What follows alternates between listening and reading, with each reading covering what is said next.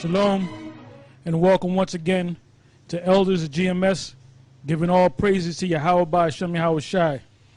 Today's topic is another breakdown, because I see we have to go into these breakdowns so the people that watch us out there, the brothers that watch us out there and so forth, can get these breakdowns correct instead of going on their own, letting them demons jump on them and thinking they know how to break down the scriptures, man. You know? So we're going to go to the book of Genesis. We're going to go to the second chapter because you can catch the Genesis, the first chapter breakdown that I did years ago. So, I mean, if you go on YouTube, you can actually watch it, or possibly Elder Gabon or Elder Aramlab might go over do a review of chapter 1 again. But you should know chapter 1. We're going to go into chapter 2. And this is most likely going to be no more than about an hour long on this particular show that we're doing. And we're going to go through most of the books or the chapters of Genesis. Most of them are easy to understand, but there's some that you need breakdowns on. The second chapter is one of them. So let's start. Genesis chapter 2 verse 1. Thus the heavens and the earth were finished, and all the host of them. And on the seventh day Read that again. Thus the heavens and the earth were finished, and all the host of them. Now let's go right here to the is that 2-1? 2 and 4. That's 2 and 4. Okay, so you're gonna have to go to the blue letter. Go to the blue letter, the second chapter and the first verse, and read that in the English, and then go to the Hebrew. I don't know how well your Hebrew is. Yes, we're in the Blue Letter Bible, Genesis 2 and 1. The English says this. It says, "Thus the heavens and the earth were finished, and all the host of them." Now in the Hebrew it says... Just pick out the key words. You don't have to read the top. Okay. Key words right there. Okay. Well, one of the key words would be the heavens, which the Hebrew word there is shemayim. Another key word would be earth, which the Hebrew word there is aratazah. And I guess that's it. Yeah, basically I wanted to pick out some of those words like shemayim. The word shemayim is actually from the word, an extension of the word mayim, which means waters. Water, waters, water, plural. And the yum makes it plural. Just like when you go to Genesis, the first chapter and the first verse, it's the word there is God. Well, the word that should be there when you go to the Hebrew is Elohim. The word Allah means power, judge, God, and the yum makes it plural. So it's not one God, it's many gods, which represent the Lord, Yahweh Shai, and the angels. All right? Now let's read on. Right, it says, "Thus the heavens and the earth were finished, and all the host of them. And on the seventh day the powers ended his work which he had made." It should be the powers ended their work, because the word there is Elohim. Go ahead. "And he rested on the seventh day from all his work." Read again. They rested. "And on the seventh day the powers ended their work which they had made. And they rested on the seventh day from all their work which they had made." Yeah, because they keep putting he, him. It's not he and him. It's not singular. It's plural. How do you know? By going back to the Hebrew. Go ahead. "And the powers said," then the powers blessed the seventh day and sanctified it, because that in it they had rested from all their work which the powers created and made. Yeah, because you go to church, they're going to read it like it's God. The Most High, Yahweh himself, is not even mentioned. He's not. He gave the charge to Yahweh Shai and the angels. Give me St. John 1 and 1. That's why these churches are all messed up. That's why these cats in Islam is all messed up.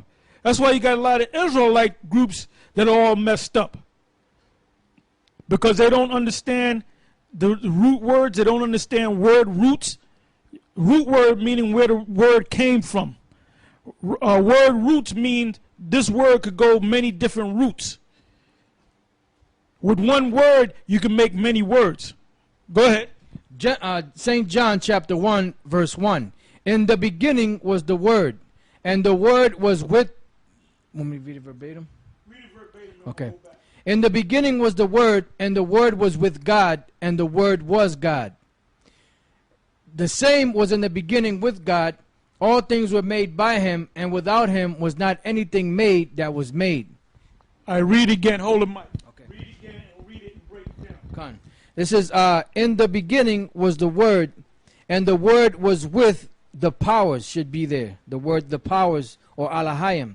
So it says, in the beginning was the Word, which the Word we know is Yahweh Shai, according to Revelation, the 19th chapter. It says, and the Word was with the powers, or with Alahayim. Now, when you read the Greek, in the Greek portion of it, right, when you read the Greek, the word that appears there in the Greek is theon, right? Now, the word theon is the plural form of the word theos. The word theon is plural, like you have the word pantheon. Now, the word pantheon, pan is all, and theon is gods.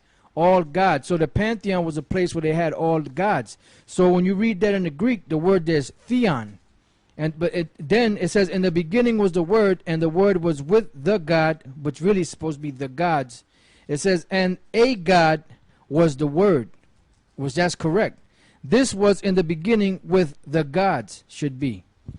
So it says, in the beginning was the Word, which is Yahweh Shai, and the Word, Yahweh Shai, was with the powers, and the Word was a power, or a God. Yeah, so now you understand John, the very first book in John. John was referring back to Genesis, the first chapter. All right? Go ahead. It says, the same was in the beginning with the powers. All things were made by him, and without him was not anything made that was made. So Yahweh Shai goes back to the beginning of time. All right? Give me, I believe it's Hebrews, the first chapter, and start from the very top again. Go ahead. Hebrews chapter 1, verse 1. The Most High, who at sundry times and in divers manners spake in time past unto the fathers by the prophets, hath in these last days spoken unto us by his Son, whom he hath appointed heir of all things, by whom also he made the worlds. Yeah, he who made the worlds is Yahweh Shai. When did he make the worlds? Go back to Genesis 1 or go back to John 1. Now let's go back to Genesis, the first chapter, second chapter where we left off. Genesis chapter 2, verse 3. And the powers blessed the seventh day and sanctified it. So the Most High didn't bless anything. He gave this charge unto his Son and the angels. Go ahead. Because that in it they had rested from all their work which the powers created and made. These are the generations of the heavens and the earth when they were created, and the day that Yahweh's powers made the earth and the heavens. Read that again. Yes. As these are the generations of the heavens and of the earth when they were created, and the day that Yahweh's powers made the earth and the heavens. Read it one more time. These are the generations. Now, years ago, you had these Muslims that was under Dr. York, Iman Isa. At one time, he was called Iman Isa. He had these different names. Chief Black Eagle. All these different names. And basically, they were going around saying that the word generations is talking about the angels had genealogy. All right? So now let's go to the Hebrew and look up the word generations. Yeah, in Genesis 2 and 4, the word there for generations, the Hebrew word is thawaladwaf, which means descendants, or they have here descendants, results, proceedings, generations. They have genealogies, account of men and their descendants, genealogical list of one's descendants, one's contemporaries, course of history, of creation, begetting of or account of heaven. Okay, that last one that you read. Now you see how you got messed up. Read that again. Read it to me loud. And I'll speak it. Read it to me. Oh, okay. Number one is descendants. Descendants. It's not talking about the descendants of the angels. So that's not talking about the genealogies of the angels, like the angels had sex. Give me that in Matthew's, in the spiritual world. The angels don't have sex, all right? Also get me 1 Corinthians, the 15th chapter. Read the next one. Results. Result is a good word. This is the result after the order of the heavens, the sun, the moon, the stars, the earth, the firmament, the grass, the animals, and man. This is the results of that. Or this is the records of that. That's what that word means. Because you got people out there that'll take one word and look the word up and say, oh, it means that because of that definition. Well, it goes deeper. All right? Just like the word stigmata. The word stigmata means on a literal sense is when you stick something in you.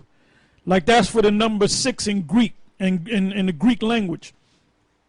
Stigmata, in a social sense, can mean if a woman slept around with a lot of guys, she got the stigma or the stigmata of a slut. So nothing was actually stuck on her, but socially things were stuck on her. Because when they saw her, they said, oh, there goes that slut. And she don't have to wear a shirt or have a sign on it saying she's a slut. You just know her by her reputation. Okay? So, all right, go back and read it again.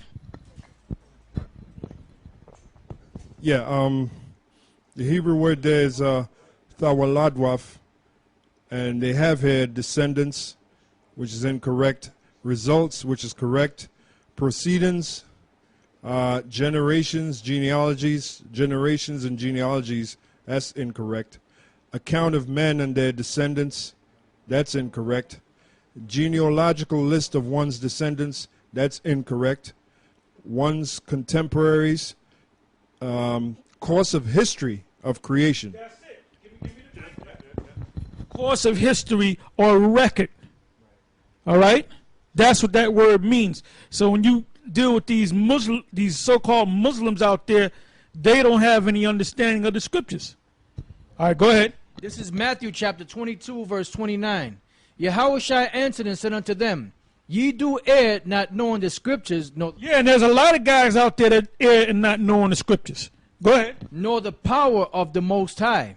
For in the resurrection they neither marry nor are given in marriage, but are as the angels of the Most High in heaven.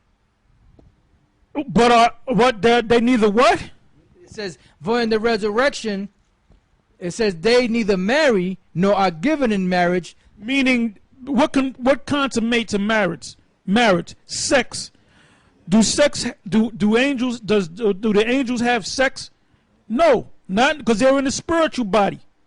Go ahead. But are as the angels of the Most High in heaven.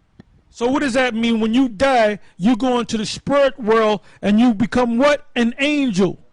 You're in the spiritual realm. So you don't have sex in the spiritual realm. So when do you have sex again? When you come back in this physical body. So you got these idiots, you got the Muslims and certain Israelites saying that the Most High put the seed in Mary, or the Most High came down and had sex with Mary, or Gabriel had sex with Mary. That's total madness. That's why the Lord said what he said before he made that statement. Ye err in not knowing the scriptures. Now that whole virgin birth thing goes back even before the Roman Catholic Church. It goes back to Greek mythology with Zeus and his son Perseus. That's where the so-called Roman Catholics got that whole nonsense from. That whole concept of hell, they got that from the Greeks. All right? Go ahead. 1 Corinthians 15 and 39. All flesh is not the same flesh, but there is one kind of flesh of men, another flesh of beasts, another of fishes, and another of birds. There are also celestial bodies and bodies terrestrial. But the glory of the celestial is one, and the glory of the terrestrial is another. Yes, the glory of the celestial are the angels. They have a different glory. They ain't up there watching what do you call that? Skin flicks. They ain't up there watching skin flicks, man. They ain't going to clubs up in the spiritual realm, trying to get some ass.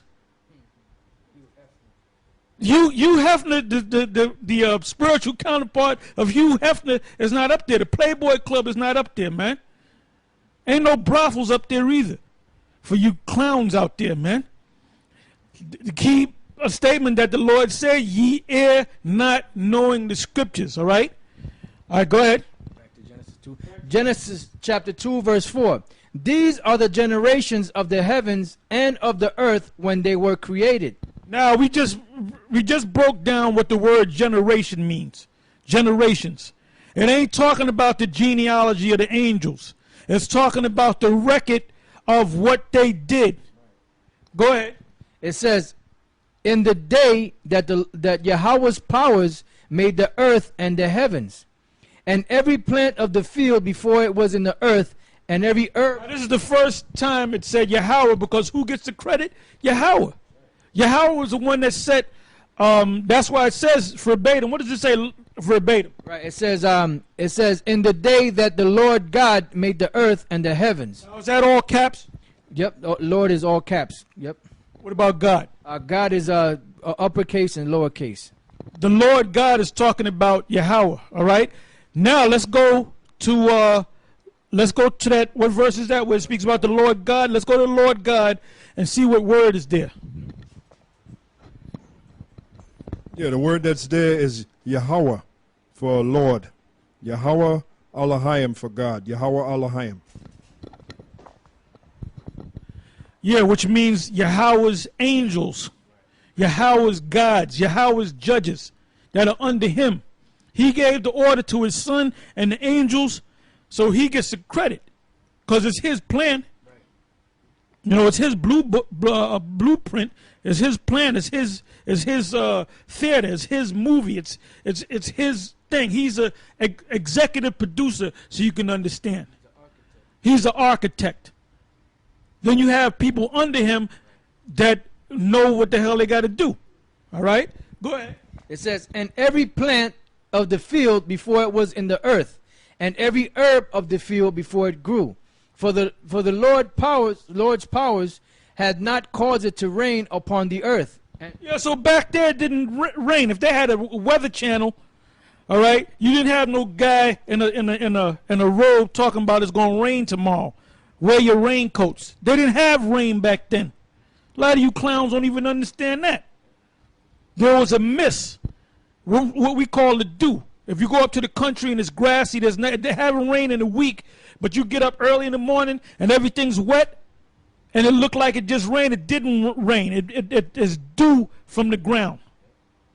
That's why the people back there during the time of Noah thought he was out of his damn mind, because they said that there's no such thing as what you talking about rain. The only thing they experienced was dew on the ground. Go ahead. It says, and there was not a man to till the ground, but there went up a mist from the earth, and watered the whole face of the ground. Which we call the dew. Go ahead. It says, and the Lord's powers formed man of the dust of the ground, and breathed into his nostril the breath of life. Now, the Lord is the Lord God. He formed man from the dust of the ground. Now, the term dust is twofold. Dust meaning a literal dust. He came from the earth, all right? And he was, because all the elements that are in man are in the earth. That's why we're known as terrestrial. The word terrestrial means earth, ground, all right? Soil, so forth, terra, all right? So on one sense, it's talking about an actual ground, because that's where we came from, the earth. Everything that you see, buildings, cars, everything that you see, the TV set that you watch, if you got a cell phone, whatever you have, it all came from the ground, just like man came from the ground, because all the elements that are in man are in the ground. Now, dust is twofold. Dust also means confusion. If I take dust and throw it in your eyes, you're confused because you can't see in front of you. So the Lord took man out of this confused state and gave him order. And what is the order? Laws. Go ahead. It says, and the Lord God formed man of the dust of the ground and breathed into his nostrils the breath of life. Breathe into his nostrils the breath of life is talking about what?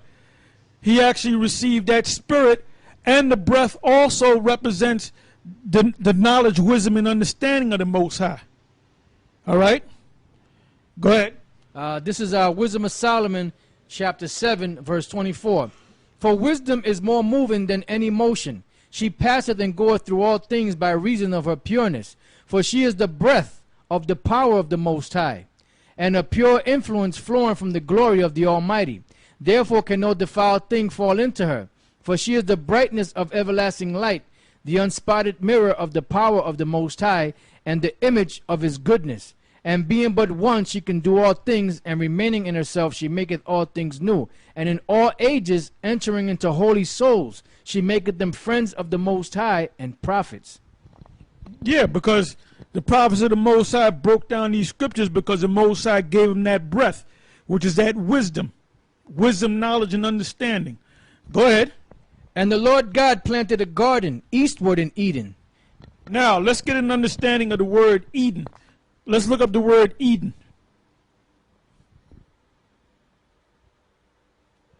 Read it in the Hebrew, then read it in the translation.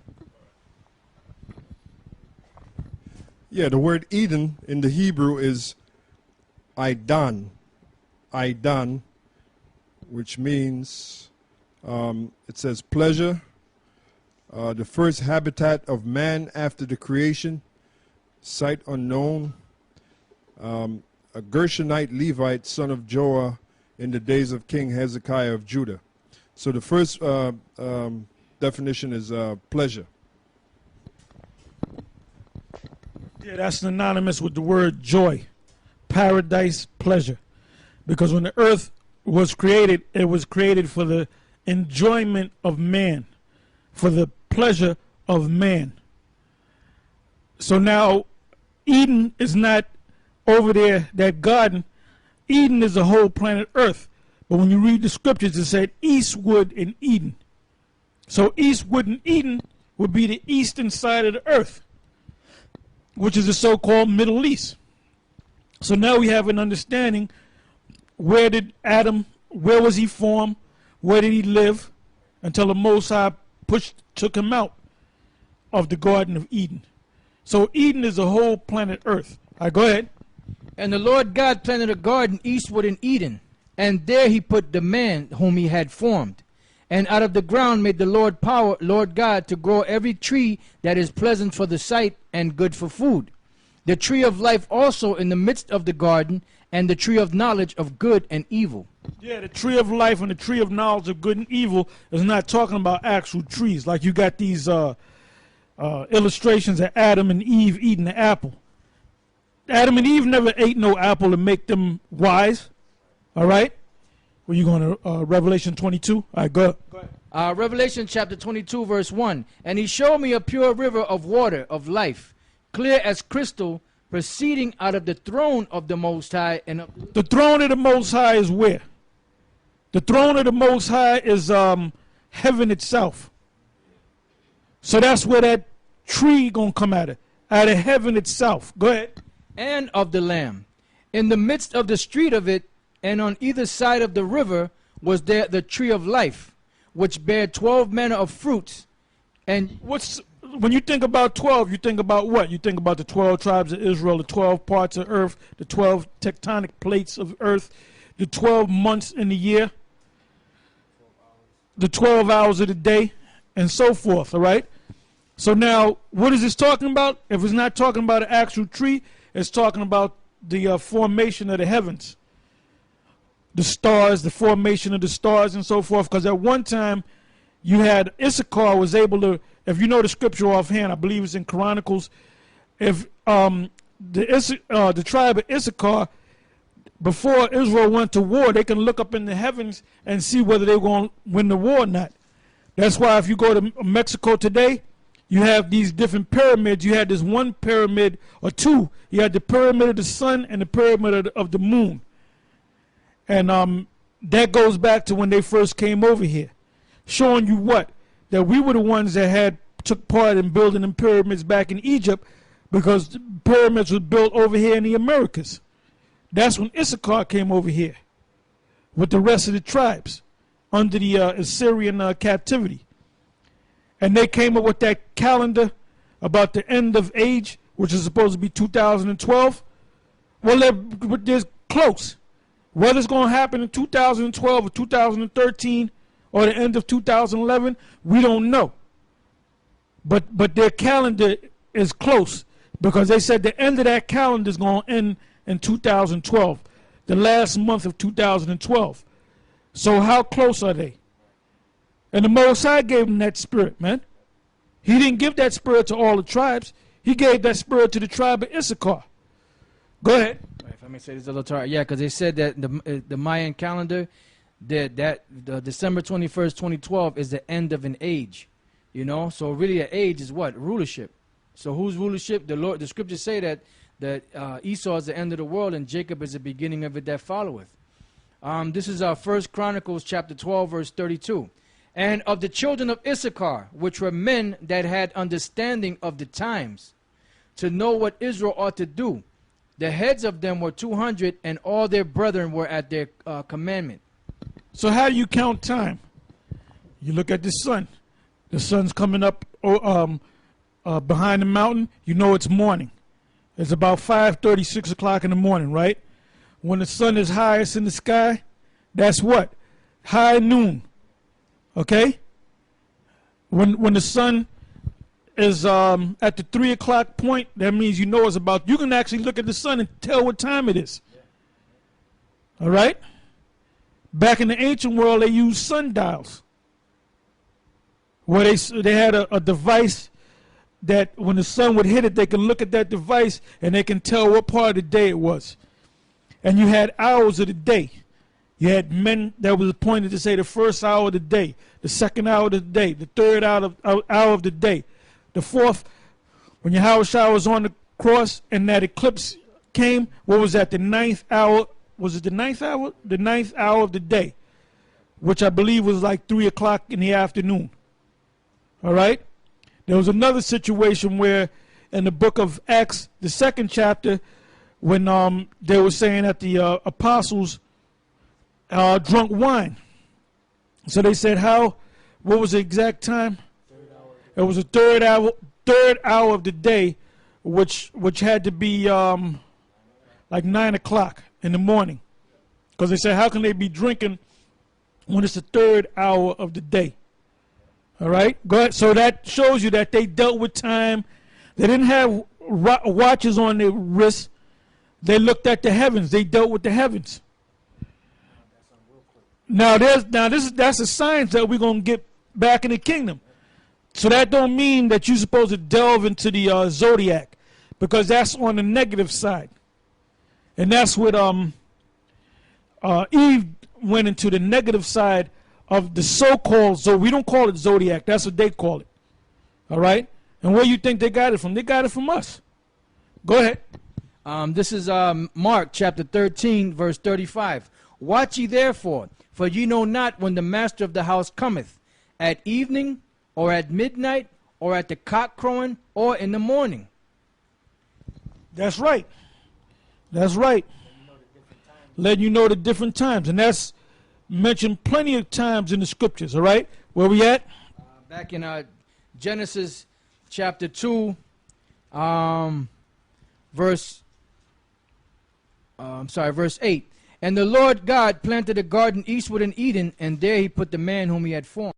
Out of the ground made the Lord God to grow every tree that is pleasant for the sight, and good for food, the tree also of life also in the midst of the garden, and the tree of knowledge of good and evil. And a river went out of Eden to water the garden. and from thence it was parted and became into 4 heads. Yeah, we got to deal with that because this goes back years back where you had these guys, and we spoke about them about maybe a month or two ago. A guy by the name of Sa'adja and another guy by the name of Arum. And they're from the original Boston camp, which the Spirit got on me to go up there to set that camp up when there was really only 2 of them. Then it became a big camp. And then basically what happened was they all went back into the world. But now they see that the prophecies are coming to pass. They're trying to sneak back in there and trying to get back in the position that they were in back then. And you'll still put up a couple of videos here and there. And you see a lot of these guys that you see popping up that you never seen them before. We know all these guys, man. They're from the old school. They go back to the 1992 Israelites, man. See these guys popping up all over the damn place because they're trying to get. They see that the society's going down. They see the prophecies coming to pass left and right. They see that everything's speeding up. So they think they can sneak back in there. They think they can go behind the Most High's back and they can just get back in there like they never left. But guess what? The Most High set up his prophets, which is us. And that's why we expose them every goddamn time, man. You know? Go ahead. It says, so it says, and a river went out of Eden to water the garden, and from thence it was parted and became into 4 heads. Now that's another clue. We found out that the Most High set up a garden eastward in Eden, right? So that's the middle. That has to be the east, the Middle East, right? He said that he had a river of water go through the garden, and it parted into 4 heads. Now, if a body of water parts into 4 heads, that's what? 4 more bodies of water, right? So now we're going to find out what these 4 more bodies of water are. The name of the first is Pison. That is it which compasseth the whole land of Havilah, where there is gold. And the gold of that land is good. There is bdellium and the onyx stone. It says, and the name of the second river is Gihon. The same is it that compasseth the whole land of Ethiopia. And the name of the third river is Hiddekel. That is it which goeth toward the east of Assyria, and the 4th river is Euphrates. Okay, then they gave one river that we that is still named today Euphrates. So now if you go on a ancient biblical map, find where the river Euphrates are, and let's check these other rivers. What was the name of the first river? Pison. Right, Pison would have to be the Red Sea. What's the second river? Gihon. Read on. It says, and the name of the second river is Gihon. The same is it that compasseth the whole land of Ethiopia. What great body of water compasses the whole land of Ethiopia? The Nile River. The Nile River. What was the name? What was the ancient name?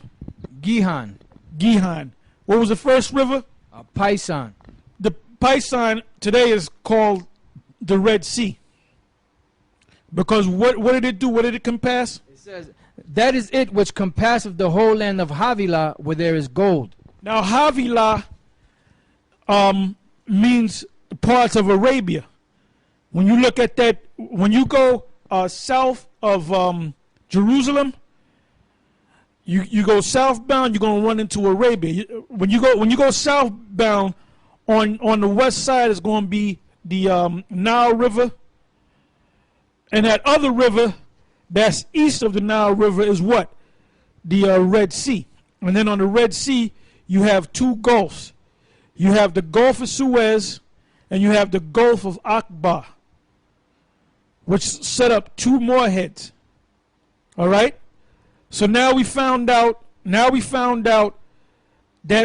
one river, Adam was placed in that garden in Eden, and there was this river that went through it, and it broke into 4 heads.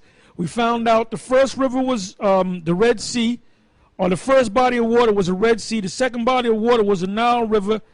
Then it spoke about the Hiddekel.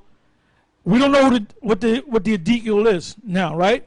But it mentioned the last river which was the Euphrates, right? The Euphrates has kept that ancient name.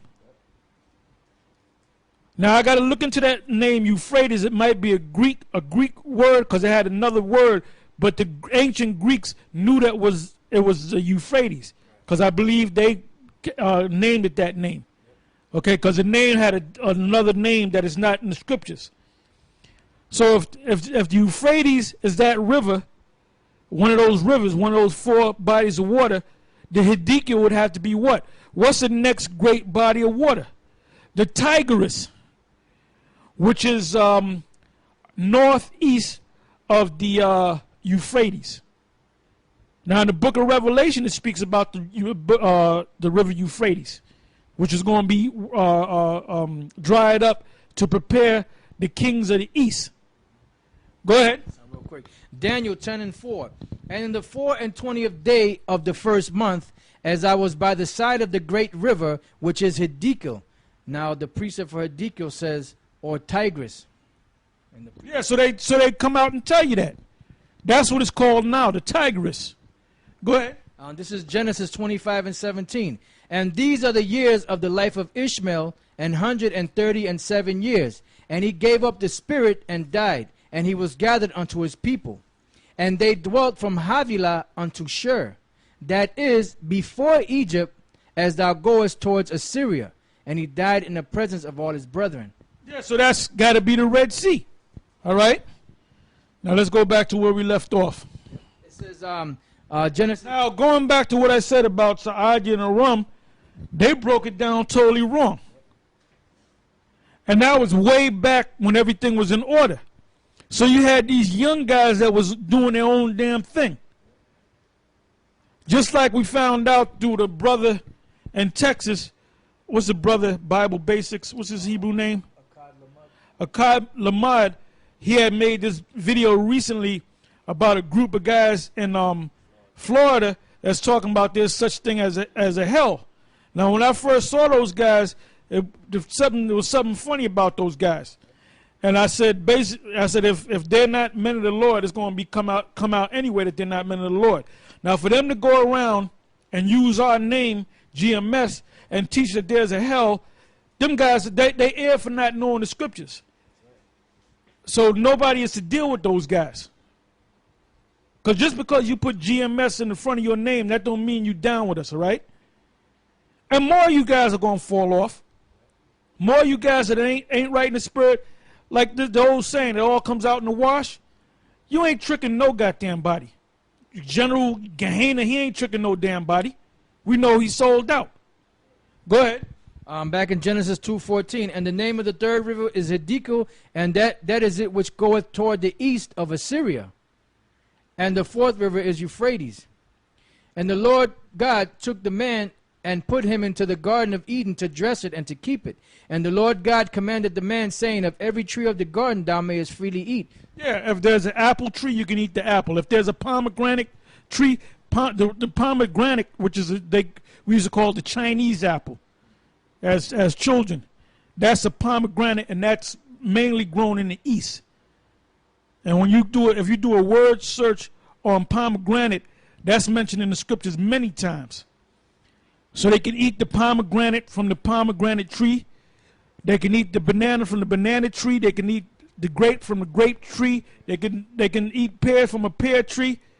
Those are actual trees that yielded these different fruit that you can physically eat. Go ahead. But of the tree of the knowledge of good and evil. Yeah, because that's not a tree that you can eat fruit from. It's something that you can gain wisdom, whether it be negative wisdom or positive wisdom. Go ahead. It says, thou shalt not eat of it, for in the day that thou eatest thereof, thou shalt surely die. And the Lord God said, it is not good that the man should be alone. I will make him an helpmeet for him. And out of the ground the Lord God formed every beast of the field and every... So all this madness about a woman being 50-50 to you is bullshit, man. All this madness about a man cheating on a woman, that's bullshit. You just a pair of shoes. You a little higher than a pair of shoes, but that's what you are. You serve a purpose, man. A pair of shoes can't jump up and say, look, why are you buying another pair of shoes? You're supposed to wear me every goddamn day. What you gonna do to them shoes? You gonna throw them shoes out? If they can talk, well, guess what? The Most High set up the woman, created the woman for us. We're lords over the woman. And I look around at these women, they're completely out of order, man. Man, I saw this one damn woman, she had shorts on, and you can see half the cheek of her fucking ass, man. Women got their titties all out because they got these laws where if you say something negative against a woman, the cops come along, they'll lock you up for looking at it the wrong way. You can be across the street, you look at it the wrong way, that's stalking. They can lock your ass up. That's why there's going to be mass riots. All hell is going to break loose in this country. You going around thinking that everything's okay. Like I passed by Yankee Stadium earlier today, all right, and you had nothing but crackers all up in there because they're going to watch Derek Jeter, which is a Jake. He trying to hit that 3,000 home run. And there ain't nothing but damn crackers, man. And that's right there in the middle of the Bronx, where you know what you got in the middle of the Bronx that live around there? You got Jake, which is Judah, you got Ephraim, you got Benjamin, and something's gonna happen where they're gonna go after them devils, man, during the game. It may just happen that way. Now there was this video up on YouTube with this Issacharite dude going out just cursing crackers out left and right, man. They're calling him a damn hunky, man.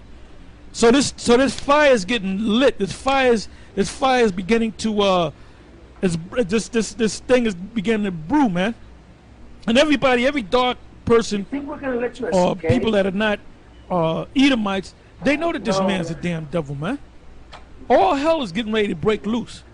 Go ahead.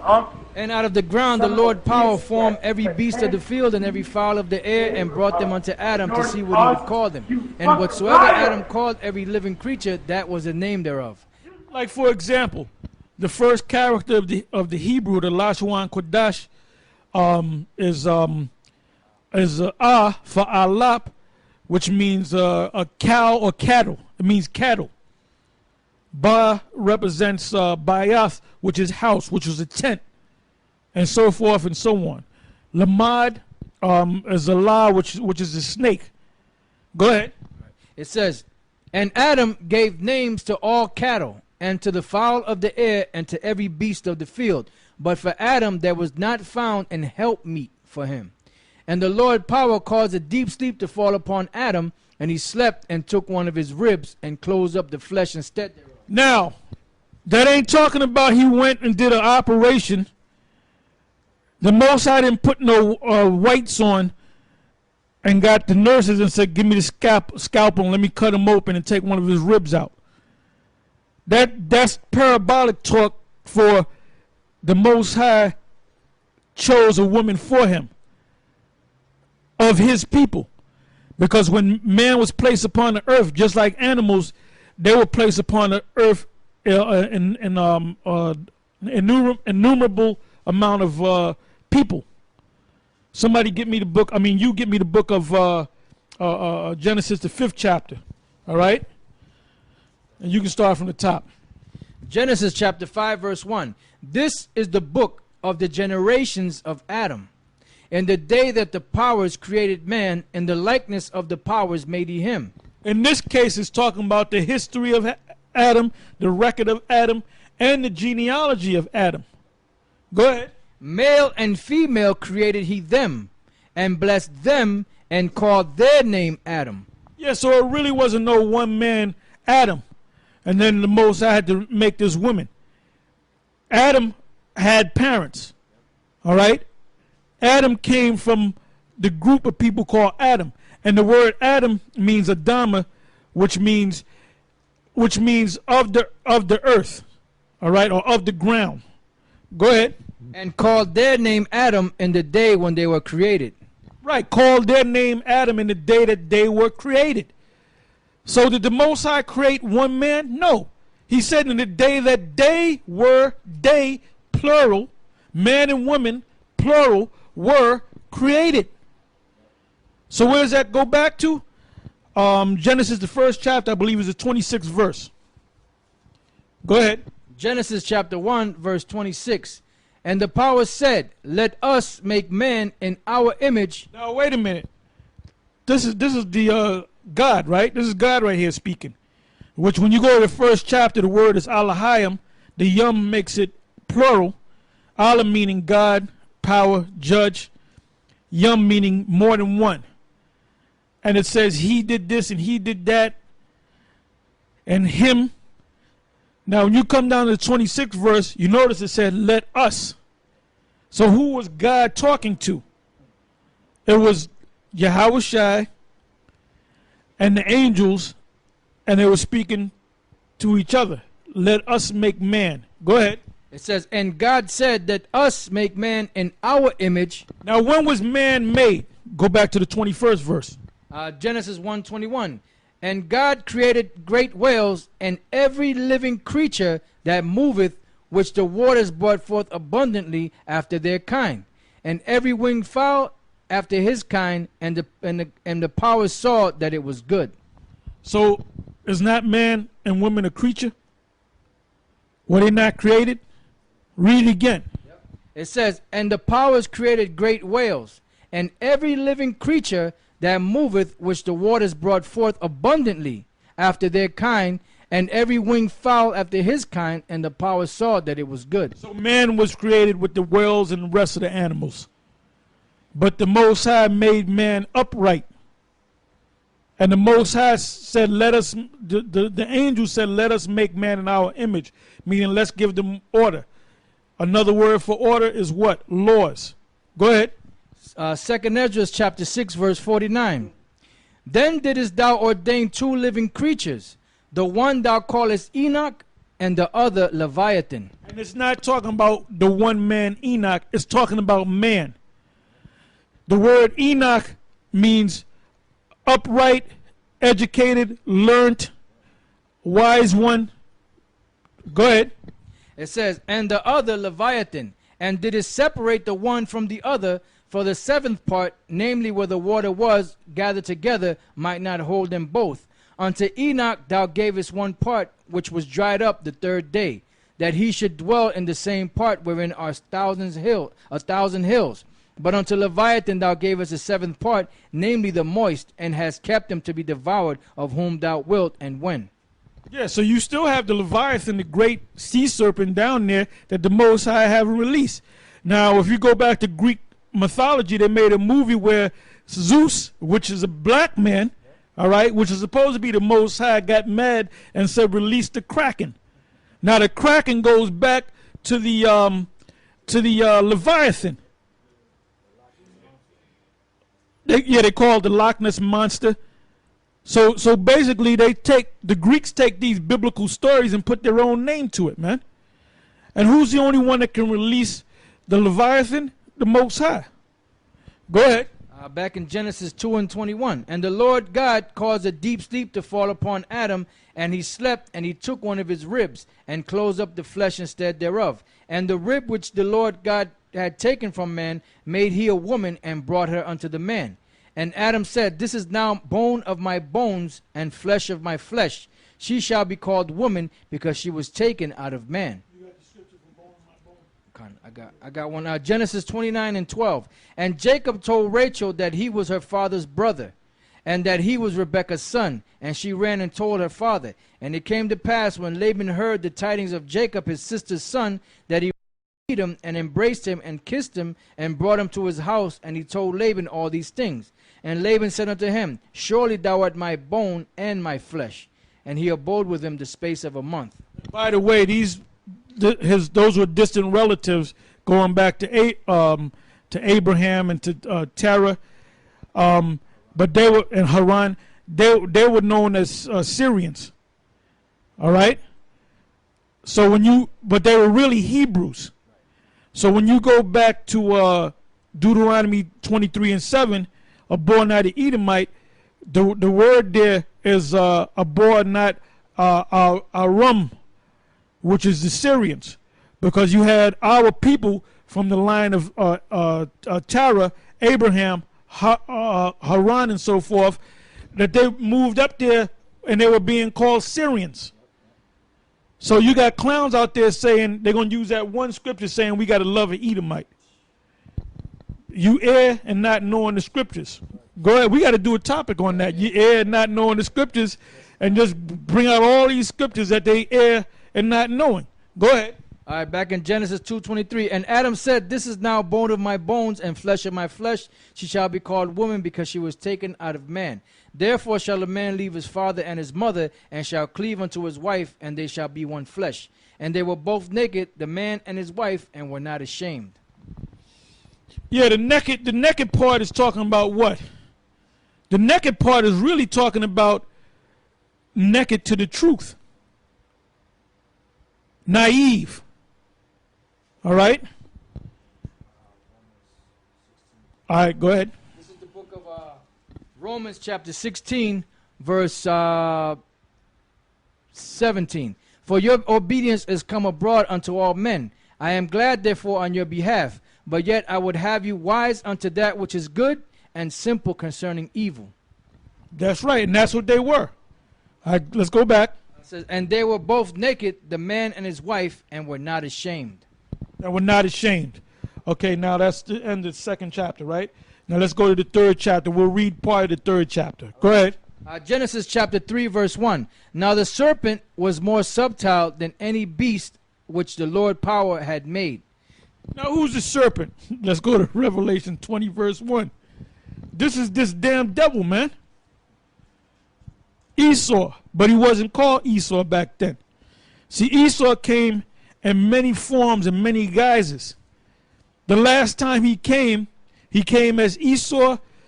The sons and daughters that he had were known as Edomites, and it stuck like that. The Most High never changed their name no more. At one point, he was called Cain. But when he came back the last time, in Genesis, Genesis the 25th chapter, that was Esau, and that name stuck. And they call themselves under different names, and they don't want the stigma of Esau on them. That's why there's guys out there that make videos and documents saying that they're not Edomites. Because what does it say in the Bible? You got the Bible dictionary? Let's go to Esau. It's either Edom or Esau. I think it's the last sentence. We're dealing with Esau. So this is what the scholars came up with concerning Esau. And they know that they're Edomites. Go ahead. This is under Edom. It says, "Edom figures prominently in the prophetic scriptures as the scene of great future judgment." So this destruction didn't take place of Esau because you would have known about it. You would have been like Sodom and Gomorrah took place. We talk about it thousands of years in the future, because that was a great destruction.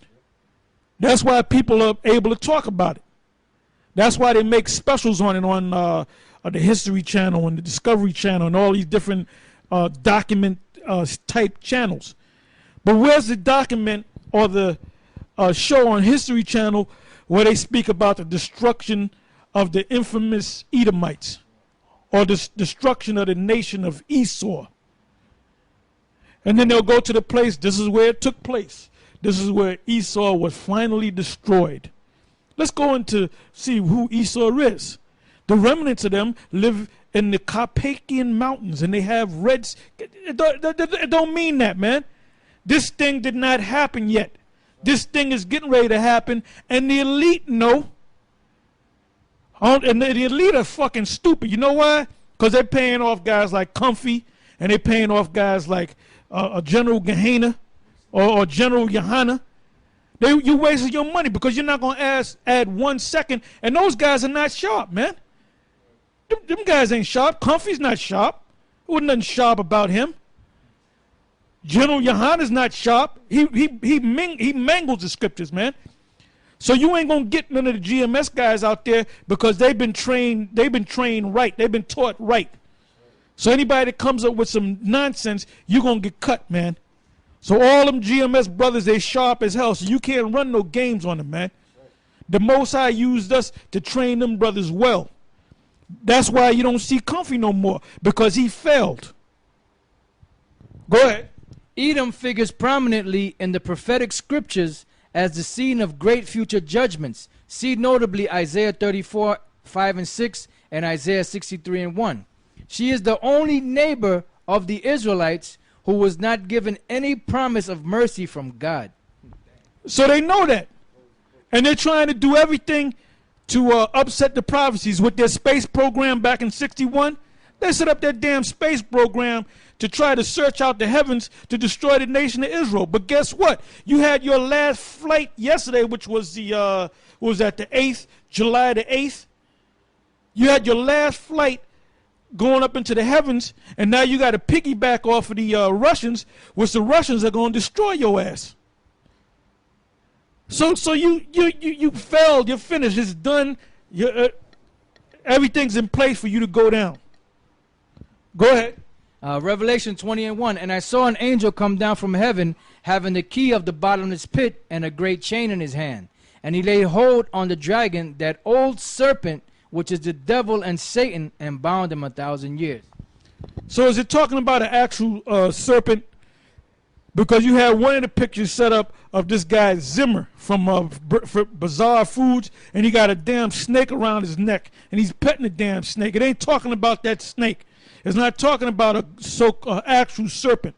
It's talking about this damn devil, man. He's also known as a dragon.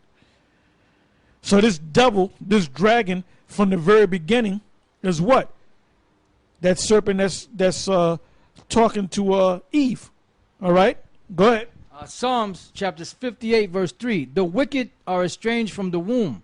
They go astray as soon as they be born, speaking lies. Their poison is like the poison of a serpent. And what is their poison? Their philosophy. That's why you got these women walking around with they get short pants and they cut them even shorter. They got half the cheek, they got 3/4 of the cheek of their ass showing. They wear these tight ass jeans, and they got a thong on, and then they'll put a damn tattoo. They'll wear a cut off shirt, and they'll put a tattoo right above their ass. When you put up tattoos, it's for other people to focus on, right? So you got it right where the ass is, man. And you telling me that there's you got clowns out there talking about the righteous sisters of Israel. You ain't got no righteous sisters of Israel, man. They're all out of order. Go ahead. It says, their poison is like the poison of a serpent. They are like the deaf adder that stoppeth her ear. Yeah, so where did he first use his poison? Where did he first use the stinger? The sharp teeth to poison the doggone women, man, with that philosophy, man. So why do you think the serpent went to Eve first? That's the reason why, because she was a weaker vessel. Go ahead. Which will not hearken to the voice of charmers, charming never so wisely. Break their teeth, O Most High, in their... And that's what the Lord's going to do. Your teeth is your military might. The Most High getting ready to destroy your military. And once your military is destroyed, that's it for you. Go ahead. In their mouth, break out the great teeth of the young lions, O Lord. Let them melt away as water which run continually. Because the radiation from the missiles, when those missiles hit ground zero, you're gonna be melted away by those by that radiation. Go ahead. When he bendeth his bow to shoot his arrows, that's his missiles, ICBMs. Go ahead. Let them be as cut in pieces, as a snail which melteth. Let every one of them pass away, like the untimely birth of a woman, that they may not see the sun. Back in Genesis 3 and 1. Now the serpent was more subtle than any beast of the field which the Lord power had made. And he said unto the woman, Yea, had the Most High said, You shall not eat of every tree of the garden? And the woman said... And that's what Esau says. You know, these Jake women, these Israelite women, they go to these colleges, right? Jake man ain't really going to no damn college unless he's a flaming faggot, man. Ain't no hardcore Jake out there. He ain't going to no damn trying to get a better himself. Because he knows how to go out there and hustle, man. You can go out there and hustle and make your living. But these our women, go to any damn university where you live at, man, and see them people going into college. Women, Israelite women, and them weak ass, punk ass, pussy whip niggas in Latin tribes that look all weak and they giggling with the women, walking with the women with the books. Got the books with them. And that shit don't, like my daughter, she had went to this fucking, she got a fucking degree, and she haven't found a job in fucking a year and a half. And her damn unemployment done, she's a 99er, so you can understand. Her damn unemployment been ran out. So she's hustling. I told her, as I said, that fucking college is a waste of fucking time. You ain't, that fucking degree that you got ain't nothing but a piece of damn paper. You might as well take it and wipe your ass with it. Go ahead. And the woman said unto the serpent, We may eat of the fruit of the trees of the garden, but of the fruit of the tree which is in the midst of the garden, the Most High have said, You shall not eat of it, neither shall ye touch it, lest ye die. And the serpent said unto the woman, You shall not surely die, for the God doth know that in the day you eat thereof, then your eyes shall be opened, and you shall be as gods, knowing good and evil. Yeah, so what did Esau tell you? He said, look, you don't got to listen to the Most High. Listen to me. If you do what I tell you to do, you're going to be over the Most High. The Most High can't tell you nothing. And that's what these black-ass women in these Latin tribes are getting in their head, man. And Esau is telling them that in their institutions of learning.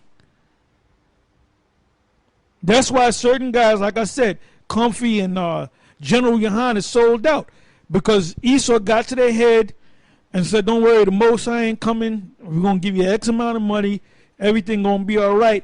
And because they didn't have faith and they didn't believe, they took that damn money. Because if you had faith, you would have never sold out. Go ahead. It says, And when the woman saw that the tree was good for food, and that it was pleasant to the eyes, and a tree to be desired to make one wise. Yeah, a tree, an apple tree, if you eat an apple, you can eat a ton of apples. It's not going to make you any smarter. Go ahead. She took of the fruit thereof, and did eat, and gave also unto her husband. What is the fruit? That the philosophy of that tree. Go ahead. And gave also unto her husband with her, and he did eat. And the eyes of them both were open, and they knew that they were naked. And they sewed fig leaves together, and made themselves aprons. And they heard the voice of the Lord power walking in the garden in the cool of the day. And Adam and his wife hid themselves from the presence of the Lord power amongst the trees of the garden. The trees of the garden is also talking about other nations. Give me that. What is that? Ezekiel 31.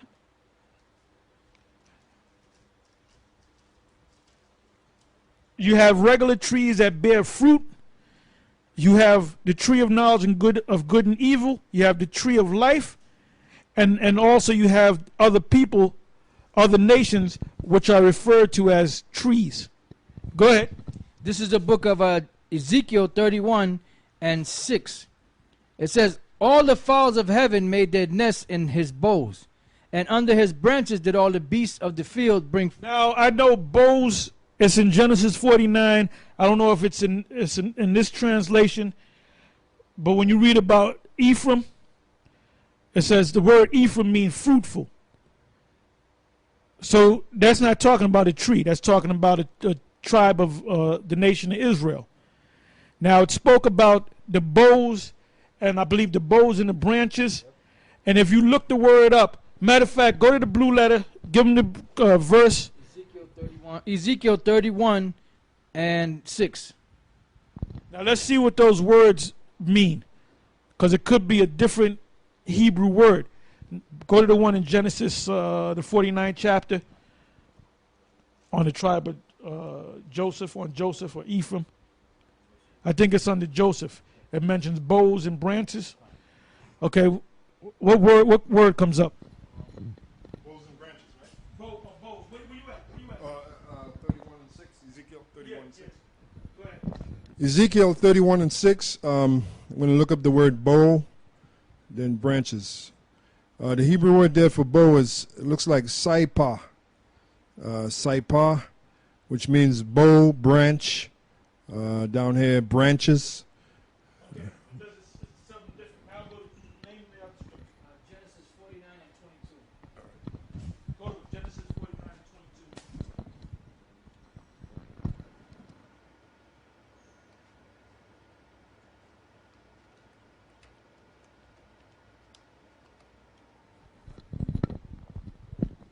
Genesis 49 and 22, which says, Joseph is a fruitful bow, even a fruitful bow by a well, whose branches run over the wall.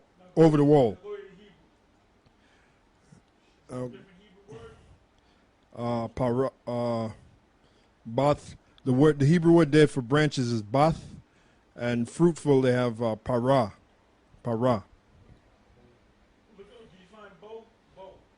Oh, bow. They have the word there son, ban. Okay. All right.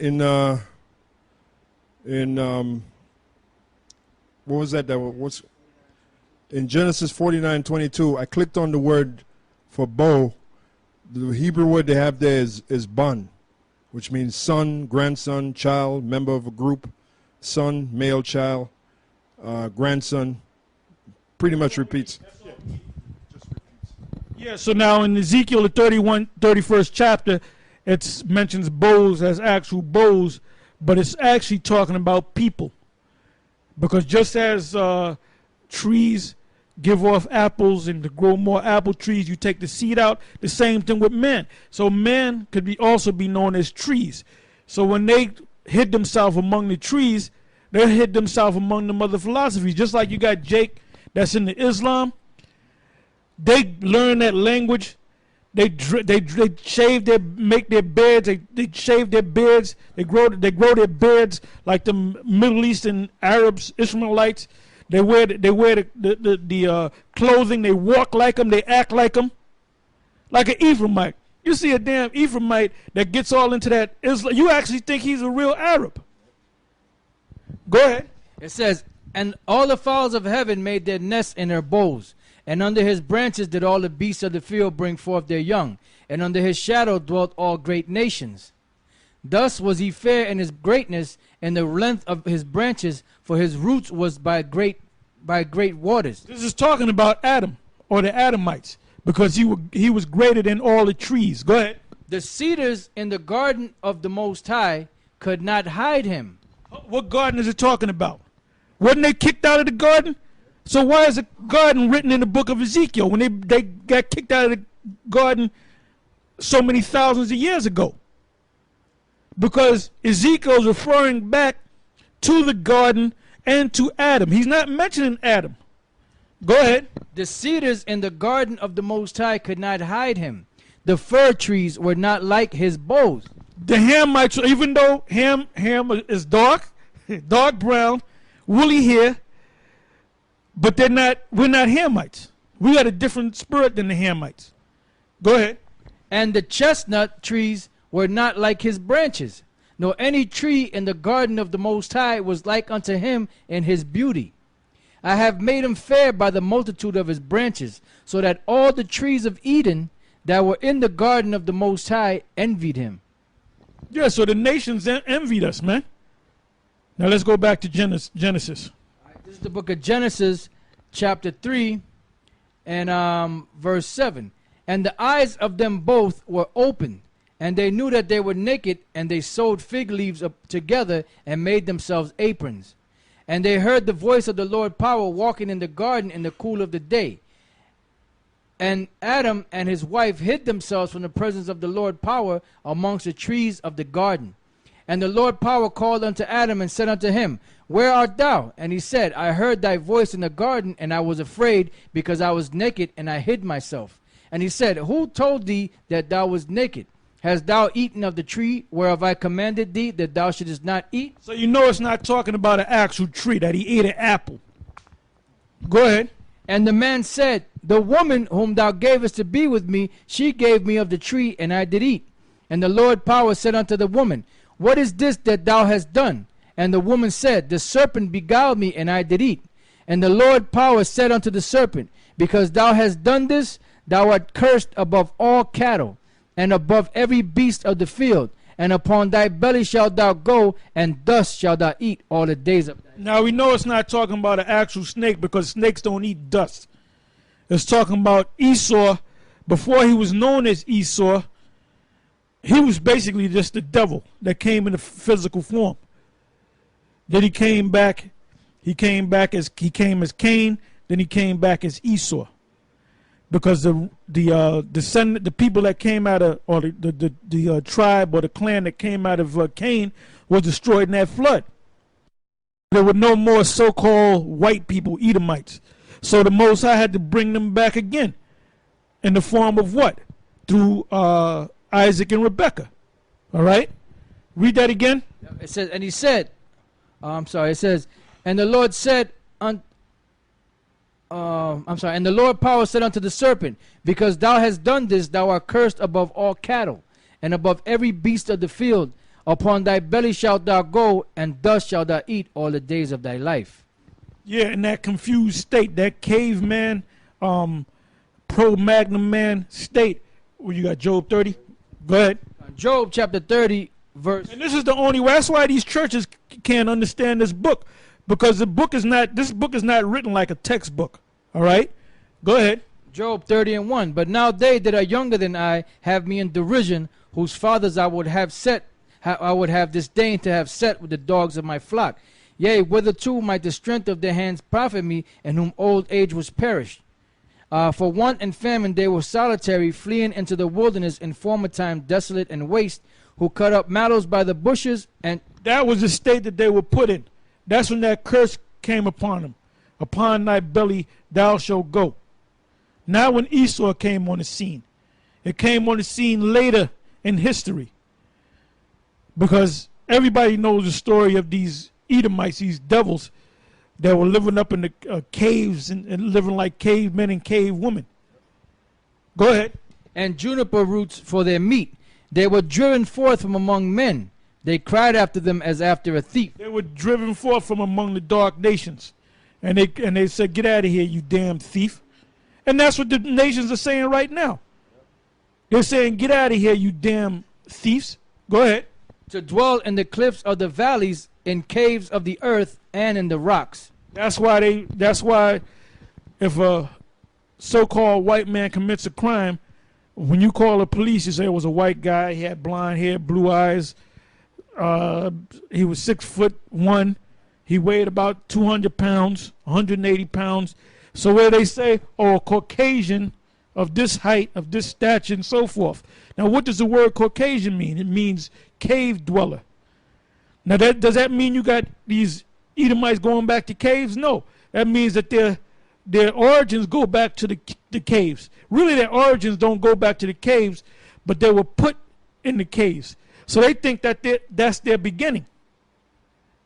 At one time, they were upright. They spoke Hebrew. Esau spoke Hebrew. He didn't speak English. He didn't speak with an English accent. He didn't speak German. He spoke Hebrew, because both his parents spoke Hebrew. His brother spoke Hebrew. So they lost that. They went to a point where they were grunting. Go ahead.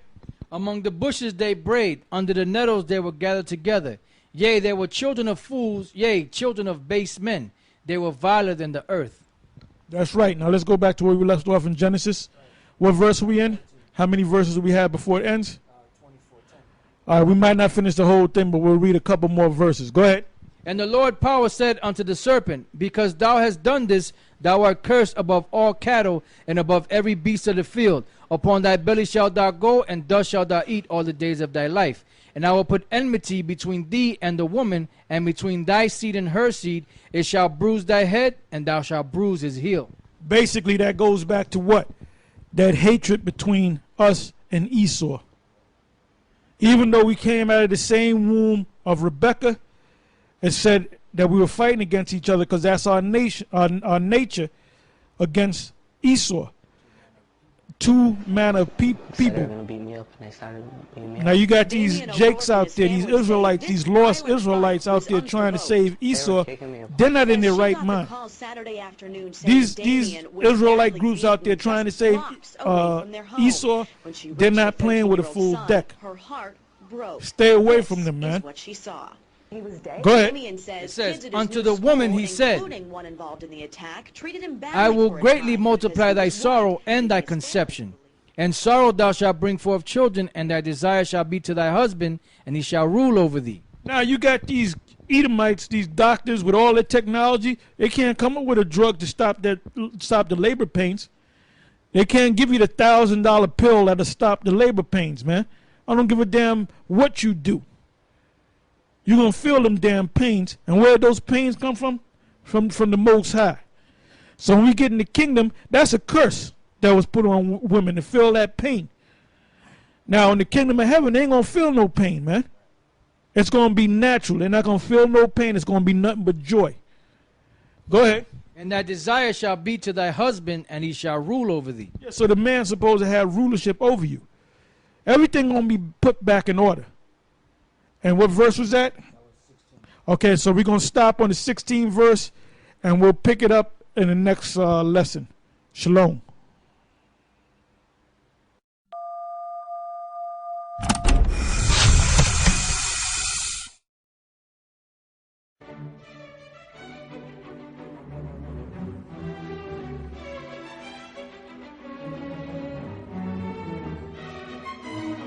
Shalom, and welcome once again to Elders GMS, giving all praises to Yahweh Hashem Yahweh Shai. And we're going to go back to the topic that we left off the last time, which was understanding the book of Genesis. And I believe we left off at Genesis, the 3rd chapter, and the 16th verse. So let's read. Genesis chapter 3, verse 16. Unto the woman he said, I will greatly multiply thy sorrow and thy conception. And sorrow thou shalt bring forth children, and thy desire shall be to thy husband, and he shall rule over thee. Yeah, and I think I went over that last week, and I'm going to go over it again. Basically, that's talking about when a woman is pregnant, she goes through her labor pains. And that was a curse that the Most High had put on all women. So Edomite women get labor pains, the Israelite women get labor pains, Moabite, Ammonites, all women. And that goes to show you that all people come out of Adam. All right? And then it goes on to speak about how thy desire shall be to thy husband, and he shall rule over thee. Rule over thee meaning he's going to have dominion over thee. All this 50-50 nonsense, man. He's going to have dominion over me, over you. Now, in the kingdom of heaven, everything that we read about is everything going to be put back in order as soon as this damn devil goes down. All right? You got something? 1 Corinthians chapter 11, verse 3. But I would have you know that the head of every man is Christ, and the head of the woman is the man, and the head of Christ is the Most High. And that's it. That's plain and to the point. Like I said, order is going to be restored when the Most High established the kingdom and established his people, the nation of Israel. Now, I don't give a damn what these clowns say out there. Clown Israelites say that, well, Esau is going to be in the kingdom. Yeah, they are going to be in the kingdom. Esau and the other nations, but they're going to be slaves in the kingdom. All right? Go ahead. Back in Genesis 3 and 17. And unto Adam he said, because thou hast hearkened unto the voice of thy wife, and hast eaten of the tree of which I commanded thee, saying, thou shalt not eat. It said that he listened to his wife. You can't listen to your wife. Your wife is not built to tell you what to do. You're supposed to tell her what to do. That's the order. That's why the Most High is getting ready to destroy this system, this wicked, evil, confused society. Go ahead. 1 Timothy 2 and 13. For Adam was first formed, then Eve. And Adam was not deceived, but the woman being deceived was in the transgression. Notwithstanding, she shall be saved in childbearing if they continue in faith and charity and holiness with sobriety. That's right. Now let's go back.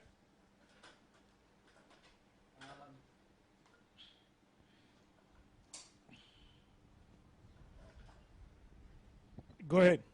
Okay. This is back in Genesis 3 and 17. And unto Adam he said, because thou hast hearkened unto the voice of thy wife, and hast eaten of the tree of which I commanded thee, saying, thou shalt not eat of it, cursed is the ground for thy sake. In sorrow shalt thou eat of it all the days of thy life. Thorns also and thistles shall it bring forth to thee, and thou shalt eat the herb of the field.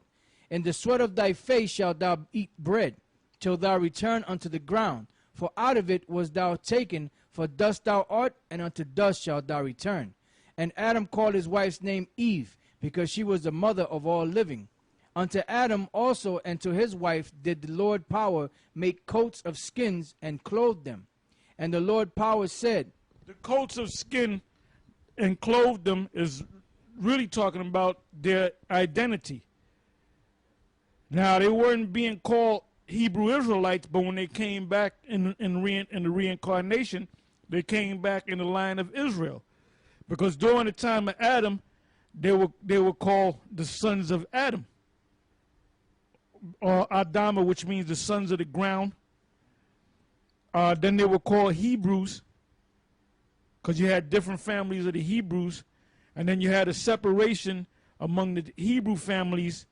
And give me that one, and I believe it's in Philippians 3, if I'm not mistaken. I believe it's Philippians 3 and 5, if I'm not mistaken. Hebrew of the Hebrews. Is that it? All right, go ahead. This is Philippians 3 and 5.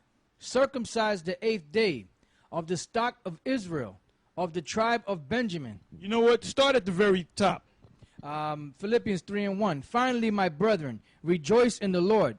To write the same things to you, to me indeed is not grievous, but for you it is safe. Beware of dogs, beware of evil workers, beware of the concision. Right. Beware of dogs, beware of evil workers, beware of the concision. Like, I'm going to give you some examples. Patak, Sarge, James, Tony, guys that we got nicknamed for a lot of these guys, and many others that have, came into the fold, but then they had showed that they were wicked, and either they left or they were kicked out. All right, go ahead. For we are the circumcision which worship the Most High in the Spirit, and rejoice in Yahushua, and have no confidence in the flesh, though I might also have confidence in the flesh. If any other man thinketh that he hath whereof he might trust in the flesh, I more. Circumcised the 8th day, of the stock of Israel, of the tribe of Benjamin, and Hebrew of the Hebrews. Right, and Hebrew of the Hebrews. Now, when you go back to the families of the Hebrews, you had more than one family of the Hebrews, all right? Out of Ibar came these different families, and then these families his sons, and out of his sons came other sons, and then out of that lineage, out of that line, you had that one Hebrew family that eventually became what? Israelites, because Esau is a Hebrew. Elam is a Hebrew. Elam he's a Hebrew too. I believe he came from Shem. He's from Shem. All right. Right. Ishmael is a Hebrew. Moab, Ammon are Hebrews. So you had the sons of Torah are Hebrews. The two brothers of Abraham are Hebrews. So you had a lot of Hebrew families.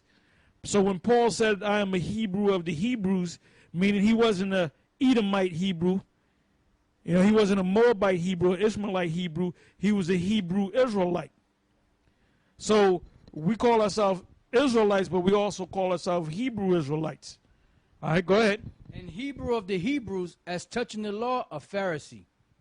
Yeah, because you got guys saying that if you're a Pharisee, you're wicked.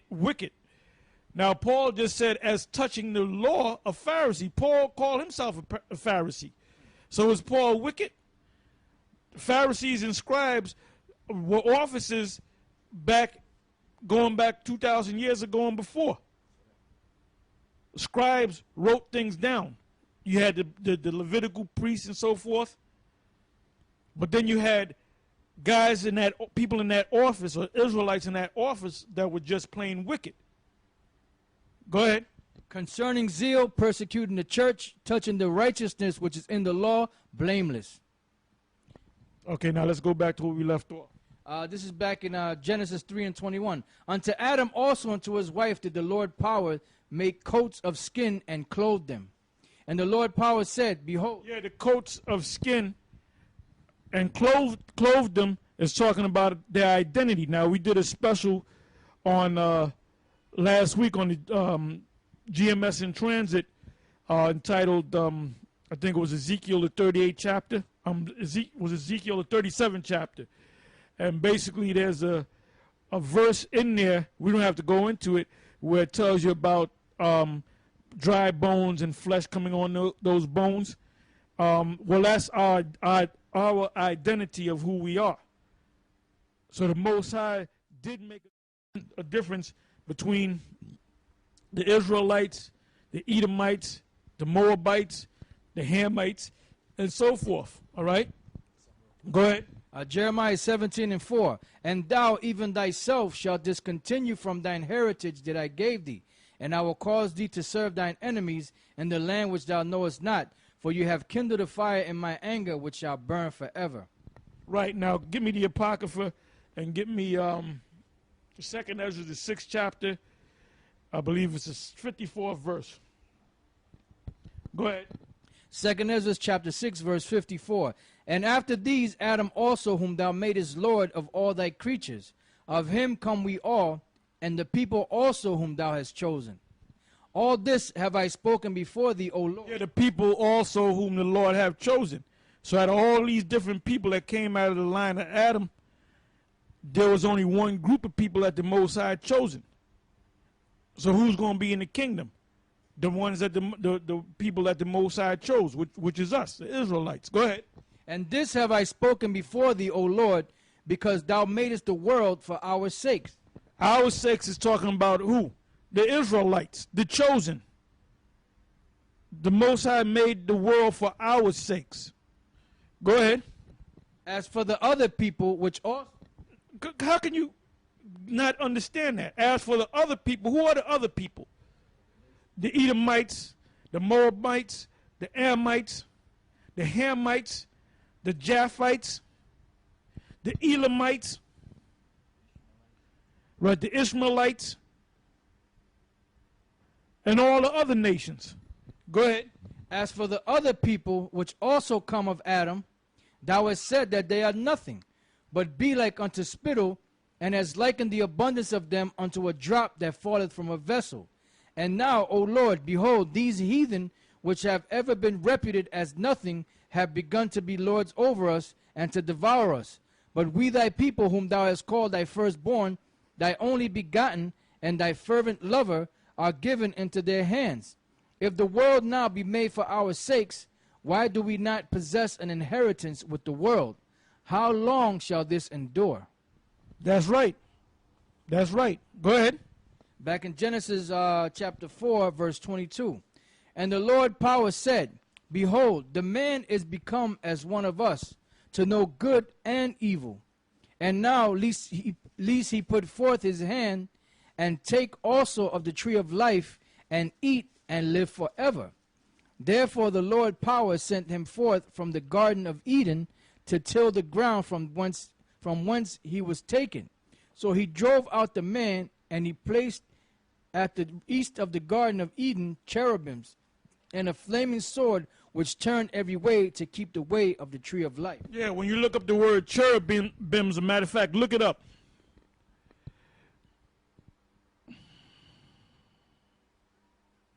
And there's a difference between the word cherubims and seraphims. All right?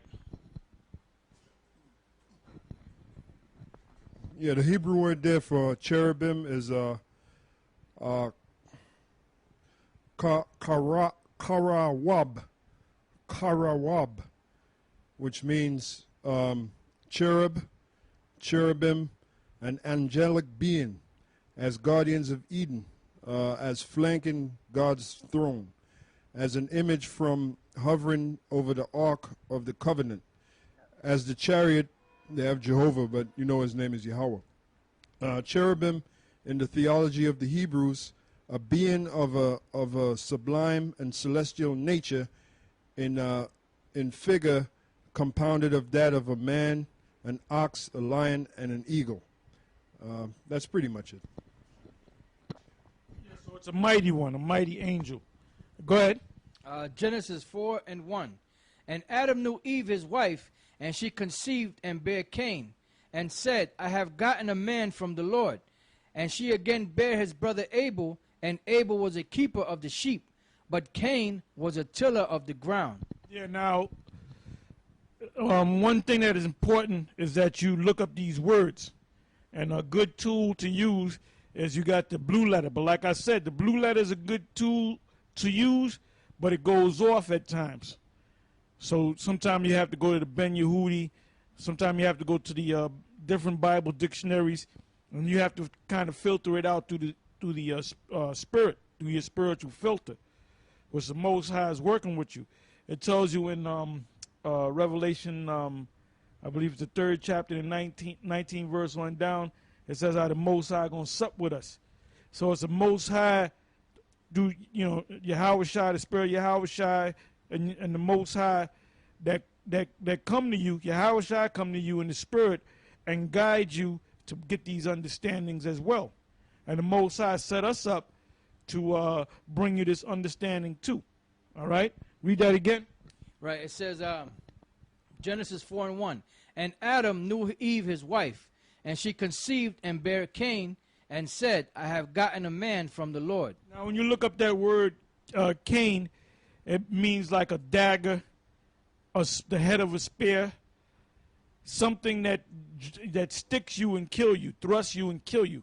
Go ahead. It says, and again bear his, and she again bare his brother Abel, and Abel was a keeper of the sheep, but Cain was a tiller of the ground. And Abel, when you look that up, they'll give you a couple of different definitions. And loosely translated, it means transitory. Now, when you go to the blue letter, I think it's a different definition. What was the other definition? Well, breath is somewhat close, because what is a breath when you break it down? A breath comes out of your mouth in the cold. You see it through the cold in the air, and then it disappears. So breath is what?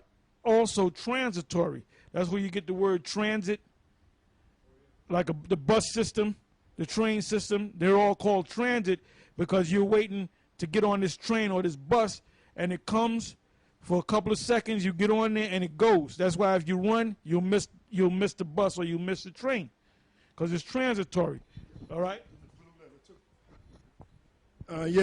Excuse me, to back up Elder Tar, it's in the blue letter too, and you'll see it. It says, commonly used of anything transitory, evanescent, frail. So both of these names that Adam gave both of his sons, and by the way, Adam was a dark-skinned man, Eve was a dark-skinned woman, so both of the sons were dark-skinned children. Now the spirit that's in Cain was the spirit of the damn devil. So when Cain came back, or his line came back, because his line was killed during the flood, his spirit came back in the form of Esau. But when he came back as Esau, the pigment was already, the mark was already on him. When he was born as Cain, he was a dark man. He looked just like his parents and his brother, and he looked like everybody else on the planet at that time, because all people were dark. Not like this bullshit that they teach you in the Mormons. You got these idiots in the Mormons. Speak for a minute while I get this. Yeah, so the bottom line is, that the Mormons, the reason why they put this stuff that they put in that crap that they call the Book of Mormons is because they're trying to say that the Israelites are white, that the Most High is white, that Yahweh Shai is a white man, which is all a bunch of lies. That's why when you see certain maps that they set up, there's certain maps that they have that they'll say that there was Hebrew found here and all these other relics of Israel, but they'll say that Kukulkan was a white god and all this other crap. And the reason why is because they know that the tribes came over here, but what they try to do is they try to say that they're the tribes, So they got one part of it right, but then they try to mix it in and try to say that they're the Israelites. This to show you how much of the devil they are. Yeah, I got this right here. This is 2nd Nephi, the 5th chapter. 2nd Nephi, the 5th chapter, the 20th and the 21st verse. Okay. This is us. So you can't run no games on us, man. All right? You can't run no games on us. We know about your damn Book of Mormons, Book of Morons. We know about your Kebra Negas that you illuminated ones put out.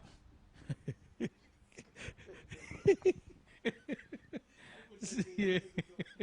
2 Nephi 5:20. It says, "Wherefore the word of the Lord was fulfilled, which he spake unto me, saying that inasmuch as they will not hearken unto thy words, they shall be cut off from the presence of the Lord. And behold, they were cut off from his presence. And he had caused a cursing to come upon them, yea, even a sore cursing, because of their iniquity. For behold, they had hardened their hearts against him, and they had become like unto a flint. Wherefore, as they were white and exceedingly fair and delightsome, that they might not be enticing unto my people, the Lord power did cause a skin of blackness to come upon them." Now that's totally contrary to the scriptures. Because when you turn white, that's a curse of leprosy. Give me the book of Numbers 12 and 10. And then give me, what is that, Leviticus, the 13th chapter. Round about, I believe it was like the 30-something verse. Around there. Okay. So the truth is coming out on you damn devils, man. Yeah, because the brothers mentioned Mormon or Mormon. This is from Wikipedia, Mormonism and Freemasonry. It says the relationship between Mormonism and Freemasonry began early in the life of Mormon founder Joseph Smith, as his older brother and possibly his father were Freemasons. Now remember what this guy Albert Pike said. He said that Freemasonry is basically witchcraft. So there you go. It says Joseph Smith Jr., as his older brother and possibly his father were Freemasons, while the family lived near Palmyra, New York. Nevertheless, in the late 1820s, the Western New York religion, or the Western New York region, was swept with anti-Masonic fervor. And the Book of Mormon, a foundational religious book published by Smith in 1830, is generally considered to reflect that anti-Masonic sentiment by condemning what is portrayed or portrays as oath-bound conspiratorial organizations. So basically they're telling you here that the Book of Mormon really came out of Masonry. Now, Masonry, like I said, if you go back to what Albert Pike said, which he was considered, what's the word? He was considered the champion, for lack of a better term, of Masonry. He said that Masonry is witchcraft. So this book, the Book of Mormon, came out of Joseph Smith, who Joseph Smith himself was a Freemason. So there you go. Yeah, so, you know, everything that you devils, that's part of that flood that you put out to deceive Israelites. Because you got a lot of the Latin tribes and a lot of simple-ass Negroes that's down with that nonsense, the Latter-day Saints, which they don't even know their book. You know, you can deal with any of those clowns out there, whether they Jehovah's Witness, Seventh-day Adventists, Mormons, the Rastafarians, Islam, and you can destroy them with their own knowledge because they're not even deep in their own book. All right? But we'll find that later, you know, unless you got it. You got it? All right, go ahead. Mark it down, brother. Give me a pen. Mark it down. Put down God made more niggas.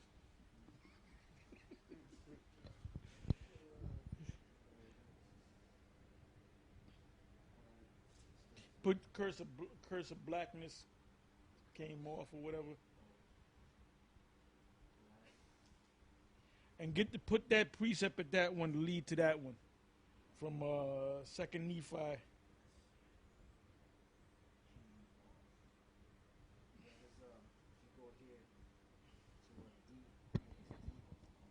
It's that's one thing about that book. They put the precepts up in there. All right. All right, go ahead and read that. All right, this is 3 Nephi chapter 2 verse 14. And it came to pass that those Lamanites who had united with the Nephites. First of all, there's no such thing. Look up put the word Lamanites in there. The hell did Lamanites come from? Ain't no such thing as Lamanites, man. When you go to the Table of Nations and when you go to the books of the Chronicles, there's no such people as Lamanites. And for that matter, there's no such people as Nephites.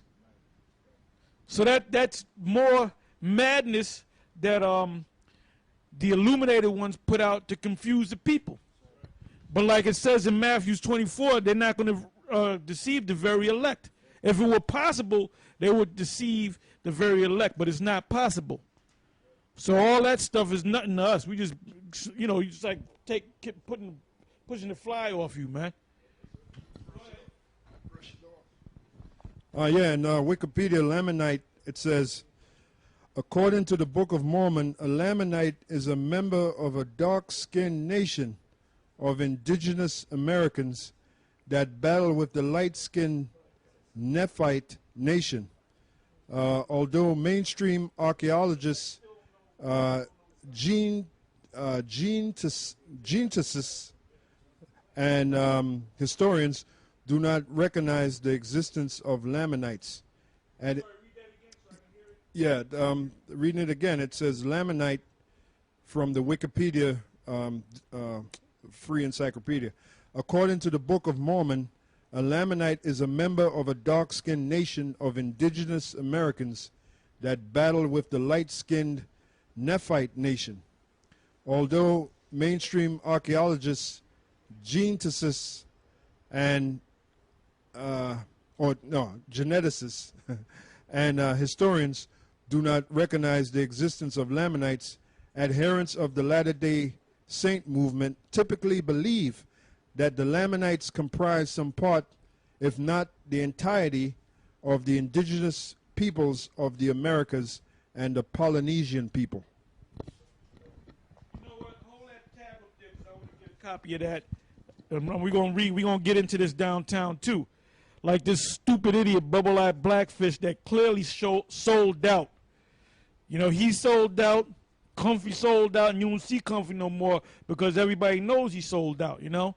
And then everybody knows that Bubble-Eye sold out. And the new guy that sold out was this guy, General Yohana. That's another sellout, man, okay? And the Most High set us up to reveal all these sellouts, okay? Go ahead. Yeah, it says the Book of Mormon describes the Lamanites as descendants of Laman and Lemuel, two rebellious brothers of a family of Israelites who crossed the ocean in a boat around 600 BC. Their brother Nephi founded the Nephite nation. The Lamanites reputedly gained... This is total bullshit. This is some bull. I'm gonna say it like what's her name? Sloane. You know, in the movie Bamboozled. This is some bullshit. All right. You can't just be of a certain line of Israelites or Hebrews, and all of a sudden you decide to make up your own nation. Like I decided to make up a nation called the Taharites. You can't do that. The nations are already established. So this book here, the Book of Mormon, is a joke, man. That's a real joke. Okay? We don't got to do no more reading on that, man. I'll probably get a copy of it and we'll go into it later today. And then we'll get the icon books. You got to bring them icon books out too. Go ahead.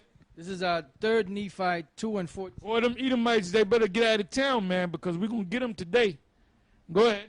It says, and it came to pass that those Lamanites who had united with the Nephites were numbered among the Nephites, and their curse was taken from them, and their skin became white like unto the Nephites. And their young men and their daughters became exceedingly fair, and they were numbered among the Nephites and were called Nephites, and thus ended the 13th year. Basically, they were cursed with blackness, but when they got their act together, the Most High brought them back to being crackers all over again, right? Were you holding? All right, go ahead. Numbers chapter 12, verse 10. And the cloud departed from And behold, Miriam was leprous, white as snow. And Aaron looked upon Miriam, and behold, she was leprous. And Aaron said unto Moses, Alas, my Lord, I beseech thee, lay not the sin upon us, wherein we have done foolishly, and wherein we have sinned. And let her not be as one dead, of whom the flesh is half consumed when he cometh out of his... Yeah, so he didn't praise the Lord. Oh my goodness, she became a Nephite. That was a curse. Go ahead. He said, let her not be as And one... now, who both came against Moses? Aaron and Miriam, right? But who received the curse? Miriam. Why do you think Miriam got the curse put on her ass? Because she's a woman. Go ahead. It says, let her not be as one dead, of whom the flesh is half consumed when he cometh out of his mother's womb. And Moses cried unto the Lord, saying, Heal her now, O power. By the way, Esau came out of his mother's womb like that, half dead. Not looking right. Go ahead. I beseech thee. And the Lord said unto Moses, If her father had but spit in her face, should she not be ashamed 7 days? Let her be shut up from the camp 7 days, and after that let her be received in again. And Miriam was shut out from the camp 7 days, and the people journeyed not till Miriam was brought in again. And afterward the people removed from Hazeroth. Yeah, and you black-ass women, man, we're going to do that too in the wilderness when you act up. We're going to shut you out, and we're going to put you out there in the woods by yourself. You're going to hear all those wolves in the background, different animals and whatnot, and you're going to bug out. And then when you come back, if you make it back in one piece, you know, if a wolf don't get your ass, or some animal or something, or you don't get, or some mountain lion eat your ass, then when your ass come back in, you're going to be in order, all right? And we're going to do that to you nigga women. We're going to put you out of the woods. We're going to leave you out there for a week, all right? So you better know how to eat the right beetles and shit and know how to goddamn survive. Go ahead. If this is Leviticus 13 and 29. If a man or woman have a plague upon the head or the beard, then the priest shall see the plague, and behold, if it be in sight deeper in the skin, and there be in it a yellow thin hair. Yeah, that's called blind hair. And they got it saying blinds have blinds have more fun? Well, it ain't fun being cursed with leprosy. There's nothing fun about that. Go ahead. And if it be in sight deeper than the skin, and there be in it a yellow thin hair, then the priest shall pronounce him unclean. It is a dry scald, even a leprosy upon the head or beard. Go ahead. And the priest looked on the plague, and if the priest look on the plague of the scald, and behold, it be not in sight deeper than the skin, and that there is no black hair in it, then the priest shall shut him up that hath the plague of the scald 7 days.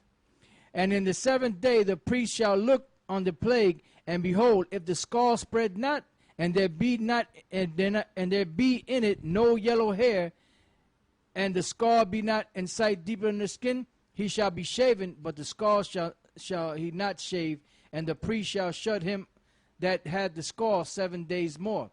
And in the 7th day the priest shall look on the scald, and behold, if the scald be not separated in the skin, nor be in sight deeper than the skin, then the priest shall pronounce him clean, and he shall wash his clothes and be clean. So basically, you Edomites, you got a damn problem, man, especially you blondes out there. If you got blue eyes and you have blind hair, that's a defect, man. That's a form of that's leprosy. Okay, so you're subhumans. All right, that's it on that. Now let's go back to Genesis.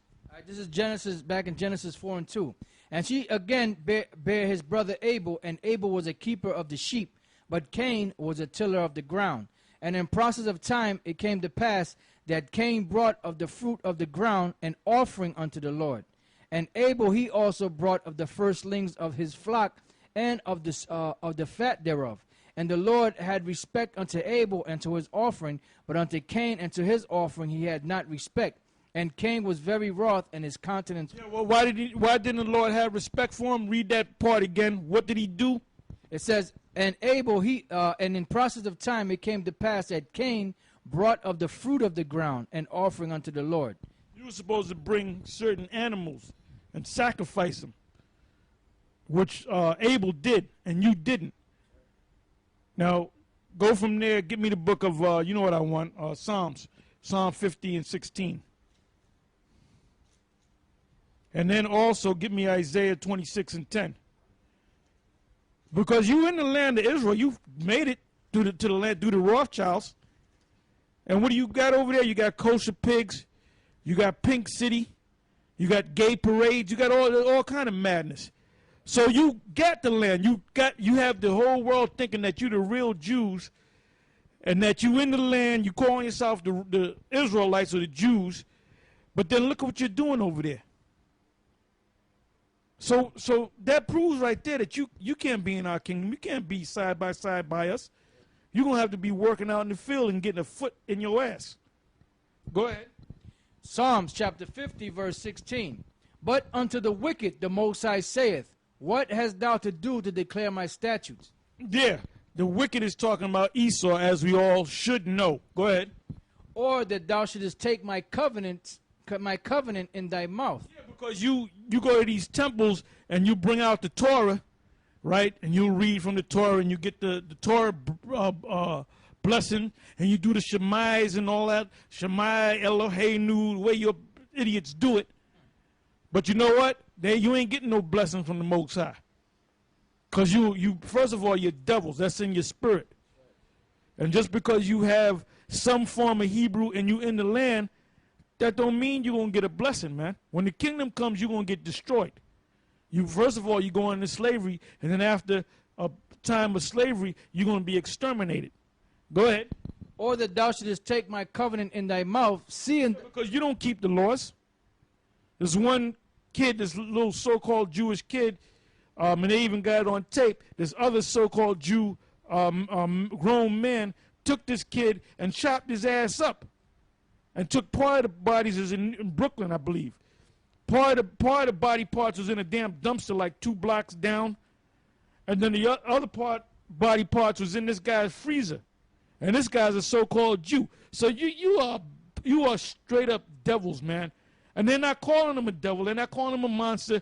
Oh, we got to do some psychological tests. If a damn nigga did it, you wouldn't say, well, we got to do some tests. You would call him a monster. You fucking devils. But you can't help it. That's in your spirit to do what you do. That's why we have to burn you, man. We have to destroy you through the power of Yahweh Ba'ashem Yahweh Shai. And it's going to happen. Go ahead. Yeah, if I may say this, Olatar, yeah, and then on that show, To Catch a Predator, they had this so-called rabbi, a so-called Jew rabbi, that was soliciting sex from a little boy, from a young boy, and they caught his ass. Okay, just to let you know how and all you devils do that, all you so-called rabbis do that. But the problem is you never got caught.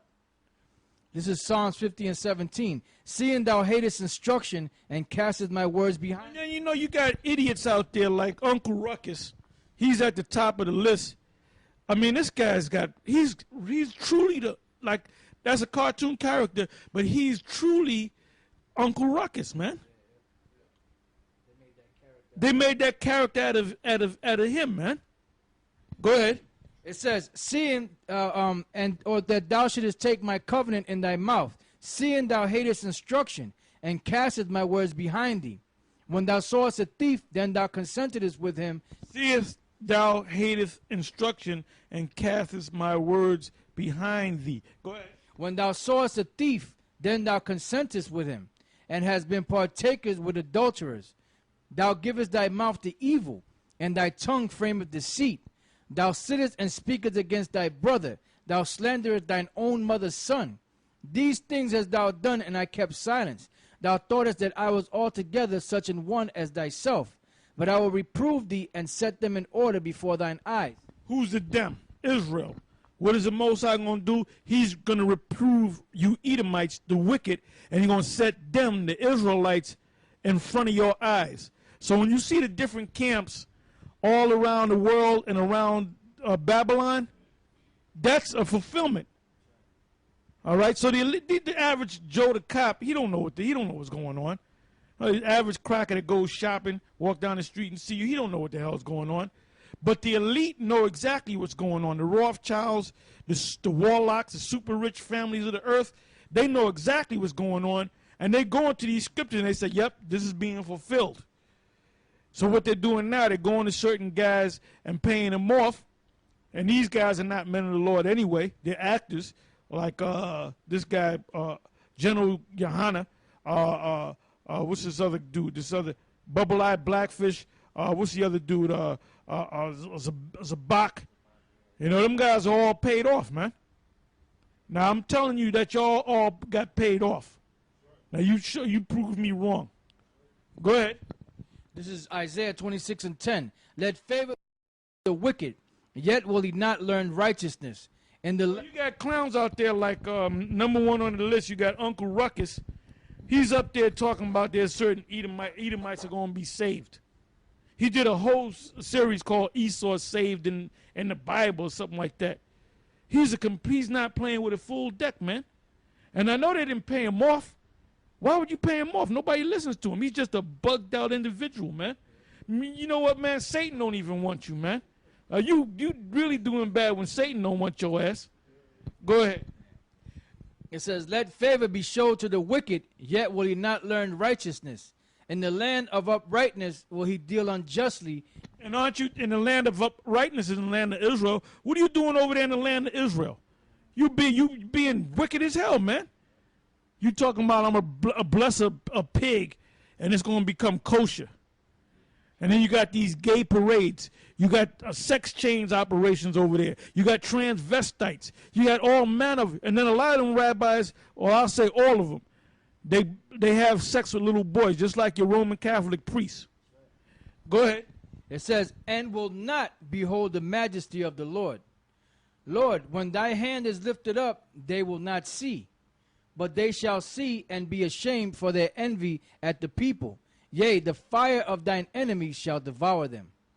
And that fire is what? Them nuclear missiles, those lasers coming out the ships that the Lord's going to come back in. Now let's go back to where we left off.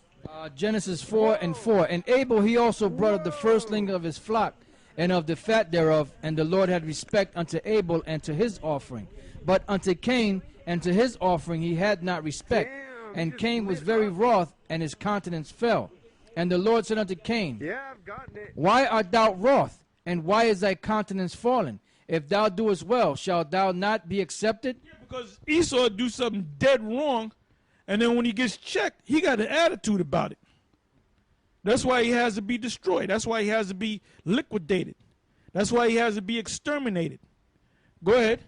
Like brothers in one of them camps, this cop came up, and them brothers, I saw the video, one of the GMS camps out there, I believe in the Midwest, Mississippi, one of them places out there, and they were getting to this damn cracker cop so damn bad, man. Even the devil cop had to pick up the sign and look behind it, you know? And he was getting all messed up. He said, you know, I'm going to really listen to these guys and show them that they going off.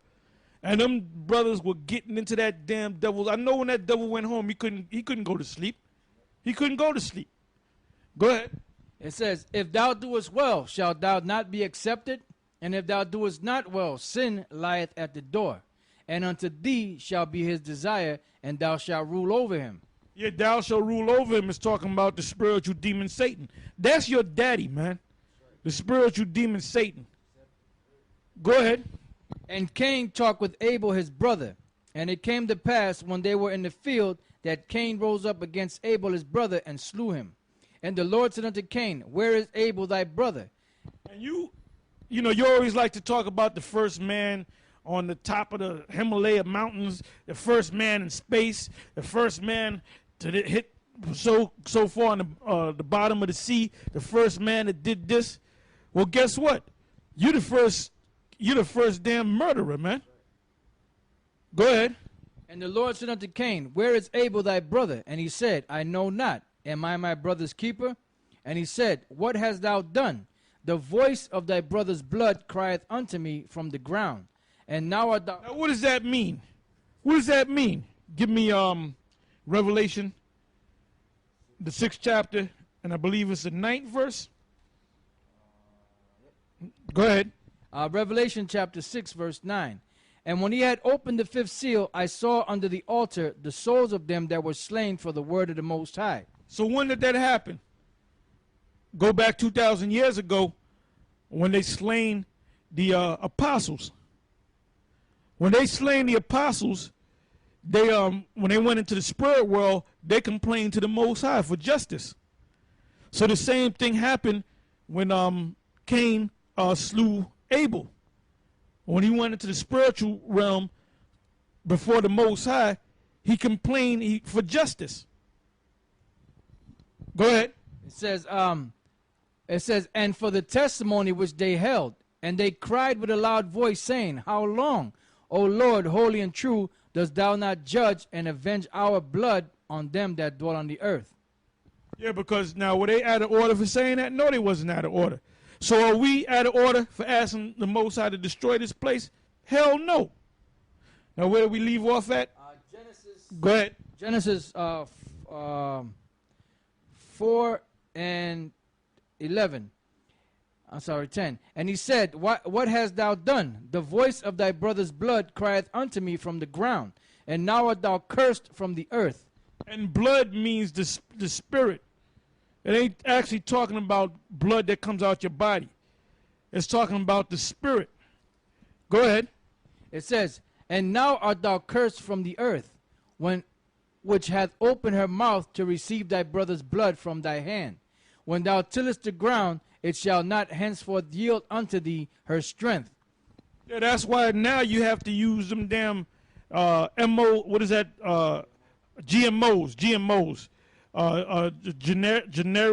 genetically modified organisms. So when you eat corn, it's not real corn. When you eat a chicken, it's not a real chicken. That's why you're sick all the goddamn time. Because you're eating it this bad. You're not eating real food. Is like medicine, man. Especially when you eat herbs, when you eat vegetables, when you eat apples and so forth. Like I'm gonna give you an example. I believe it's in Daniel, the 2nd chapter, where Daniel did this experiment. I believe he took 10 men to eat the king's food, and then 10 men to eat pulse, which is vegetables.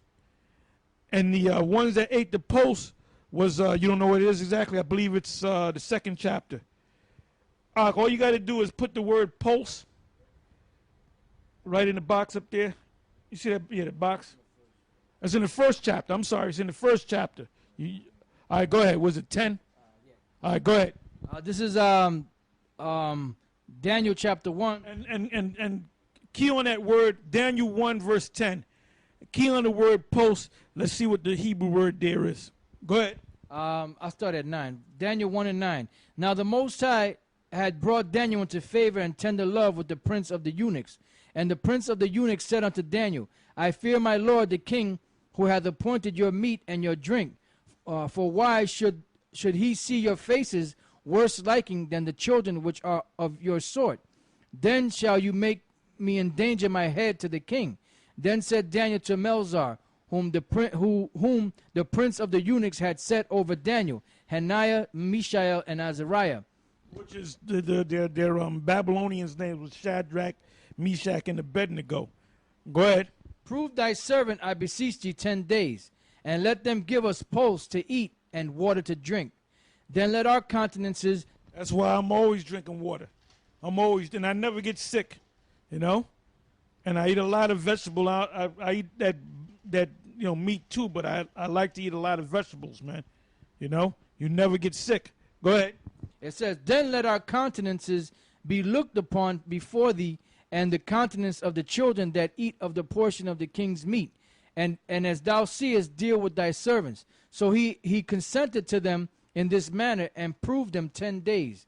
And at the end of the 10 days, their countenances appeared fairer and fatter in flesh than all the children which did eat the portion of the king's meat.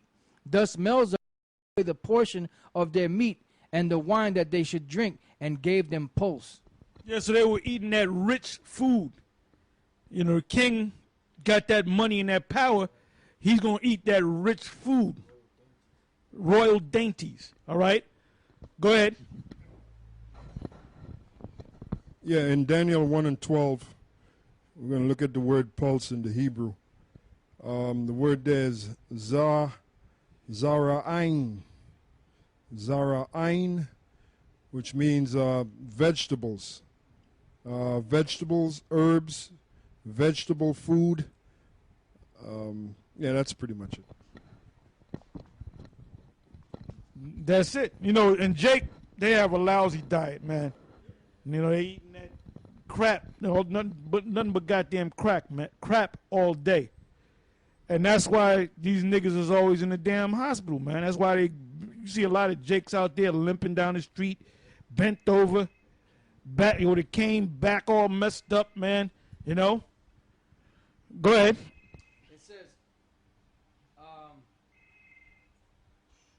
It says, when thou tillest the ground, it shall henceforth yield unto thee.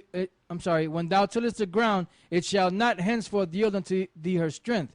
A fugitive and a vagabond shalt thou be in the earth. And Cain said unto the Lord, my punishment is greater than I can bear. Behold, thou hast driven me out this day from the face of the earth, and from thy face shall I be hid, and I shall be a fugitive and a vagabond in the earth. Right, a fugitive and a vagabond upon the earth. That means you escape injustice. That's why the Most High set us up and to come out there and curse you out, and then you get mad. You try to use the cops to kick us off the block. You come with these bullshit because we're cursing you out, just like all the nations are doing, man. What's happening over there in Greece? They found out that they found out about the illuminated ones and the New World Order and the Rothschilds and the elite bankers and stuff. So people are waking up all over the world, but we really woke up because we know who the hell you are. And we know what's supposed to happen to you and what's supposed to happen to us. We're supposed to be establishing the kingdom, and you're going to be our slaves. So you try to hide and run and pass laws for us not to bring this truth out. But this truth is coming out, and you can't stop this truth. Go ahead. This is Wisdom of Solomon, chapter 2, verse 14. He was made to reprove our thoughts. He is grievous unto us, even to behold. For his life is not like other men's. His ways are of another fashion. We are esteemed of him as counterfeits. He abstaineth from our ways as from filthiness. He pronounceth the end of the just to be blessed, and maketh his boast that the Most High is his Father. Let us see if his words be true, and let us prove what shall happen in the end of him. For if the just man be the son of the Most High, he will help him and deliver him from the hand of his enemies. That's exactly what's going to happen. The Most High is going to, we're in the hands of our enemies. Now, if you're in the hands of your enemies, you're not supposed to be trying to save your enemies. Talking about the Most High can save you too. Go ahead. Let us examine him with despitefulness and torture, that we may know his meekness and prove his patience. Let us condemn him with a shameful death, for by his own sayings he shall be respected. Such things they did imagine and were deceived, for their own wickedness has blinded them. As for the mysteries of the Most High, they knew them not, neither hoped they for the wages of righteousness, nor discerned a reward for blameless souls. For the Most High created man to be immortal, and he made him to be an image of his own eternity. Nevertheless, through the envy of the devil came death into the world, and they that do hold of his side do find it. Now let's go back to where we left off. Genesis 4 and 14. Behold, thou hast driven me out this day from the face of the earth, and from thy face shall I be hid. And I shall be a fugitive and a vagabond in the earth, and it shall come to pass that every one that findeth me shall slay me. And the Lord said unto him, because there's going to come a time where they're going to physically try to, when they see the people of the earth, well, let's say America, because if your eyes were open as to what's really going on, you would do like them Greeks out there in Greece. But you're going to do that anyway, because you're going to feel this pressure. You're going to feel this pressure. But right now, you're asleep. Give me Isaiah 25, verse 7. Go ahead. Isaiah chapter 25, verse 7. And he will destroy in this mountain the face of the covering cast over all people, and the veil that is spread over all nations. Yes, so you got that. You don't know what's going on. You voting for the next guy. Well, let's vote for him. Let's put this guy in office. You don't know that there's people behind the scenes that control them people, them so-called presidents and them those so-called senators and governors, they all been bought and paid for, man, a long time ago. Go ahead. Go ahead. Back in Genesis 4. Like there's one senator, it was on the other day, and he was going into this the debt limit, right? And he was speaking in front of Congress, and then he was talking, and then he kept throwing up that diamond. And that went over all of your heads. Like you go to a goddamn Jay-Z concert, and Jay-Z will tell you to put the diamonds up. Well, he was brought and paid for. And you stupid assholes, you put them diamonds up too. You people are lost, man. And then when we come out there and break it down to you, you say that we're crazy. But all this bullshit is going to come to an end very soon. Go ahead. Genesis chapter 5, verse 15. I'm sorry, 4 and 15. And the Lord said unto him, Therefore whosoever slayeth Cain, vengeance shall be taken on him sevenfold. And by who? By Cain. When he comes back as Esau. Because he got the blessing. Go to that in Genesis. He got the blessing from his father Isaac. All right, go ahead. Genesis chapter 27, verse 38. And Esau said unto his father, Hast thou but one blessing, my father? Bless me, even me also, O my father. And Esau lifted up his voice and wept. And Isaac his father answered and said unto him, Behold, thy dwelling shall be the fatness of the earth, and of the dew of heaven from above. And by thy sword shalt thou live, and shalt serve thy brother. And it shall come to pass, when thou shalt have the dominion, that thou shalt break his yoke from off thy neck. Yeah, so Esau has control of this whole earth, but everybody's waking up to him. So how does he keep the other nations at bay? With the gun, with the modern day sword. Go ahead. This is Revelation 6 and 3. And when he had opened the second seal, I heard the second beast say, Come and see. And there went out another horse that was red, and power was given to him that sat thereon to take peace from the earth, and that they should kill one another, and there was given unto him a great sword. Yeah, that's Esau, because Esau is not white, he's really red. Go ahead. Back in Genesis 4:15. And the Lord said unto him, Therefore whosoever slayeth Cain, vengeance shall be taken on him sevenfold. And the Lord set a mark upon Cain, lest any finding him should kill him. And Cain went out from the presence of the Lord, and dwelt in the land of Nod on the east of Eden. And Cain knew his wife, and she conceived and bare Enoch. And he builded a city, and called the name of the city after the name of his son Enoch. And unto Enoch was born Irad, and Irad begat Methujael, and Methujael begat Methusael, and Methusael begat Lamech. And Lamech took unto him two wives. The name of the one was Adah, and the name of the other Zillah. And Adah bare Jabal. He was the father of such as dwell in tents, and of such as have cattle. And his brother's name was Jubal, and he was the father of all such as handle the harp and organ. And Zillah, she also bare Tubal-Cain, an instructor of every artificer in brass and iron. And the sister of Tubal-Cain was Naamah. And Tubal-Cain, the word Tubal means, now I don't know what the blue letter is going to say, but the word Tubal means like a traveler, a mercenary. And the word Cain means killer, dagger, killing instrument. So Esau, before he takes over a nation, he sends his covert side of his system, which is the CIA, which now they're the fifth branch of the military. Now they're all merging, and they send their covert people in, and then they try to take certain people out. They'll set them up for assassination and so forth, and then the major military comes in with the big artillery. But sometimes it takes a small group of CIA mercenaries or mercenaries that they paid for to go up in there and cause trouble or assassinate the ruler of that land. All right? Yeah, which they changed their name. All right? Go ahead.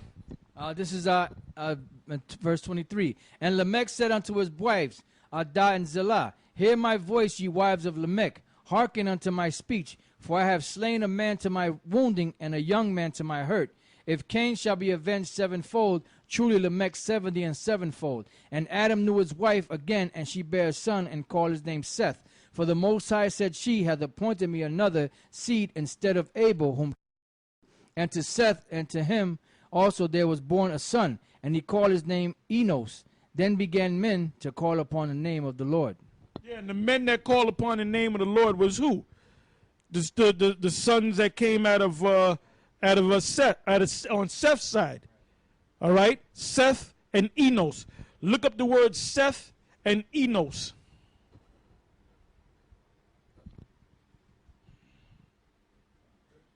Go ahead. All right, the Hebrew word for Seth is Shaf, which means compensation. The third son of Adam by Eve, also Sheph. Compensation means to compensate. You got one thing, it's gone. Like let's say you have a dog, a puppy that you love. The puppy dies, gets run over by a car, something, or gets old.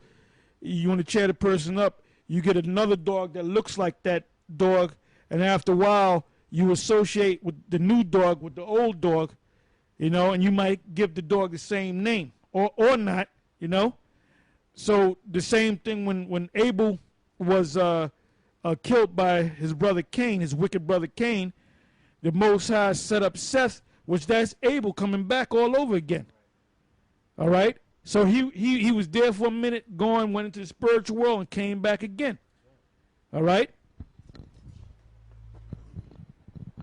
Yeah, now the word Enos, the Hebrew word there is Anawash, which means Enos, man, son of Seth, or man, basically. Yeah, and these sons that came out of Adam began to call on the Most High. And that wasn't talking about Esau. Esau ain't about the Most High. Go ahead. Number 5. All right, Genesis 5:1. This is the book of the generations of Adam. In the day that the Most High created man, in the likeness of the Most High made he him. Male and female created he them, and blessed them, and called their name Adam, in the day when they were created. And Adam lived 130 years, and begot a son in his own likeness, after his image, and called his name Seth. And the days of Adam after he had begotten Seth were 800 years, and he begat sons and daughters. And all the days that Adam lived were 930 years, and he died. And Seth lived 105 years, and begat Enos. And Seth lived after he begat Enos 807 years, and begat sons and daughters. And all the days of Seth were 912 years, and he died. And Enos lived 90 years, and begat Canaan. It says, and Enos lived after he begat Canaan 815 years, and begat sons and daughters. And all his days of Enos were 905 years, and he died. And Canaan lived 70 years, and begat Mahalalel. And Canaan lived after he begat Mahalalel 840 years, and begat sons and daughters. Yeah, so there's nothing really to break down. They're just giving you the genealogy, and then they're telling you how long they lived. They almost live what's called the full day, which is 1,000 years. And that's the chosen line, all right? Out of that line came the Israelites. Now let's go from there to the 6th chapter. Go ahead. Genesis chapter 6, verse 1. And it came to pass, when men began to multiply on the face of the earth, that daughters were born unto them, that the sons of the Most High. Now who are the sons of the Most High? Didn't it say that they began to call when Seth and Enos came on the scene? That's when men began to call upon the Lord. So what were they called? They were also known as sons of the Most High, because they were calling on the Most High.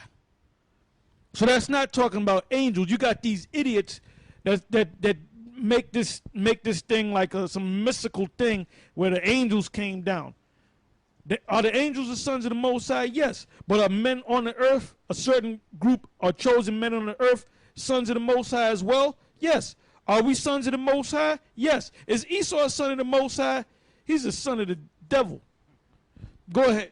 It says that the sons of the Most High saw the daughters of men, that they were fair. And who are the daughters of men? The other nations. Go ahead. It says, and they took them wives of all which they chose. And the Lord said, my spirit shall... Now, because this thing was done, I believe that's Ezra, the 9th chapter, and you can start from the very top. Because you can have concubines of the other nations, you just can't marry them, man.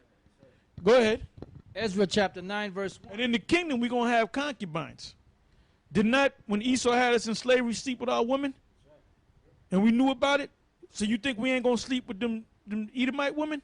We're going to sleep with them Edomite women, man. Go ahead.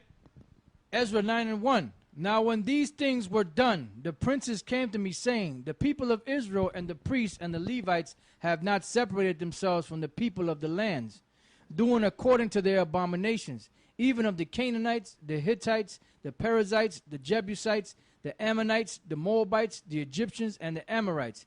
And they have taken of their daughters for themselves and for their sons, so that the holy seed have mingled themselves with the people of... Hold on, there's a separation right there. The holy seed. Who's the holy seed? The children of Israel. Can Esau be of the holy seed? No. Moab? No. Ammon? No. Ham? No. Ishmael? No. Go ahead. So that the holy seed... That's why the Lord is going to destroy. There's going to come a time where the Most High is going to destroy guys like Uncle Ruckus, General Yohana, Comfy, Bubble-Eyed Blackfish, and many others. Zabak, the Most High is going to destroy them guys. And then when you start seeing the Most High destroying them, then you're going to know who are the chosen, just like the fulfillment in the Apocrypha and 2nd Ezra, the 16th chapter. You're going to see who the chosen are, man. Because this thing is, like I said, what's going on in Greece is coming to America. And all hell's going to break loose in America. And then you're going to see them guys for who they are, the guys that I mentioned. Go ahead. It says, so that the holy seed have mingled themselves with the people of those lands. Yea, the hand of the princes and rulers hath been chief in this trespass. And when I heard... Yeah, the top leaders, they were chief in this thing. Like I said, I'm going to say it again. You can have concubines of the other nations, but you can't marry them. Go ahead.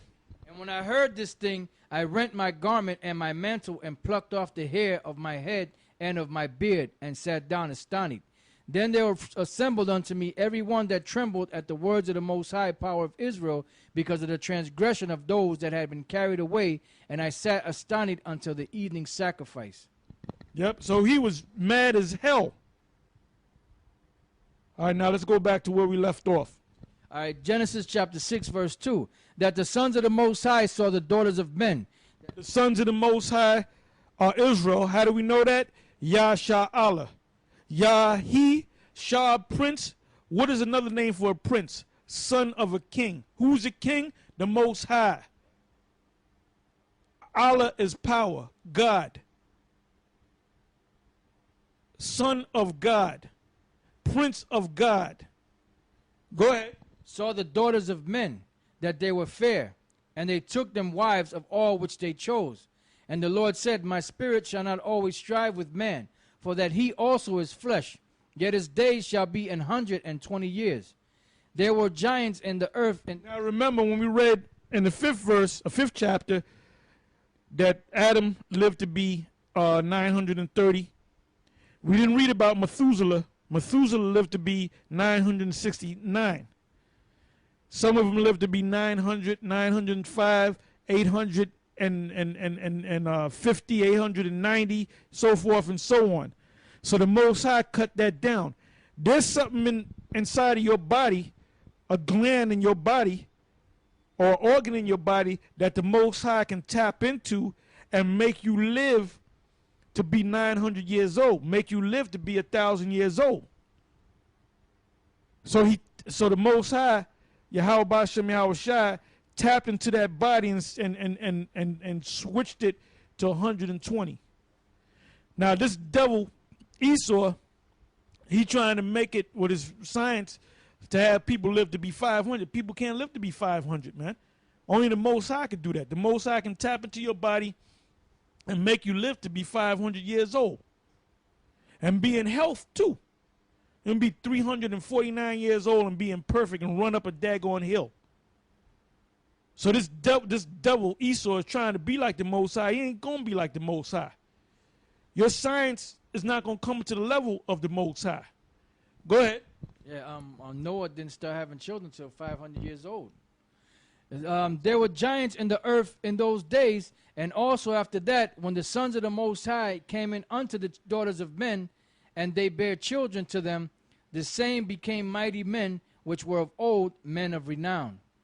And the Most High saw that the wickedness of man was great in the earth, and that every imagination of his heart was only evil continually.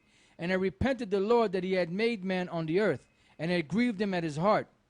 And the Lord said, I will destroy man whom I have created from the face of the earth, both man and beast and creeping things and fowls of the air, for it repented me that I have made them. But Noah found grace in the eyes of the Lord. These are the generations of Noah. Noah was a just man and perfect in his generation, and Noah walked with the Most High. And Noah begat 3 sons, Shem, Ham, and Japheth. The earth also was corrupt before the Most High, and the earth was filled with violence. And the Most High looked upon the earth, and behold, it was corrupt, for all flesh. What time are we living now? History repeating itself. This is a violent world, and this is a corrupt world, man. Go ahead. For all flesh had corrupted his way upon the earth. And the Most High said unto Noah, the end of all flesh is come before me, for the earth is filled with violence through them. And behold, and that's happening right now in the earth, man. You see riots all over the place. So the Most High took this that at that time period took the world out, the people out by water.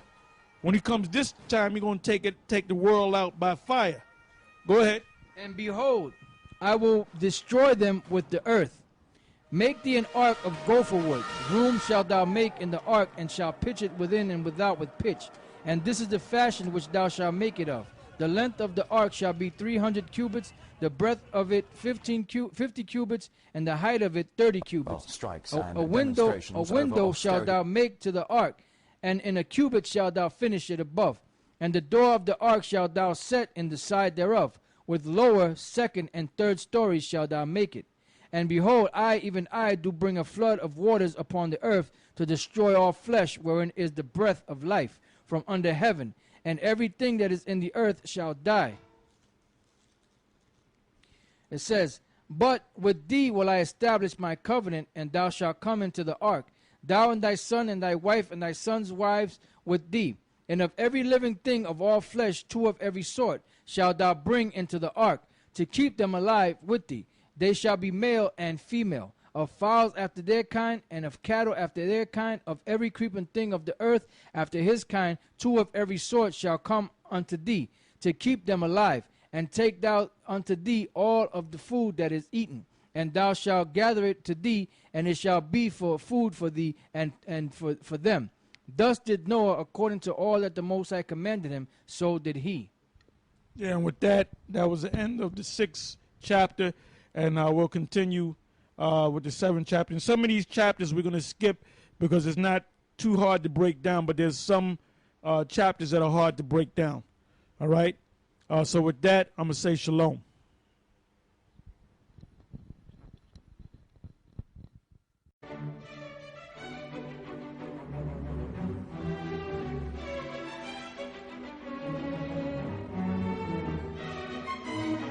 Shalom, and welcome once again to Elders of GMS, giving all praises to Yahweh Hashem Yahweh Shai. And we're going to continue where we left off, the book of Genesis, and we're going to start from the 7th chapter. So I'm going to let the brother read. Shalom. Genesis chapter 7, verse 1. And the Lord said unto Noah, come thou and all thy house into the ark. For thee have I seen righteous before me in this generation. Of every clean beast thou shalt take of thee by 7s. Yeah, now when you go back to the 6th chapter, it tells you that to take, matter of fact, go back to it, Genesis, the 6th chapter, and he'll find the verse in a minute. All right, go ahead. Genesis 6, and 18. But with thee will I establish my covenant, and thou shalt come into the ark, thou and thy sons, and thy wife, and thy sons' wives with thee. And of every living thing of all flesh, 2 of every sort shalt thou bring into the ark. To keep them alive with thee, they shall be male and female. Now you notice it's at 2 by 2. Now when you go to Genesis, the 7th chapter, it says 7. And when he said 7, it was 7 of the clean animal. Clean animals. Why is that? Because they're going to have something to eat on the ship. On the ark, rather. Go ahead. Of every clean, Genesis 7 and 2. Of every clean beast thou shalt take to thee by 7s, the male and his female. And of beasts that are not clean by 2, the male and his female. Of fowls also of the air by 7s, the male and the female, to keep seed alive upon the face of all the earth. For yet 7 days, and I will cause it to rain upon the earth 40 days and 40 nights. And every living substance that I have made will I destroy from off the face of the earth. And Noah did according unto all that the Lord commanded him. And Noah was 600 years old when the flood of waters was upon the earth. And Noah went in, and his sons and his wife, and his sons' wives with him into the ark, because of the waters of the flood. Of clean beasts and of beasts that are not clean, and of fowls, and of everything that creepeth upon the earth, there went in 2 and 2 unto Noah into the ark, the male and the female, as the Most High had commanded Noah. And it came to pass after 7 days that the waters of the flood were upon the earth. In the 600th year of Noah's life, in the 2nd month, it says, the 17th day of the month, the same day were all the fountains of the great deep broken up, and the windows of heaven were open. And the rain was upon the earth 40 days and 40 nights. It said, read that part again, broken up. It says, the same day were all the fountains of the great deep broken up, and the windows of heaven were opened. Yeah, because the earth looked different prior to the flood. That's why if you take out a world map and you look at the world map as a whole, it looks like a jigsaw puzzle that was broken up. So if you condense all the pieces of land together, it will come into one mass. Just look, like I said, just look at a world map, and you can see how the pieces, like South America, fits exactly, almost exactly, to Africa, the continent of Africa. So when this devil tell you, he gives you his theory about things, don't listen to this motherfucking devil. We don't know what the hell he's talking about. Go ahead. They had a term called Pangea, which Pangea was when the whole earth was together as one, which the word Pan means all and Gea means earth, all earth. That was before the flood, like Elder Tar was telling you. Verse 12, Genesis 7. And another thing, every nation has a story of the flood. Why? Because all these people that you see around the earth, they came out of one of Noah's sons, Ham, Shem, or Japheth. Go ahead. And the rain was upon the earth 40 days and 40 nights. And the selfsame day entered Noah and Shem and Ham and Japheth, the sons of Noah, and Noah's wife, and the 3 wives of his sons with them into the ark. They and every beast after his kind, and all the cattle after their kind, and every creeping thing that creepeth upon the earth after his kind, and every fowl after his kind, every bird of every sort. And they went in unto Noah into the ark, 2 and 2 of all flesh, wherein is the breath of life. And they that went in male and female of all flesh, as the Most High had commanded him. And the Lord shut him in. And the flood was 40 days upon the earth, and the waters increased and bare up the ark, and it was lifted up above the earth. And the waters prevailed and were increased greatly upon the earth, and the ark went upon the face of the waters. And the waters prevailed exceedingly upon the earth, and all the high hills that were under the whole heaven were covered. 15 cubits upward did the waters prevail, and the mountains were covered. 15 cubits covered all the mountains, all the great mountains. Now you have scholars that say a cubit is 18 inches. It's got to be longer than 18 inches. Matter of fact, give me Zandavins, and if you have the what's that, the thick Bible dictionary, is that over there as well? The Harper's, get the Harper's. Also Google that word. Matter of fact, no, go to the blue letter on that. No, stay in the blue letter and go where it says cubits, and let's see what they say. Cause you gotta double check Esau, man. Because we're researchers too. You can't go by what Esau tells you, man. Pick up a Bible dictionary, and most of the time the Bible dictionary is accurate. Esau actually goes over there and digs up things and finds out things, but he doesn't find out everything, because that's our job. All right. So let's see what some of these books and these Bible. You got yours in already? Yeah. The Hebrew word for cubit is amah. It says cubit, a measure of distance, the forearm, roughly 18 inches, 0.5 millimeters. There are several cubits used in the Old Testament. The cubit of a man, or common cubit, the legal cubit, or cubit of the sanctuary, Ezekiel 40 and 5, plus others. See a Bible dictionary for complete treatment. That's it. That's all they got. Now they said 18 inches, or about where your elbow is or whatever.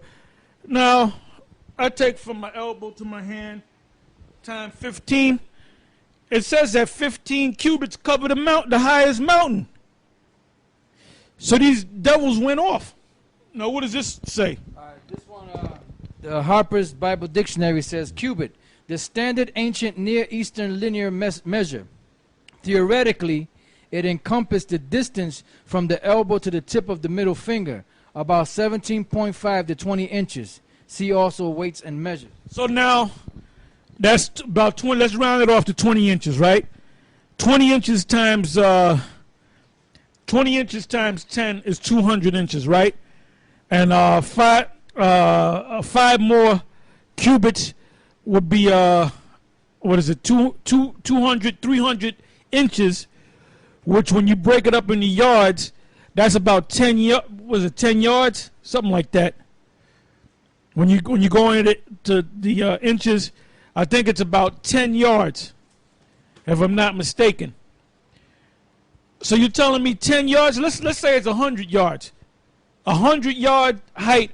The 100 yards can cover the highest mountain. There's certain mountains that you climb up on, and then it tells you that the ark landed on Mount Ararat. And Mount Ararat is here to this very day. And you had scientists and archaeologists that went over to Mount Ararat and took pictures of the ark. So we know that they went off totally on what a cubit measurement is. All right. Go ahead. Back in Genesis 7:20, 15 cubits upward did the waters prevail, and the mountains were covered. Flesh died that moved upon the earth, both of fowl and of cattle and of beasts, and of every creeping thing that creepeth upon the earth, and every man, all in whose nostrils. Oh, and another thing, when you read the dimensions of the ark itself, it was measured by a cubit. So now you're going by Esau, 18 inches to 20 inches per cubit. That's a big ark, but it has to be a lot bigger, a lot longer than 18 to 20 inches. So that ark was gigantic. That ark was massive, because you had giraffes in there, you had elephants in there, you had lions in there, you had tigers in there. You had all types of animals that were in there. So you needed a gigantic ark to put all those animals up in there. So that 18 inches per cubic is BS.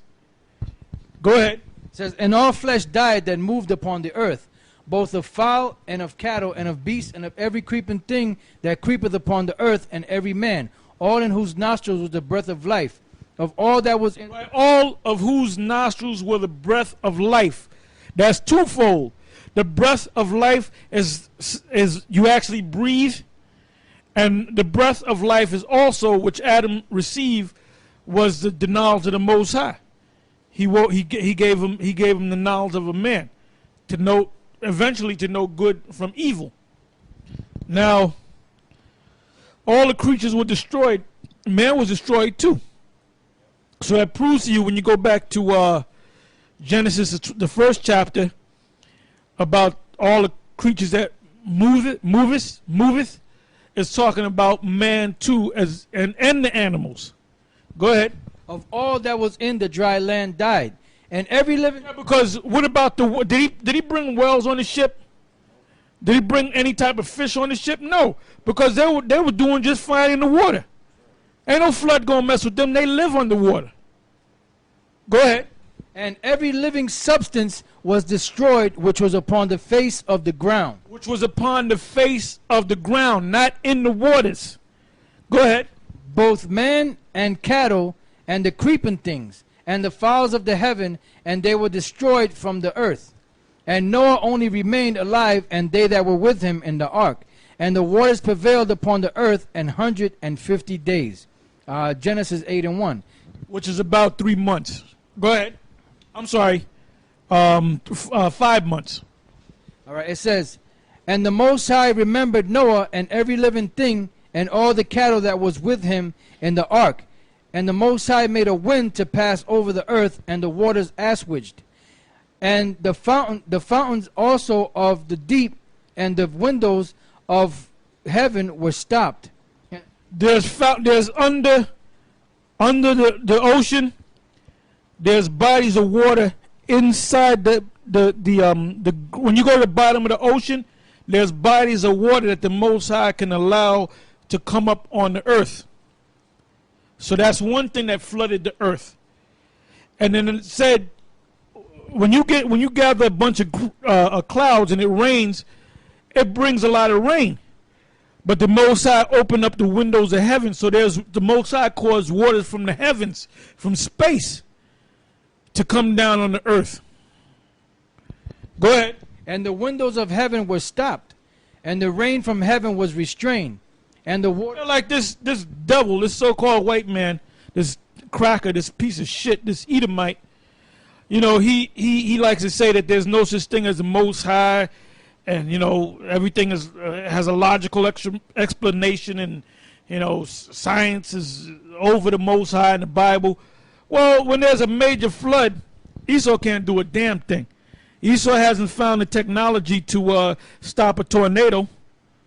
He didn't, with the Japs, with all that they can do, they couldn't stop that tsunami and that earthquake. Can you devils raise the dead? So you ain't doing shit, man. You ain't doing nothing. The knowledge that you have is, first of all, the Most High gave you that knowledge, first and foremost. Go ahead. It says, and the waters returned from off the earth continually, and after the end of the 150 days, the waters were abated. And the ark rested in the 7th month on the 17th. And another thing about you devils, you know, you like to say that there's no, the Bible is a book of fairy tale and the Most High doesn't exist. And there's all type of evidence of these actual stories that we're reading. Like I said a few minutes ago, they have photographs of the ark, Noah's ark, on top of Mount Ararat, man. Go ahead. And the ark rested in the 7th month on the 17th day of the month upon the mountains of Ararat. Upon the mountains of Ararat. Is there such a place called the Mount? Put that in there, the mountain of Ararat. Matter of fact, Google it, man, and go to Google's map, and let's see what comes up. It says, until the waters. I look at you damn devils. I pity you fools, man. I look at you devil. I was getting some gas, and I seen devils getting gas, and I was looking at them. I was shaking my head. I said, you devils don't even realize that America's going to be destroyed, and you're going to be our slaves. And I even tell devils now. I told this guy, Eddie, you know him very well. He's talking about, yeah, America's coming back. In 5 years, everything's going to come back. I said, look, Eddie, I said, America's finished. Nah, you're wrong. You're wrong. I said, because that's how that devil speaks. I said, Eddie, man, you better forget about your future, man. I said, because America's done. Yeah, well, I'll see you. And the waters decreased continually unto the 10th month. And the 10th month, on the first day of the month, were the tops of the mountains seen. And it came to pass at the end of 40... You have anything to read? Yeah, this is Wikipedia. It says searches for Noah's Ark from at least the time of Eusebius, circa 275 to 339 AD to the present day. The search for the physical remains of Noah's Ark has held a fascination for many people. Despite many rumors, evidence, sightings, and expeditions, no scientific evidence of the Ark has been found. You know, that's what Esau says. It says, according to Genesis 8 and 4, the Ark came to rest on the mountains of Ararat. Early commentators such as Josephus and authorities quoted by him, Berosus, Hieronymus, the Egyptian Manasses and Nicolaus of Damascus record the tradition that these mountains of Ararat are to be found in the region then known as Armenia, roughly corresponding to eastern Anatolia. And you'll see it. You'll see there's satellite images of what looks to be like the Ark, you know, because if you Google Noah's Ark, they'll give you a bunch of satellite images of what looks to be the Ark. Click on images just to see what go back to Google Ark and then click on images and let's see what comes up. Go ahead. And the waters decreased continually unto the 10th month. And the 10th month, on the first day of the month, were the tops of the mountains seen. And it came to pass at the end of 40 days that Noah opened the window of the ark which he had made. And he sent forth a raven, which went forth to and fro until the waters were dried up from off the earth. Also he sent forth a dove from him, to see if the waters were abated from off the face of the earth. But the dove found no rest for the sole of her foot. Excuse me. And she returned unto him into the ark, for the waters were on the face of the whole earth. Then he put forth his hand and took her and pulled her in unto him into the ark. And he stayed yet other 7 days, and again he sent forth the dove out of the ark. And the dove came into him in the evening, and lo, in her mouth was an olive leaf plucked off. So Noah knew that the waters were abated from off the earth. And he stayed yet other 7 days, and sent forth the dove, which returned not again unto him any more. And it came to pass in the 601st year, in the first month, the first day of the month, the waters were dried up from off the earth, and Noah removed the covering of the ark. And looked, and behold, the face of the ground was dry. And in the second month, on the 7th and 20th day of the month, was the earth dried. And the Most High spake unto Noah, saying, Go forth of the ark, thou and thy wife and thy sons' wives with thee. Bring forth with thee every living thing that is with thee of all flesh, both of fowl and of cattle and of every creeping thing that creepeth upon the earth. And that they may breed abundantly in the earth, and be fruitful and multiply upon the earth. And Noah went forth, and his sons and his wife and his sons' wives with him, every beast, every creeping thing, and every fowl, and whatsoever creepeth upon the face, upon the earth, after their kind, went forth out of the ark. And Noah builded an altar unto the Lord, and took of every beast and of every clean fowl, and offered burnt offerings on the altar. And the Lord smelled a sweet savor. Now, y'all say that, the law was given to Moses, but the law was established. They knew about sacrificing of animals, building altars, and so forth. They knew this, but now the full established law was given to Moses, which was like codified in the commandments. But they knew certain laws. They knew not to be a faggot. They knew that in the law. They knew that to kill somebody was against the law. Go ahead. And the Lord smelled a sweet savor, and the Lord said in his heart, I will not again curse the ground any more for man's sake, for the imagination of man's heart is evil from his youth. Neither will I again smite any more everything living as I have done. While the earth remaineth, seed time and harvest, and cold and heat, and summer and winter, and day and night shall not cease. Genesis 9:1.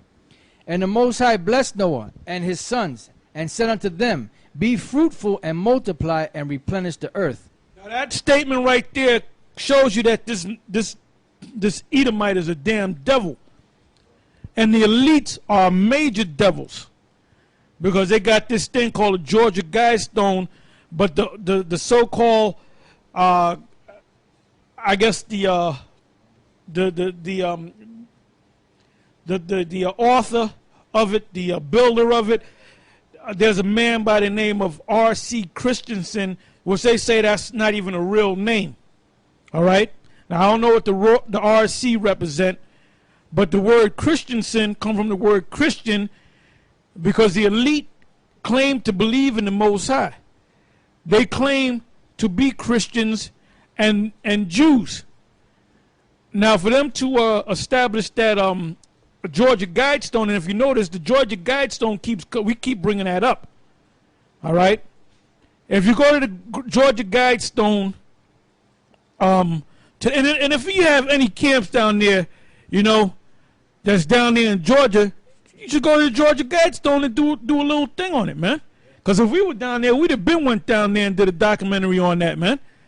All we have is the pictures, all right? But if you look at these current pictures, which shows you that a lot of people woke up, it'll say F-U or F the New World Order, and it'll say other things on there damning the New World Order and the elite, all right?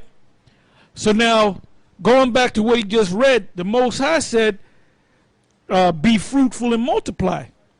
So now for you to say to maintain humanity under 500 million, that's totally going against the Most High. The fact that people are rioting in the streets in Greece and around the world, and soon to be in America, all right, because Obama's talking about cutting the Social Security, Medicaid, Medicare. He's going to totally destroy it. You ain't gonna have all these benefits that you get, these entitlement programs. They're going to eventually phase all that out, man. You're just going to be on your own. And that's when you're going to start rioting in the streets like they've been doing in Greece for the last 13 months. And it's all based upon debt.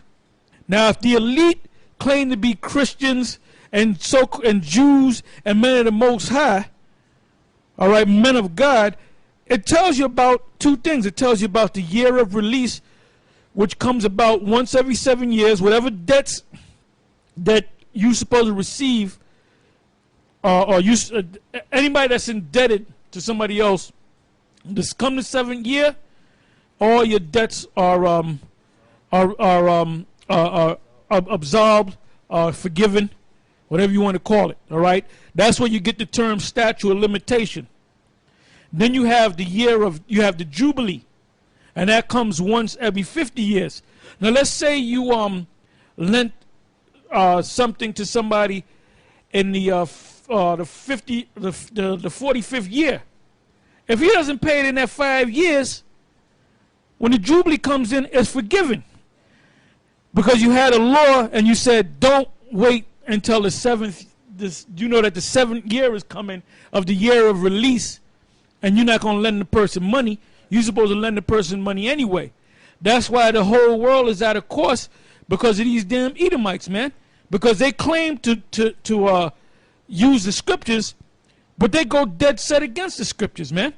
That's why you have riots all over the place. And like I said, those Greek riots, that's coming to America. They're going to be rioting in America. When they cut welfare, when they cut food stamps, when they cut Social Security, when they raise the retirement age to 70 or 72 or 75, when they cut all these entitlement programs and you can't get to nothing, you're gonna start rioting in the street. You think that it's not coming to you. It's coming to you. It's coming to America.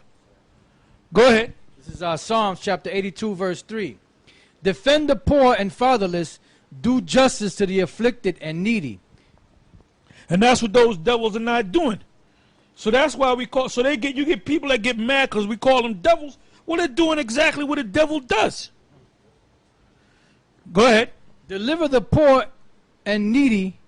Yeah, because you got the Rothschilds, which are supposedly their wealth is estimated at 500 trillion with a T dollars. I don't know how true that is, but I know that's old money. So you got these new guys that Bill Gates and Warren Buffett that's supposedly worth over 50 billion. Well, look, you can among the Rothschilds, you can take $1 trillion, a couple $1 trillion, and you can cure hunger all over the world, man. You can make everything prosperous, but their plan is not to make everything prosperous. Their plan is to destroy, 6.5 billion people on the planet Earth, so they can have 500 billion. Then it's easier to spread the wealth. And their plan is to destroy Israel. Go ahead. Deliver the poor and needy. Rid them out of the hand of the 82 and 4. Deliver the poor and needy. Rid them out of the hand of the wicked. They know not, neither will they understand. Yeah, so who's going to rid them out of the hand of the wicked? Let's find out who the wicked is first. The wicked are the elite, really, and it's the rest of you Edomites. But it starts with the elite. And the needy are the rest of the people. But we're not concerned about the rest of the people. We're only concerned about the children of Israel. And right now, we're only concerned about the elect of the nation of Israel. Go ahead. They know not, neither will they understand. They walk on in darkness. All the foundations of the earth are out of course. Yep. All right, now let's go back to where we left off. Genesis 9 and 1. And the Most High blessed Noah and his sons and said unto them, Be fruitful and multiply and replenish the earth. And the fear of you and the dread of you shall be upon every beast of the earth, and upon every fowl of the air. Yeah, because when the kingdom comes, I believe that's in Isaiah. Is that in Isaiah 11? The little child shall put. When the kingdom is established, at one time, if you walked in the forest or in the jungle and a lion rolled up on you, the lion would fear you. The elephant would fear you. The serpent would fear you. You do that today, man. Go to one of those safari parks with the lions and jump out the damn car and try to feed that lion popcorn. Man, it'll slap all the ass off you, man. You know? Now, in the kingdom of heaven, the lion is going to fear us. The elephant's going to fear us. The serpent is going to fear us. The adder is going to fear us. All these animals are going to fear us. Go ahead. Isaiah 11 and 6. The wolf also shall dwell with the lamb, and the leopard shall lie down with the kid, and the calf and the young lions and the fatlings together, and a little child shall lead them. By the way, that little child is a little Israelite child, not no little devil Edomite child, or Hamite child, or Canaanite child. Go ahead. And the cow and the bear shall feed. Their young ones shall lie down together, and the lion shall eat straw like the ox. And the suckling child shall play on the hole of the asp, and the weaned child shall... What does it mean by a suckling child? A child that's sucking on his mama's titties. An infant. Because in the kingdom, you don't have to worry about taking care of your child. You can just let your child go. The Most High is going to protect him. We ain't gonna have no situation in the kingdom where you got a milk carton. First of all, we ain't gonna have milk cartons. We're gonna get our milk from cows. You ain't gonna have no milk carton with no little kid on it missing. Not among Israelite children. Go ahead. It says, and the sucking child shall play on the hole of the asp, and the weaned child shall put his hand on the cockatrice den. They shall not hurt nor destroy in all my mountain, For the earth shall be full of the knowledge of the Lord as the waters cover the sea. That's when the kingdom of heaven is established. That's when this devil, Esau, is destroyed. And he's getting ready to be destroyed. It's that close. It's that close that this devil's going. So you got clowns out there. Oh, well, you don't know when this man gonna go down. Well, you ain't woken up to nothing, man. Talking about you can be here for another 50, 100 years. You know what you do? You get away from a person like that. Go ahead. And, Genesis 9 and 2. And the fear of you and the dread of you shall be upon every beast of the earth, and upon every fowl of the air, upon all that moveth upon the earth, and upon all the fishes of the sea. Into your hand they are delivered. Every moving thing that liveth shall be meat for you. Even as a green herb have I given you all things. Which is inside of the law. All right? But flesh with the life thereof, which is the blood thereof, shall you not eat. Now, what Esau, right? To further show you that this man's a damn devil, that he's contrary to the Most High in the scriptures, Esau likes his steaks bloody. There's a thing that's called steak tartare. What's the word tartare means? I believe it means raw. I looked it up one day a long time ago. Basically, what you do is you take some raw meat, you throw it on the pan for 1 second, you flip it for 1 second, you throw it on the plate, and you give it to the person, they eat it. Raw meat. Now, Jake knows in his spirit, whether he's into the scriptures or not to eat raw meat. That's in the spirit. Jake likes his meat well done. Esau likes it medium rare, steak tartare. So this is not, so you look at this guy, Uncle Ruckus, that's trying to save Esau. You can't say Esau's not built to be saved, man. Esau's built to get a foot stuck dead up in his ass sideways, man, and working out in the field and getting his ass whipped. That's what he's made for, man. Go ahead. Exodus chapter 12, verse 8. And they shall eat the flesh in that night, roast with fire and unleavened bread, and with bitter herbs they shall eat it. Eat not of it raw. So what are them so-called Jews doing over there in the land of Israel, man? When the Passover come, they're taking that lamb and they smack it on the fire, turn it over, and eat that as bloody as it can be. Damn devils. Go ahead. It's back in Genesis chapter 9, verse 4. But the flesh with the life thereof, which is the blood thereof, shall you not eat. And surely your blood of your lives will I require. At the hand of every beast will I require it. And at the hand of man. At the hand of every man's brother will I require the life of man. Whoso sheddeth man's blood, by man shall his blood be shed. So Esau, you're in a lot of trouble because you shed a lot of blood. You killed a lot of people. So you got a lot to pay for. You got a lot to pay for. Go ahead. For in the image of the Most High made he man. And you, be ye fruitful and multiply, bring forth abundantly in the earth, and multiply therein. And it didn't say nothing. You ain't gonna find nothing in the scriptures that said build a guide stone and put 10 commandments on it. And the first commandment is to reduce humanity maintain humanity to 500 million. That's not in the scriptures. That's contrary to the scriptures. Who would do something like that? The damn devil. Go ahead. And the Most High spake unto Noah and to his sons with him, saying, And I, behold, I establish my covenant with you and with your seed after you, and with every living creature that is with you, of the fowl of the cattle and of every beast of the earth with you, from all that go out of the ark to every beast of the earth. And I will establish my covenant with you, neither shall all flesh be cut off any more by the waters of the flood. Neither shall there any more be a flood to destroy the earth. And the Most High said, This is the token of the covenant which I make between me and you and every living creature that is with you, for perpetual generations. I do set my bow in the cloud, and it shall be for a token of the covenant between me and the earth. Yeah, so you see the bow. After you see a rain, you look up into the clouds and you'll see a bow, a rainbow. The Most High established that rainbow. That's a covenant between the Most High and man that he's not going to ever destroy man through a flood. In other words, he's not going to destroy mankind by way of a flood. Go ahead. It says, and it shall come to pass when I bring a cloud over the earth, that the bow shall be seen in the cloud. And I will remember my covenant which is between me and you and every living creature of all flesh. And the water shall no more become a flood to destroy all flesh. And the bow shall be in the cloud.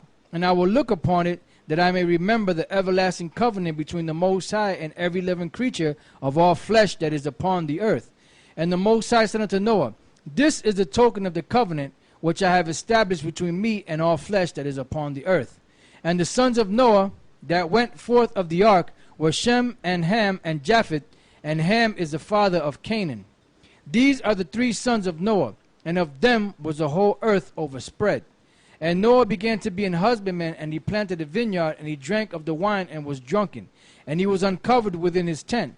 And Ham, the father of Canaan, saw the nakedness of his father, and told his 2 brethren without. And Shem and Japheth took a garment, and laid it upon both their shoulders, and went backwards, and covered the nakedness of their. So they knew the law of not looking upon their father's nakedness. But Ham, he wanted to be an asshole and look at his father's nakedness and make mockery of him because he was drunk. But the Most High showed, as you read on, the Most High showed Noah that, you know, Ham was looking at you butt-ass naked and basically making mockery of you, laughing about it. So who did he curse? As we read on, he didn't curse Ham. He cursed one of his sons, Canaan. Go ahead. And Shem and Japheth took a garment and laid it upon both their shoulders, and went backward and covered the nakedness of their father. And their faces were backward, and they saw not their father's nakedness. And Noah awoke from his wine, and knew what his younger son had done unto him. And he said, cursed be Canaan, a servant of servants shall he be unto his brethren.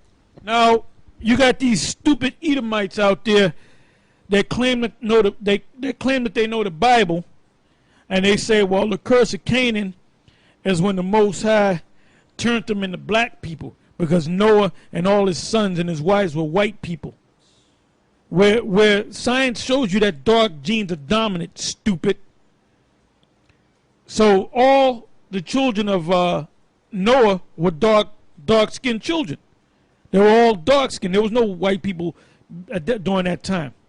Now, the curse that was put on him was the fact that, as you read down, it's going to tell you that land that they're living in, the land of Canaan, that Israel is going to get that land, including America, which is also the land of Canaan. So that's the curse, that they're going to be servants unto us, and anything that your servant finds becomes yours because you're the master. Go ahead. It says, and he said, blessed be the Lord, power of Shem, and Canaan shall be his servant. And the Most High shall enlarge Japheth, and he shall dwell in the tents of Shem.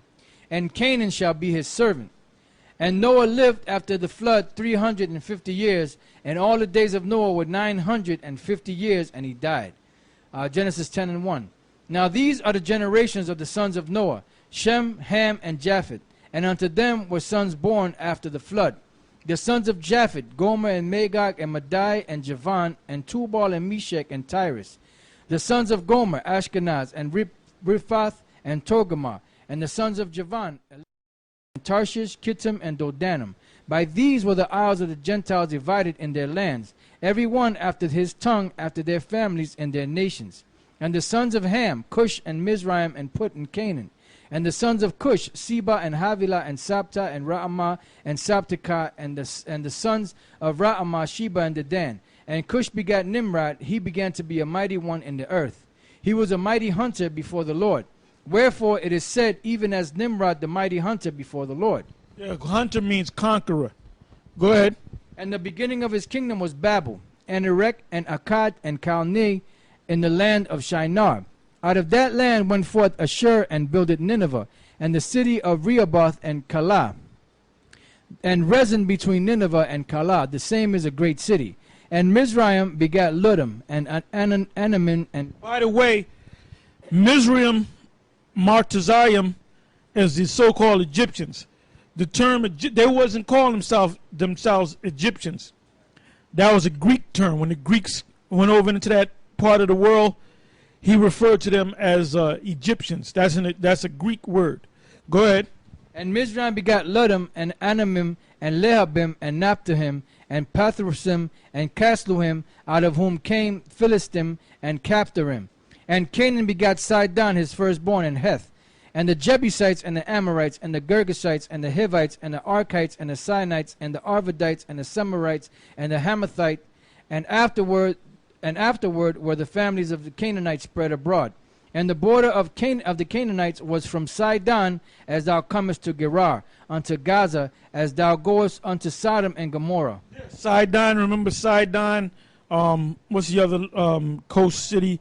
Sidon and Tyre and Zidon. You had Canaanites dwelling in that area at that time.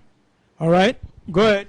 As thou comest to Gerar, unto Gaza, as thou goest unto Sodom and Gomorrah and Admah and Zeboim, even unto Lasha.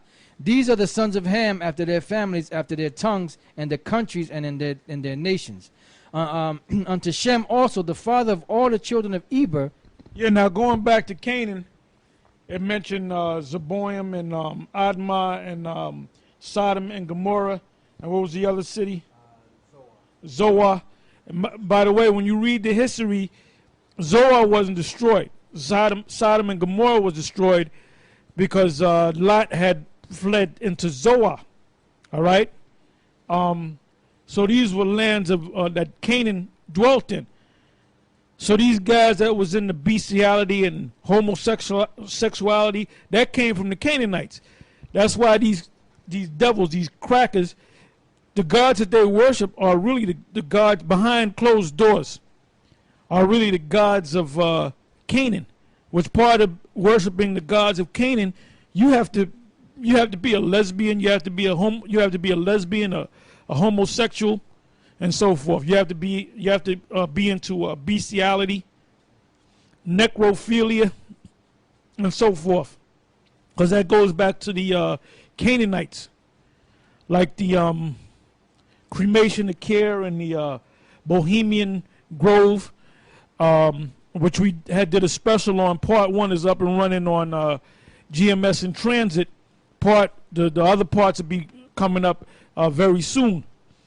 Anyway, those gods that they worship are Canaanite gods. That's why you have the Pope wearing a hat that looks like a fish with his mouth wide open. That mitre that he wears, that goes back to Dagon, the fish god, which goes back to them damn Hamites. So these gods that they worship are them Hamitic gods, them Canaanite gods. Go ahead. Okay, it says, unto Shem also, the father of all the children of Eber, the brother of Japheth, the elder, even to him. Read that again. Unto Shem also, the father of all the children of Eber.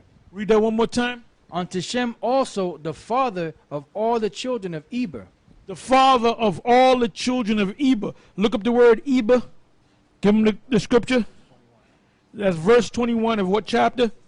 Genesis 10, verse 21. Got it? Yeah, the word there for Eber in the Hebrew is Ibar. It says Eber or Heber, the region beyond. Son of Salah, great-grandson of Shem, father of Peleg and Joktan, a Gadite chief, a Benjaminite son of Elpal, and descendant of Sharahaim, a Benjaminite son of Shashak, a priest in the days of Joachim, the son of Jeshua. That's it. Yeah, this is where you get the word Hebrew from. Eber or Ibar. And it mentions Shem, and it skipped down to Eber, Ibar, right? Because we are the Hebrews, all right? So the Most High, with all the people that he set up, now he's going to separate the chosen. He's going to have certain people come from that chosen line, but he's going to have certain men that have more than one son, but he's going to deal with one son. And out of that one son, he's going to deal with that son. So now the Most High is setting up his chosen nation, the nation of Israel. Go ahead. It says, All right, go ahead. Yeah, when you scroll down under the Genesis lexicon on Blue Letter, down here, it says Ibarium, Hebrews. As to the difference between this and the Israelites, see under Ibaria. So they're telling you right there, Ibarium is a plural way of saying Hebrew, or Ibar, which is Hebrews. Ibarium. Yeah, because just because you're a Hebrew doesn't make you a part of the chosen of the Most High. You have to be a Hebrew, and you have to be an Israelite. A Hebrew. That's why Paul said in Philippians that he was a Hebrew of the Hebrews. Because was Esau a Hebrew? Yes, he was a Hebrew. Was Ishmael a Hebrew? Yes, he was a Hebrew. Were the 6 sons that came out of Abraham through Keturah, were they Hebrews? Yes, they were Hebrews. But there's a group of Hebrews that the Most High set up to be the chosen. Yeah, I just want to make a quick note. Ireland, at one time, Ireland was known as Hibernia, which that term Hibernia goes back to Hebrew. Well, to this very day, you have an order called the Order of the Hibernians. And if you look the word up, like the elders said, the word Hibernians mean Hebrews. That's why we say that a lot of these people from Ireland are black Irish. There's a term called black Irish because you had Israelites that were living in Ireland. All right? it says, unto Shem also, Genesis 10:21. Unto Shem also, the father of all the children of Eber, the brother of Japheth the elder, even to him were children born. The children of Shem, Elam and Asher and Arphaxad and Lud and Aram. Arphaxad was that line. From Shem to Arphaxad, that was that line. So the other sons, the other 4 sons, the Lord ain't dealing with Elam. The Lord ain't dealing with Aram. The Lord ain't dealing with, what's the other 2? Ashur and Lud. The Lord was dealing with Arphaxad. Go ahead. And the children of Aram, Huz and Hul and Gether and Mash. And Arphaxad begot Selah, begot Eber. And unto Eber were born 2 sons. The name of the one was Peleg, for in his days was the earth divided, and his brother's name was Joktan. And Joktan began Almodad and Shelef and Hazarmaveth and Jerah. And so the line went from him to Joktan. All right, am I correct? I'm sorry, to Peleg. I'm sorry, to Peleg. So from Joktan was pushed out. So Peleg, that's where the line kept going. All right, go ahead. Let me say this other time. And then the word Peleg means division, because when he was born, that's when the Most High really divided all the nations. Yeah, because when you read the 11th chapter, that was during the time of the confounding of the languages. All right. Yeah, to back up Elder Aramlab, you look the word up, Peleg, the Hebrew word there is palag, which means division. Go ahead. It says, and unto Eber were born 2 sons. The name of the one was Peleg, for in his days was the earth divided, and his brother's name was Joktan.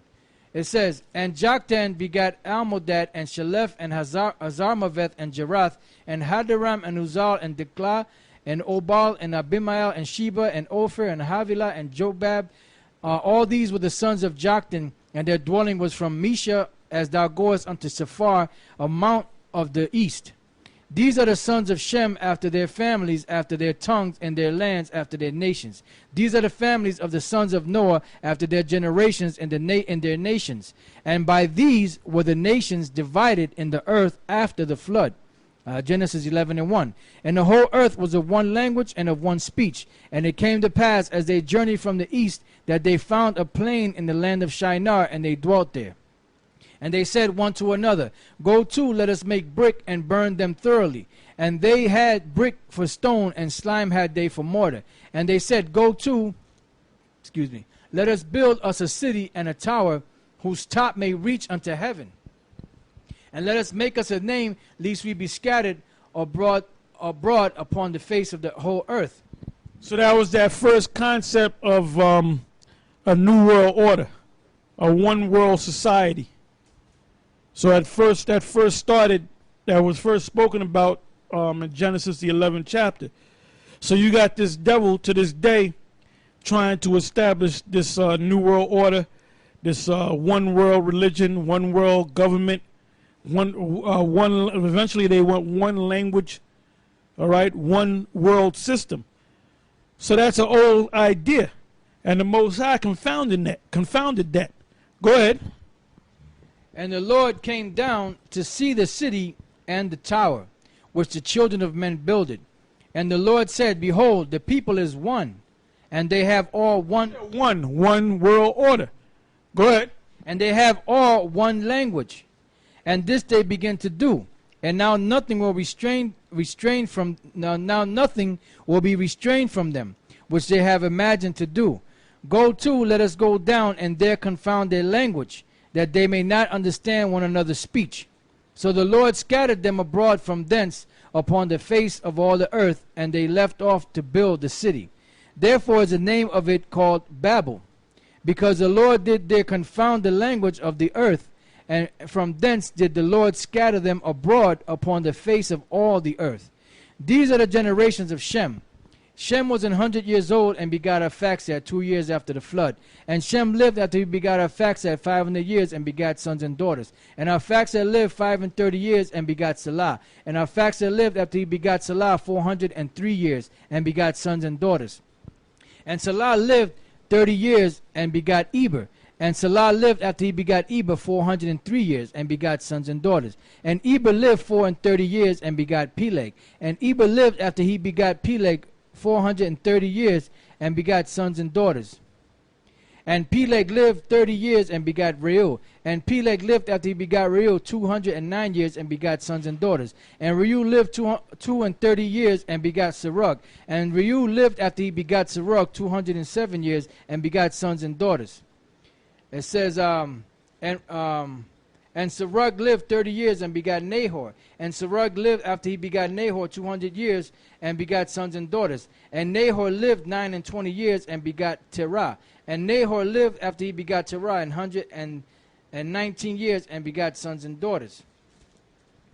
And Terah lived 70 years and begot Abram, Nahor, and Haran. Now these are the generations of Terah. Terah begot Abram, Nahor, and Haran begat Lot. And Haran died before his father Terah in the land of his nativity in Ur of the Chaldees. And Abram and Nahor took them wives. The name of Abram's wife was Sarai. The name of Nahor's wife Milcah. So now let's get into these names. Abram, matter of fact, look up the word Abram, look up the word Sarah, Sarai, Sarayah. Sarai was a wife of Abraham. The word Sarai means, from the Hebrew, Sharayah. It's the feminine way of saying prince, so her name means princess, and the yah at the end makes it my princess. So instead of saying Shah, which is prince, you say Shara, which is princess, and the yah, like I said, makes it my princess. Whose princess was it? Abraham's princess, or Abram's princess. Now Abram's name was Abba Ram. Ram means, that's where you get the word ram from. Ram is usually on the top of the mountain. So the word ram means exalted or high. So Abba Ram means father exalted, high father. All right? And you notice that his name was changed to Abraham, Abraham, and his wife's name was changed from Sarai to Sarah, which means princess. So let's get these names together. Yeah, dealing with Abraham or Abram first. the Hebrew word there is Abaram. Abaram, which means exalted father. It says original name of Abraham. And down here it says the founder and father of the Jewish nation, the son of Terah, born in Mesopotamia, and sojourned in the land of Canaan with his flocks in a kind of nomadic life. Now I'm going to go to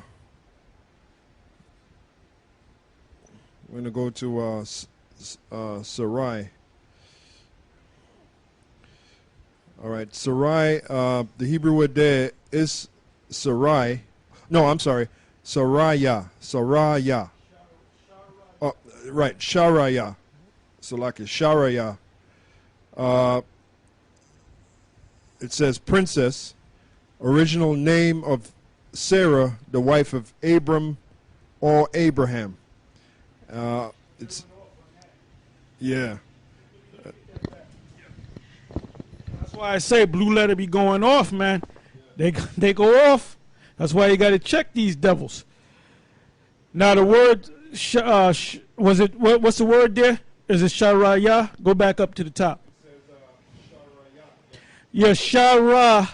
Shara means princess. Sharaya, the ya at the end makes it my princess. So they're saying that her name was princess. They went off. All right? Yeah, because as you read down, it says they have Sharaya, my princess, but then they have a question mark at the end. This is like they're questioning. When you got a question mark at the end, that means you really ain't sure. You're taking a stab at it.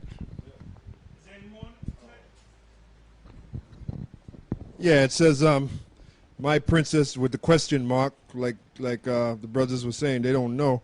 Then it says nobility. Then it says Sarai, of the wife of Abraham, for which, however, afterwards, Genesis 17 and 15, another name, Shara, princess, was substituted. So.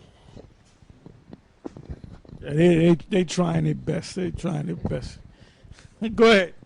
And Abram and Nahor took them wives. The name of Abram's wife was Sarai. The name of Nahor's wife, Milcah, the daughter of Haran, the father of Milcah, and the father of Iscah. But Sarai was barren, she had no child. And Terah took Abram his son, and Lot the son of Haran, his son's son, and Sarai his daughter-in-law. Now the Most High took Abram from Terah, his father, because his father was into them gods, those in other words, he wasn't following the Most High. So the Most High took Abram to himself to raise him up into the knowledge of the Most High, the knowledge of himself. All right? You got something? Go ahead. This is Joshua chapter 24, verse 2. And Joshua said unto all the people, Thus saith the Lord power of Israel, your father on the other side of the flood in old time, even Terah, the father of Abraham, the father of Nahor. Now the other side of the flood is not talking about Noah's flood. It's talking about when they left from Egypt into the wilderness. That's what that flood is talking about. Go ahead. Right. It says, even Terah, the father of Abraham, the father of Nahor, and they served other gods. And they serve other gods. What gods did they most likely serve? Them Canaanite gods that Esau's serving today. When they have their little secret meeting, like they had their little secret gathering over there in Sonoma County, the Bohemians. They're still over there. They're going to be there for the last 2 weeks of July. All right? Go ahead. Back in Genesis 11 and 31. And Terah took Abraham his son and Lot the... Yeah, because this guy Boner, they were negotiating about what's going to happen on August 2nd. Whether they're going to default on their debt or raise the ceiling or whatever, and all of a sudden this guy Boner just disappeared. Now he probably hopped on the plane and went. They probably said, "Get Boner, get your ass over here to the Bohemian Grove, right?" Because I wonder if I'm going to see him this week. Because most likely he's over there at the Bohemian Grove whether he went over there for a little while or he going to be over there to do what they do, which they pop each other. You know, they pop them little young guys and shit, them Edomite waiters and shit, and some of them jakes. They get real freaky over there. Go ahead. Faggy, real faggy. Some real faggoty shit goes on over there. And even Nixon said that. He said, you know the quote. You know the quote. Give me the quote, brother. Oh yeah, Nixon. He said it's the most goddamn faggy thing I ever saw. He's talking about because he went there in '67. Because there's a picture of Nixon and Reagan and I think Ford was in there too. So he went to the Bohemian Grove. So he had firsthand knowledge of it. That's why he made that statement. It's the most goddamn faggy thing I ever saw. Yeah, Nixon had his own mind. Nixon wanted to do his own thing, man. That's why I forget what year it was. I believe it might have been 70, 71. If you go, I believe it was in the Daily News. I'm almost positive it was in the Daily News, but if you go to your local library and you go to your microfiche machine and you go back to around 70, 71 and you take time to look at it, you can actually find that article in the paper. And I think he took out a big spread on one of the pages and he put the all-seeing eye with the pyramid. And I actually saw it when I was a kid, and the all-seeing eye, and he said, "I trust in myself." And shortly after that, they set his ass up and he got impeached. But they always respected the guy. That's why they didn't kill him. They had a lot of respect for that dude. He wasn't an idiot like these idiots today. I mean, this guy had his own mind. All right? Go ahead. And he said what he had to say about the Bohemian Grove. You don't say such things like that. But he said what the hell he had to say. He said that's the most faggotiest goddamn whatever the hell he said. All right? Basically, he didn't like being around them faggots. Go ahead. Genesis 11:31. And Terah took Abram his son, and Lot the son of Haran his son's son, and Sarai his daughter-in-law, his son Abram's wife, and they went forth with them from Ur of the Chaldees to go into the land of Canaan. And they came unto Haran and dwelt there. And the days of Terah were 205 years, and Terah died in Haran. Genesis 12:1. Now the Lord had said unto Abram, Get thee out of thy country, and from thy kindred, and from thy father's house. Oh, and I also want to say this. When you go back to Genesis, the 6th chapter, men were living to be 800, 850, 900. Methuselah lived to be 969. I think Noah lived to be 950. Now, Terah lived to be what? 251 years? You just read it. 251 years? 205 years. I'm sorry, 205 years. Now you notice in Genesis, the 6th chapter, the Most High brought the time span down from 900 and change to 120 years. But now he lived to be 205. So it wasn't like the Most High said, okay, the next generation, they're just going to live to be 120. Some of them lived to be 200, but gradually they went down to 129. It wasn't no, and when the Most High says things, it's not always exact. When he says 120, some of them live to be 120, 110, 125, 130, as evident in Terah living to be 205. All right, go ahead. Genesis 12:1. Now the Lord had said unto Abram, Get thee out of thy country, and from thy kindred, and from thy father's house, unto a land that I will show thee. And I will make of thee a great nation, and I will bless thee, and make thy name great. That great nation is the nation of Israel. Go ahead. And thou shalt be a blessing, and I will bless them that bless thee, and curse him that curseth thee. And in thee shall all families of the earth be blessed. Now all families of the earth being blessed is talking about the families of the nation of Israel. That line is Abraham, Isaac, and Jacob. Go ahead. It says, And so Abram departed as the Lord had spoken unto him, and Lot went with him, and Abram was 75 years old when he departed out of Haran. And Abram took Sarai his wife, and Lot his brother's son, and all their substance that they had together, and the souls that they had gotten in Haran. And they went forth to go into the land of Canaan, and into the land of Canaan they came. And Abraham passed through the land unto the place of Sychem, unto the plain of Moreh, and the Canaanite was then in the land.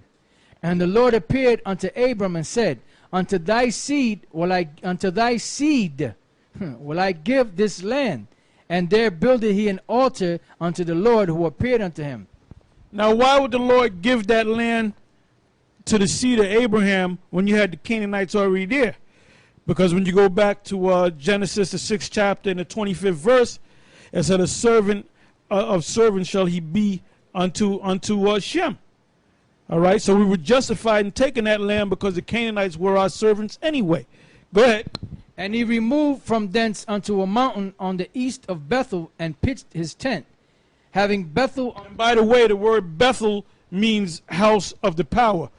Bayath Allah. Bayath meaning house, which is the second character of the ancient Hebrew, which looks like a tent with a hook going into the ground. And El meaning Allah, meaning power or God. Go ahead.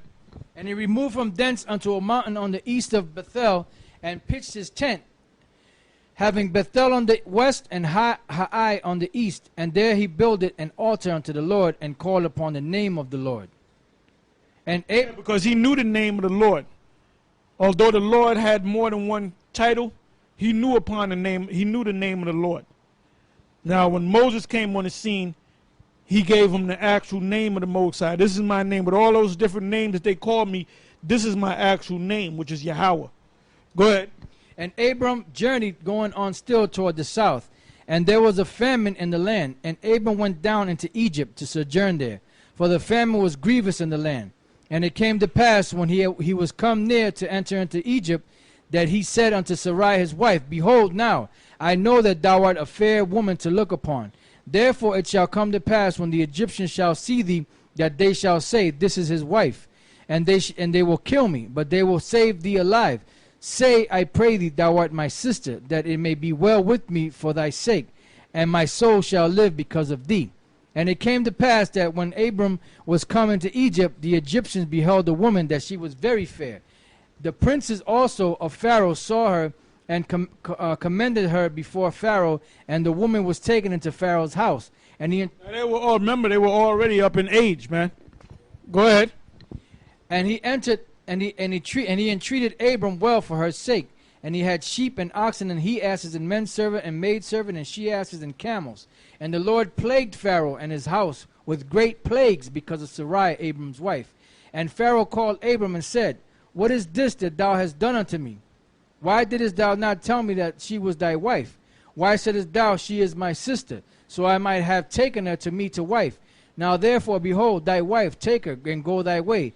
And Pharaoh commanded his men concerning him, and they sent him away, and his wife, and all that he had. Genesis 13:1. And Abram went up out of Egypt, he and his wife, and all that he had, and Lot with him, into the south. And Abram was very rich in cattle, in silver, and in gold.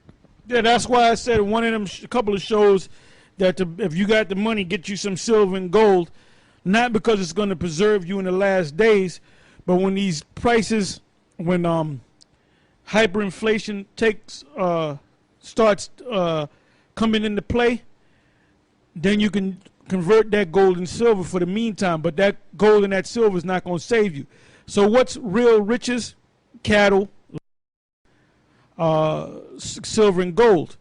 Now there was a Ron Paul, the governor of Texas. I believe he's still the governor of Texas today, if I'm not mistaken. I'm sorry, not the governor of Texas. He's a congressman. And he had confronted Bernanke about dealing with the money situation, the Federal Reserve, and basically he asked him a question whether gold was money, and this guy said, and you might say he's stupid. He ain't stupid. He knows what he's saying. Bernanke is set up to deceive the people, because now you have all these commercials saying buy gold and silver. So he asked whether gold was money. He said no, gold is not money. All right. So I mean, if the producer can find that clip, he can throw it up if he wants to. Very quickly, if you could answer another question, because I'm curious about this. You know, the price of gold today is $1,580. The dollar during these last 3 years was devalued almost 50%. When you wake up in the morning, do you care about the price of gold? Well, I pay attention to the price of gold, but I think it reflects a lot of things. It reflects global uncertainties. I think the reason people hold gold is as a protection against what we call tail risk, really, really bad outcomes. And to the extent that the last few years have made people more worried about the potential of a major crisis, then they have gold as a protection. Do you think gold is money? No. It's not money. Even if it has been money for 6,000 years, somebody reversed that and eliminated that economic law. Well, it's an asset. I mean, it's the same. Would you say Treasury bills are money? I don't think they're money either, but they're a financial asset. Why do central banks hold it? Well, it's a form of reserves. Why don't they hold diamonds? Well, it's tradition, long-term tradition. Well, some people still think it's money. I yield back. My time is up. Thank you. All right, go ahead. It says, and Abram was very rich in cattle, in silver, and in gold. And he went on his journey from the south. He didn't notice he didn't have no paper money, because that's not real money. That's called fiat money, fiat currency. The word fiat is Latin for let it be, because the government and the Fed, which is quasi-government, a quasi-governmental institution, they basically said that's money. So people, the average person don't know. They follow the government. They don't know what the hell to do. Whatever the government says, they go by. So they say it's money, so therefore people think it's money. And they spend it in the circulation, but it's really not money. Silver and gold is real money. Go ahead. It says, and he went on his journey from the south even to Bethel, unto the place where his tent had been at the beginning between Bethel and Hai, unto the place of the altar which he had made there at the first, and there Abram called on the name of the Lord. And Lot also, which went with Abram, had flocks and herds and tents, and the land was not able to bear them, that they might dwell together, for their substance was great, so that they could not dwell together. And there was a strife between the herdmen of Abram's cattle and the herdmen of Lot's cattle, and the Canaanite and the Perizzites dwelt then in the land.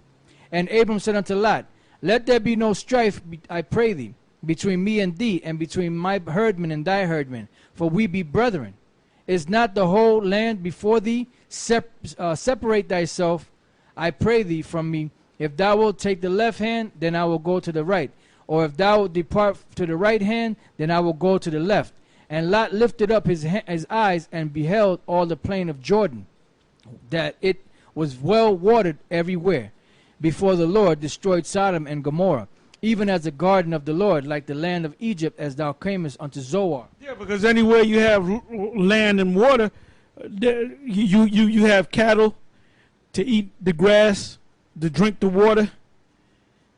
So that's going to bring fowl. That's going to bring bees to create honey, and so forth. So he saw that land that was rich with water and soil. So he said, I'll choose that land. And Abraham gave him the first choice. You know why? Because Abraham knew that the Lord was with him. And no matter where Abraham went, the Most High was going to bless him anyway. That's called faith. Go ahead. Then Lot chose him all. That's a lesson to you guys that made that deal with that Faustian bargain with the devil. I'm talking about Comfy. You don't see Comfy no more. He's been totally exposed. General Yohana, he's next. He's going to get totally exposed. And the rest of you guys that made that deal with the devil, that's called a lack of faith. You didn't want to wait for the Most High. You wanted to take that money. So you're going to be destroyed along with that money and along with the elite. Go ahead. It says, then Lot chose him all the plain of Jordan, and Lot journeyed east, and they separated themselves the one from the other. Abram dwelt in the land of Canaan, and Lot dwelt in the cities of the plain, and pitched his tent toward Sodom. But the men of Sodom were wicked and sinners before the Lord exceedingly. Now remember, the men of Sodom were Canaanites. Go ahead. And the Lord said unto Abram, after that Lot was separated from him, lift up now thine eyes and look from the place where thou art.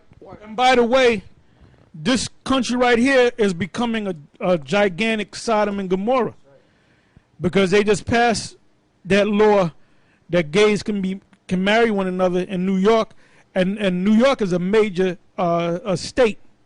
So now they're going to have this big thing supposedly come tomorrow, where you're going to have all these lesbians and these homosexuals getting married on Sunday. Was that the 24th? July 20, huh? 6, 24, 2 and 4, 6. Right, that's right, 2 and 4 and 6, which can be the devil's number. And they're making a big deal about it. And then they were talking about the other day taking Jones Beach and making part of it a nude beach. So basically, they're corrupt. The leaders are corrupting the people. So you have people now accepting it, saying it's all right to be a homosexual and it's all right to get married. They're corrupting the people. The elite are corrupting the people so the people can be destroyed. All right? Go ahead. And then they had this thing on the news where the first people that they showed that were going to go get married was 2 black women and 2 black men. That was the first people they showed, with this so-called law they just passed, that were going to get married. Just to show you that they're pushing that shit heavy on Jake. Yeah, they want Jake to do it, but those 2 black women and 2 black men, the Most High is going to destroy them. Like I said, the reason why we teach these classes and we go out there on the highways and the byways, number 1, because the Most High told us to do that, and number 2, we're out here to wake up the elect. We're not concerned about 2/3 of Israel. We don't give a damn about what 2/3 of Israel does. The ones of you clowns that fell off and went back into the world, the ones of you guys that made that deal with the spiritual demon Satan or the elite, we don't give a damn about you, man, because we know that you're going to be destroyed. The only ones that we're concerned with is the elect of Israel. Go ahead. It says, and the Lord said unto Abram, after that Lot was separated from him, lift up now thine eyes and look from the place where thou art, northward and southward and eastward and westward. For all the land which thou seest, to thee will I give it, and to thy seed forever. And I will make thy seed as the dust of the earth, so that if a man can number the dust of the earth, then shall thy seed also be numbered. And that's the nation of Israel. Go ahead. Arise, walk through the land, in the length of it and in the breadth of it. For they talk this nonsense about the Chinese have the biggest population on the planet. The Israelites have the biggest population on. We're more in number than the Chinese. Go ahead. Arise, walk through the land, and in the length of it and in the breadth of it, for I will give it to thee, unto thee. So basically the Most High told Abraham to survey the land. This is your land, just look around, this is all yours. Then Abram removed his tent and came and dwelt in the plain of Mamre, which is in Hebron, and built there an altar unto the Lord. Genesis 14:1. And it came to pass in the days of Amraphel, king of Shinar, Arioch, king of Elazar, Kedar-laomer, king of Elam, and Tidal, king of nations, that these made war with Bera, king of Sodom, and with Bersha, king of Gomorrah. Yeah, so with that, we're going to stop right there. So we're going to start the next week, we're going to start at the 14th chapter of Genesis. So with that, I'm going to say shalom.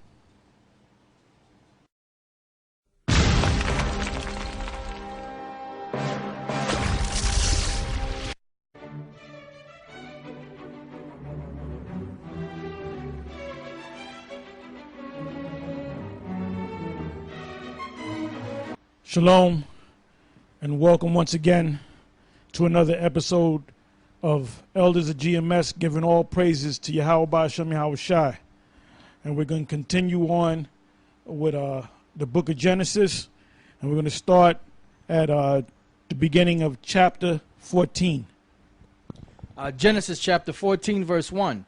And it came to pass in the days of Amraphel, king of Shinar, Arioch, king of Elazar, Kedar-laomer, king of Elam, and Tidal, king of nations, that these made war with Bera, king of Sodom, and with Bersha, king of Gomorrah. Shinab, king of Admah, and Shem-eber, king of Zeboim, and the king of Bela, which is Zoar. And these were joined together in the vale of Siddim, which is the Salt Sea. Yeah, so speaks about Sodom and Gomorrah, and there was three other cities: Zeboim, Admah. What was the other one? Zoan. And that's where, as you read on, that's where Lot had escaped to. And these cities, basically, like you got New York City, and you got the mayor.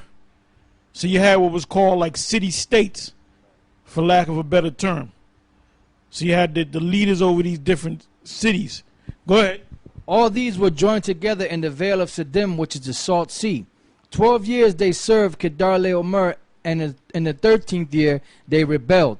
And in the 14th year came Kedar-laomer and the kings that were with him, and smote the Rephaims, and Ashtoreth, Karnaim, and the Zuzims in Ham, and the Emims in Shaveh, Kiriathaim, and the Horites in their Mount Seir, unto El Paran, which is by the wilderness. Yeah, because the first people to dwell in Mount Seir were the Horites, which are the Canaanites. As a matter of fact, to back that up, go to the blue letter and give them the exact verse, and let's see what the blue letter says about this. Genesis 14:6. Now, as you read it, these were Canaanites for the most part, and they were rebelling against each other. You had one guy that was over a certain realm, then you had a city-state, so to speak, come against that and set up a new king. So basically, that goes on throughout history, where you have these small cities and these city-states, and then you have empires, which take control of many city-states and take control of a whole realm, a large land mass, and then you have rebellions. So it's like a cycle. Go ahead, Ak. Yeah, the word there in the Hebrew is haraya, which says Horite, cave dweller, the inhabitants of Mount Seir, the inhabitants of Edom in later times. It says a troglodyte, cave dweller, a hole, a cavern, and determination. Horite, of a people who in very ancient time inhabited Mount Seir, afterwards expelled by the Edomites. And they give you the scripture, Deuteronomy 2 and 12, verse 12 and 22, Genesis 36, 20 to 30. Hori, of several men. That's all they have there. Yeah, because the Horites, when you go to the genealogy, they go back to the Canaanites, the Africans. All right?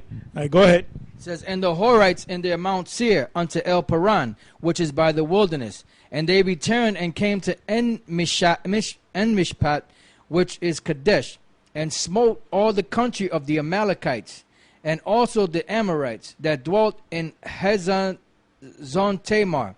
And there went out the king of Sodom, and the king of Gomorrah, and the king of Admah, and the king of Zeboim, and the king of Bela, the same as Zoar.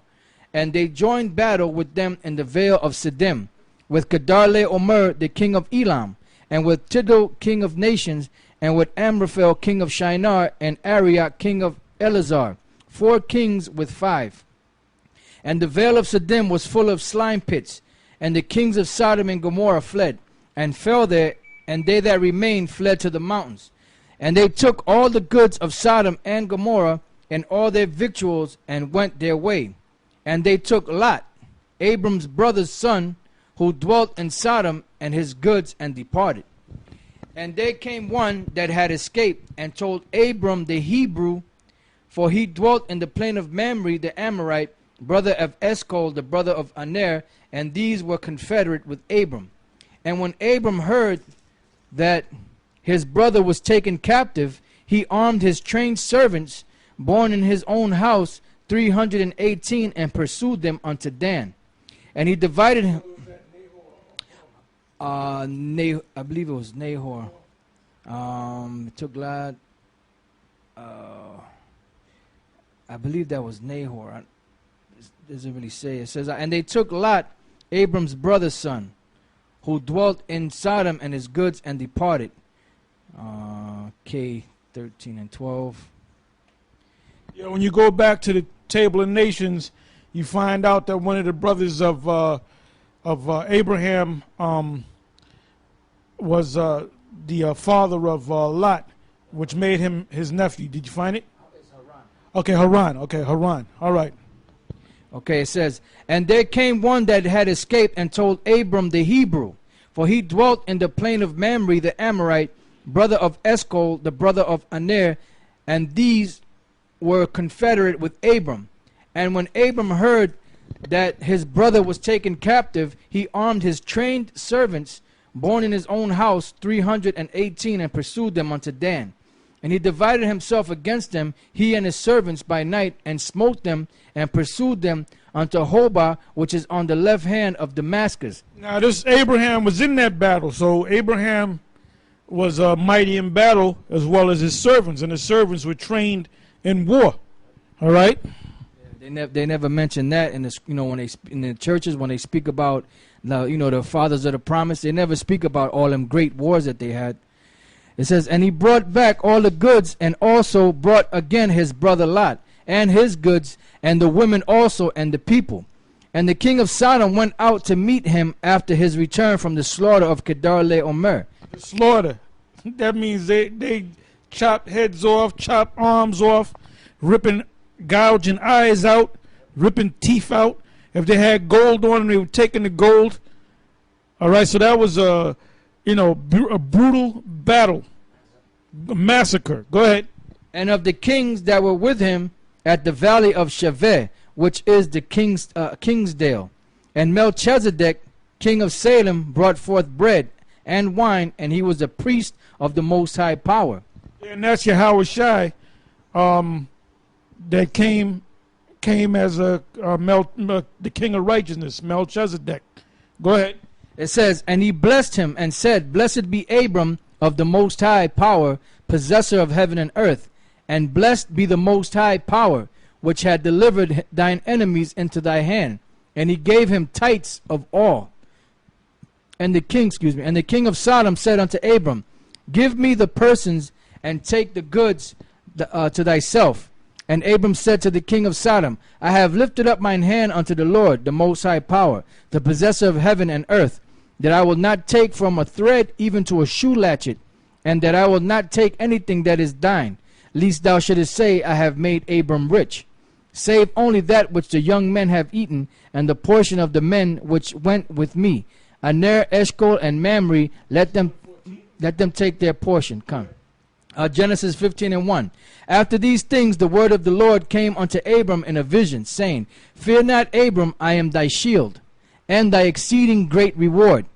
And Abram said, Lord Power, what wilt thou give me? Oh, and another thing, the Lord didn't always appear to man. The Lord came to man, to his chosen, because it never changed. The Most High doesn't change, man. All right, he has a chosen line that he set up just before they were called Israelites. The chosen line goes back to Abraham, goes back to his father, his son Isaac and his son Jacob. But prior to Abraham, there was always a line. When you go back to Noah, when you go back to Adam, there was always a chosen line. There was always a chosen people. So that stopped when Israel was set up and established. That was his chosen, which became a great nation, which is in captivity under the hands of the Edomites, which the Edomites, the so-called white man, is getting ready to go down, and we're getting ready to come up into power. And these devils know that, man. These elite scholars and the Rothschilds and the super rich, the warlocks and so forth, the elite, they know what's going to happen. They know exactly what's going to happen, but they're stupid because they're trying to stop the prophecies of the Most High. You were placed upon the earth because of prophecy. You came into power. Before you came into power, it was prophesied you were going to come into power. So now that you come into power, it was prophesied that you were going to come into power. Now all of a sudden, you're going to upset the prophecies of the Most High. You're not going to upset the prophecies of the Most High. Your society, your system's going down, and you're going down. Your future is thermonuclear destruction, as we've been saying for years. And then after that, when the smoke clears, so to speak, you're going to be shackled up and you're going to be our slaves. And then you're going to be exterminated. That's the order. You want to know your future? I just gave you your future in a nutshell. Just like when you go to Daniel, the 7th chapter, that's one chapter long, and it spans a time period from about 500 BC all the way up until now. In one chapter, you can read that whole thing in about 10 minutes straight through. So I gave you your future in a nutshell. Go ahead. Real quick. Numbers 24 and 14. And now behold. And all you guys that made that deal, Comfy, General Gehenna, and the rest of you guys that sold out Bubble-Eyed Blackfish, guess what? You better hope this devil never goes down, because once this devil goes down, you're going to go down with this devil. And it's going to be public too. Go ahead. Numbers 24:14. And now behold, I go unto my people. Come therefore, and I will Another thing, we ain't going to shed a tear for you wicked niggas, man. We're going to rejoice when the Most High destroys y'all. And we're going to talk shit about you too. Go ahead. It says, and now behold, I go unto my people. Come therefore, and I will advertise thee what this people shall do to thy people in the latter days. And he took up his parable and said, Balaam the son of Beor have said, and the man whose eyes are open have said. In the latter days is talking about it's getting ready to happen. It ain't talking about 200 years ago, because there's no record of Israel destroying all these nations at once. There's no record of that. So this thing that Balaam is going to speak of is talking about something that's getting ready to happen now, that didn't take place yet. We're in that time. If you can't see that we're in the time of your downfall, Esau, then you're a dumb, stupid idiot. Go ahead. It says, he have said, which heard the words of the Most High, and knew the knowledge of the Most High, which saw the vision of the Almighty, falling into a trance, but having his eyes open. I shall see him, but not now. I shall behold him, but not nigh. There shall come a star out of Jacob, and a scepter shall rise out of Israel, and shall smite the corners of Moab, and destroy all the children of Sheth. Yeah, that star, I believe that's Revelation, the 22nd chapter.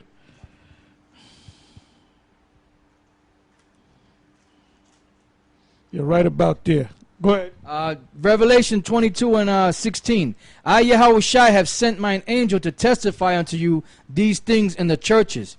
I am the root and the offspring of David, and the bright. I am the root and offspring of David. So that kills that madness about the virgin birth. So anybody that's teaching that, they don't understand the scriptures. They're lost. And the Most High is going to destroy them too. Because the scriptures tell you that. You might not have made a deal with the illuminated ones, but because you breaking down the scriptures the wrong way, destruction is already set up for you. Give me what is that? 2 Peter, the 3rd chapter, and I believe it's around about the 16th verse.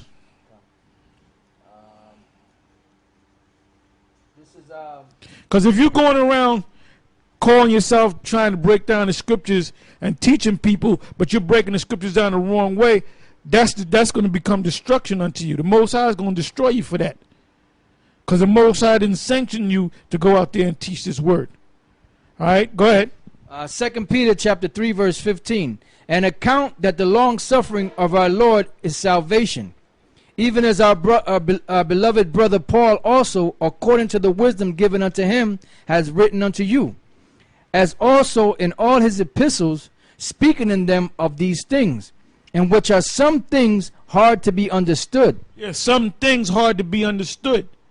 The scriptures, there's some scriptures that are hard to be understood. Go ahead. Which they that are unlearned. Go ahead. And unstable. Go ahead. Rest. Yeah, rest meaning wrestle. Go ahead. As they do also the other scriptures, unto their own destruction. So if you're going out there and you're calling yourself being sincere, you might be doing it in sincerity, but you breaking down the scriptures the wrong way, that's gonna be to your own destruction. Go ahead. Ye therefore, beloved, seeing you know these things before, beware lest you also, being led away with the error of the wicked, fall from your own steadfastness. Right, now a good example of that is Patak, and what's that brother from Chicago that got with him? The scripture said beware. When it was ordered that guy wasn't right, you wasn't supposed to get with that guy. So you might not make it, man. You might not make it. Go ahead. But and then you other guys don't be.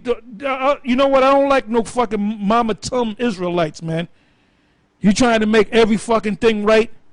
God can't get it. It's been broken down to him. You got the videos, and you just can't see nothing. Maybe you can't see nothing because your ass ain't right. So you got a Mama Tum Israelite to come along and try to, don't worry, baby, I'm going to make everything all right. I'm going to break it down. And they still can't get it. And some guys are set up to fall, man.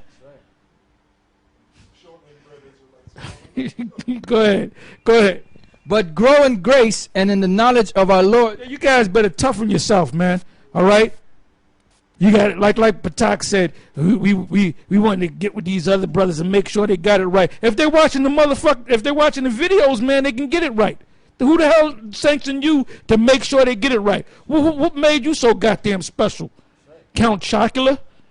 The hell made you so goddamn? And the Most High is going to destroy your black ass, man. Go ahead. Yeah, the scriptures say, my sheep hear my voice. See, that's why them guys, they'll come up with their little counsels. When it comes up to us, you already know. If you ain't right at the end of that counsel or that inquiry, you out of there, man. All right? Ain't no ifs, ands, or buts. So you better go to the Mama Tum Israelites and have them guys pat you on the back. Because you ain't going to get patted on the back with us, man. We done broke down the scriptures the right way. So what the hell are you going around there questioning what we're saying through the spirit and the power of Yahweh Ba'ashem Yahushai? All right? Go ahead. 1 Timothy 4:1. Now the Spirit speaketh expressly that in the latter times some shall depart from the faith, giving heed. That's already the prophecy, man. You see a guy getting ready to fall off, and you bending over backwards to get him to stay. You wasting your damn time, man. Here we are at the end of this, the end of the age, the end of this man's society, and you see a guy that's he's like a damn wave. He's not stable. I ain't got time to sit there and give him some fucking chicken noodle soup and shit, and put man.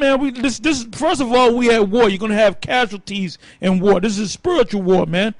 So you guys that are weak-minded in the spirit, in your spirit, if you're sincere, that's different. Most High gonna lead you out of that anyway. But there's a lot of guys that are just weak-minded and they're not sincere and they're not of the elect. See, we're only out here to wake up the elect.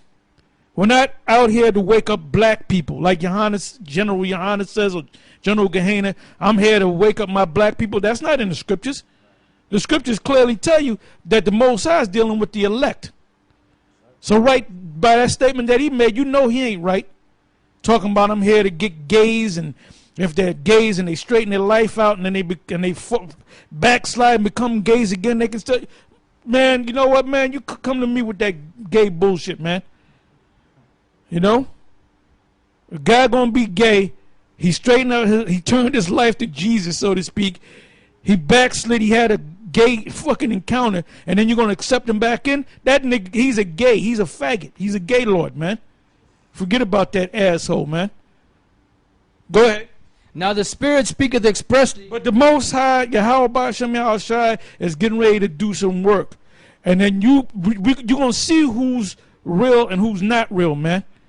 What did the Most High tell Job? Gird up thyself like a man.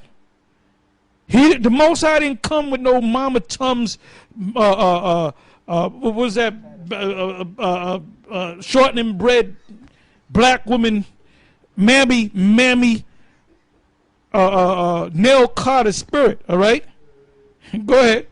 Now the Spirit speaketh expressly that in the latter times some shall depart from the faith, giving heed to seducing spirits and doctrines of devils. You know what you got to worry about? Whether you going to make it, man. I'm not going to keep, okay, brother, you're all right. I'm not going to keep, I remember back at the old school, there were like 50, 52 guys in the camp, and fuck, about 25, 30 of them were weak as hell, man. And I used to curse their asses out, man. Then them faggots went to Lahab. Lahab talking about I'm too hard on Israel. And the scriptures tell you, man, endure hardness as a good soldier. The Most High is looking for soldiers, man. In the spirit. Go ahead. It says, speaking lies and hypocrisy, having their conscience seared with a hot iron. That's right. And Lahab, too. I'd be remiss if I didn't mention Lahab. Lahab, let me tell you something about Lahab. Mr. Darth Vader himself. Okay? Everybody feared that guy. I saw right through that clown, man. I said, this guy ain't shit, man. This guy. And even my woman years ago, I said, oh, this is Lahab. And she told me later, she said, that guy looks big and bad. But you know what? I bet you his wife, his woman tells him what to do and slaps him around. And then later, he told me himself that his woman, Aurora, used to slap his ass around. So she was right. You know? Go ahead. Revelation 22:16. I, Yahushua, have sent mine angel to testify unto you these things in the churches. I am the root and the offspring of David and the bright and morning star. And y'all brothers should do like a special on how not to be a Mama Tums Israelite. You know? Go ahead. Numbers 24:17. You can't worry about these weeks. You know, it says the strong bear the infirmities of the weak. Basically, you got brothers that are not as strong in the faith as others, but they're sincere. You work with guys like that. But you don't work with these, you know, you walking down the street and all of a sudden you look and the guy's not there and the guy's laid out, spread eagle on the floor. And you say, what happened, brother? Oh, the sun hit my face and I just, no, you don't deal with no weak nigga like that, man. Every 5 minutes you gotta physically pick this nigga up. Most I ain't dealing with a nigga like that. Now when that chip comes, which General Gehenna says that's not talking about the actual chip, the mark, we're gonna see who's real, man. We're gonna see who's real. When them crackers pull them motherfucking, when they pull them whatever the hell, whatever gun, whether it be an M16 or a AK-47 or a 9 to your temple, I'm gonna see whether you're gonna take that. I'm gonna say, you know, blow my goddamn head off, bitch. You Edomite bitch. You better man up, cause you're gonna be tested, man. Go ahead. Numbers 24:17. I shall see him, but not now. I shall behold him, but not nigh. There shall come a star out of Jacob, and a scepter shall arise out of Israel, and shall smite the corners of Moab and destroy all the children of. That star is talking about Yahushua. Go ahead. And Edom shall be a possession. Seir also shall be a possession for his enemies, and Israel shall do valiantly. Out of Jacob shall come he that shall have dominion, and shall destroy him that remaineth of the city. And when he looked on Amalek, he took up his parable and said, Amalek was the first of the nations, but his latter end shall be that he perish forever. And he looked on the Kenites and took up his parable and said, Strong is thy dwelling place, and thou puttest thy nest in the rock. Nevertheless the Kenites shall be wasted until Ashur shall carry thee away captive. And he took up his parable and said, Alas, who shall live when the Most High doeth this? And the ship shall come from the coast of Kittim, and shall afflict Ashur, and shall afflict Eber, and he shall also perish forever. And Balaam rose up and went and returned to his place, and Balak also went his way. Now let's go back to where we left off in Genesis. Genesis 15:1. After these things the word of the Lord came unto Abram in a vision, saying, Fear not, Abram, I am thy shield and thy exceeding great reward. And Abram said, Lord power, what wilt thou give me, seeing I go childless? And the steward of my house is this Eliezer of Damascus. And Abram said, Behold, to me thou hast given no seed, and lo, one born in my house is mine heir. And behold, the word of the Lord came unto him, saying, This shall not be thine heir, but he that shall come forth out of thine own bowels shall be thine heir. Excuse me. And he brought him forth abroad and said, Look now toward heaven, and tell the stars, if thou be able to number them. And he said unto him, So shall thy seed be. And he believed in the Lord, and he counted it to him for righteousness. Now that seed, which is as the sand of the sea and the stars of the heaven, is not talking about the seed of Ishmael or the 6 sons of Keturah, even though Ishmael and the rest of his sons populated the earth. It's talking about the nation of Israel. That's what seed it's talking about. The seed that went through Isaac, the one seed that went through Sarah to birth Isaac, and that's from that seed Isaac laid with Rebekah and had Jacob, and then out of Jacob became what's known as Israel today. That's the seed that it's talking about. Go ahead. Exodus 32:13. Remember Abraham, Isaac, and Israel thy servants, to whom thou swearest by thine own self, and saidest unto them, I will multiply your seed as the stars of heaven, and all this land that I have spoken of will I give unto your seed, and they shall inherit it forever. Back in Genesis 15:7. And he said unto him, I am the Lord that brought thee out of Ur of the Chaldees to give thee this land to inherit it. And he said, Lord power, whereby shall I know that I shall inherit it?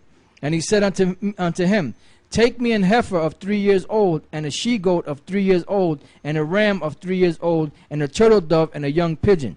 And he took unto him all these, and divided them in the midst, and laid each piece one against another, but the birds he divided he not. And when the fowls came down upon the carcasses, Abram drove them away. And when the sun was going down, a deep sleep fell upon Abram, and lo, an horror of great darkness fell upon him. And he said unto Abram, Now know of a surety that thy seed shall be a stranger in a land that is not theirs. Now, what I got to speak on is this. Nate Satan had did a video a couple years back, but I think he was reading out of Acts 7, which Stephen was, or Stephen, some people refer to him as, mentioned, reiterated what the vision that Abraham got in Genesis 15 chapter. And Nate Satan, that unlearned clown, all right, said that that's talking about America, all right? It wasn't talking about America. It was talking about Egypt. Go ahead. And he said unto Abram, Know of a surety that thy seed shall be a stranger in the land that is not theirs, and shall serve them, and they shall afflict them 400 years. That's Egypt. Mizraim. Ancient Egypt, so you can understand. Go ahead. And also that nation whom they shall serve will I judge, and afterward... And the Lord judged that nation. Go ahead. And afterward shall they come out with great substance. And thou shalt go to thy fathers in peace. Thou shalt be buried in a good old age. But in the 4th generation they shall come hither again, for the iniquity of the Amorites is not yet full. Yeah, because you had the Amorites of Canaan. The Amorites came out of Canaan, so there were Canaanites that were in that land. So Israel, when they left the land of... they left the captivity of, delivered from the captivity of the ancient, so-called ancient Egyptians, they had to have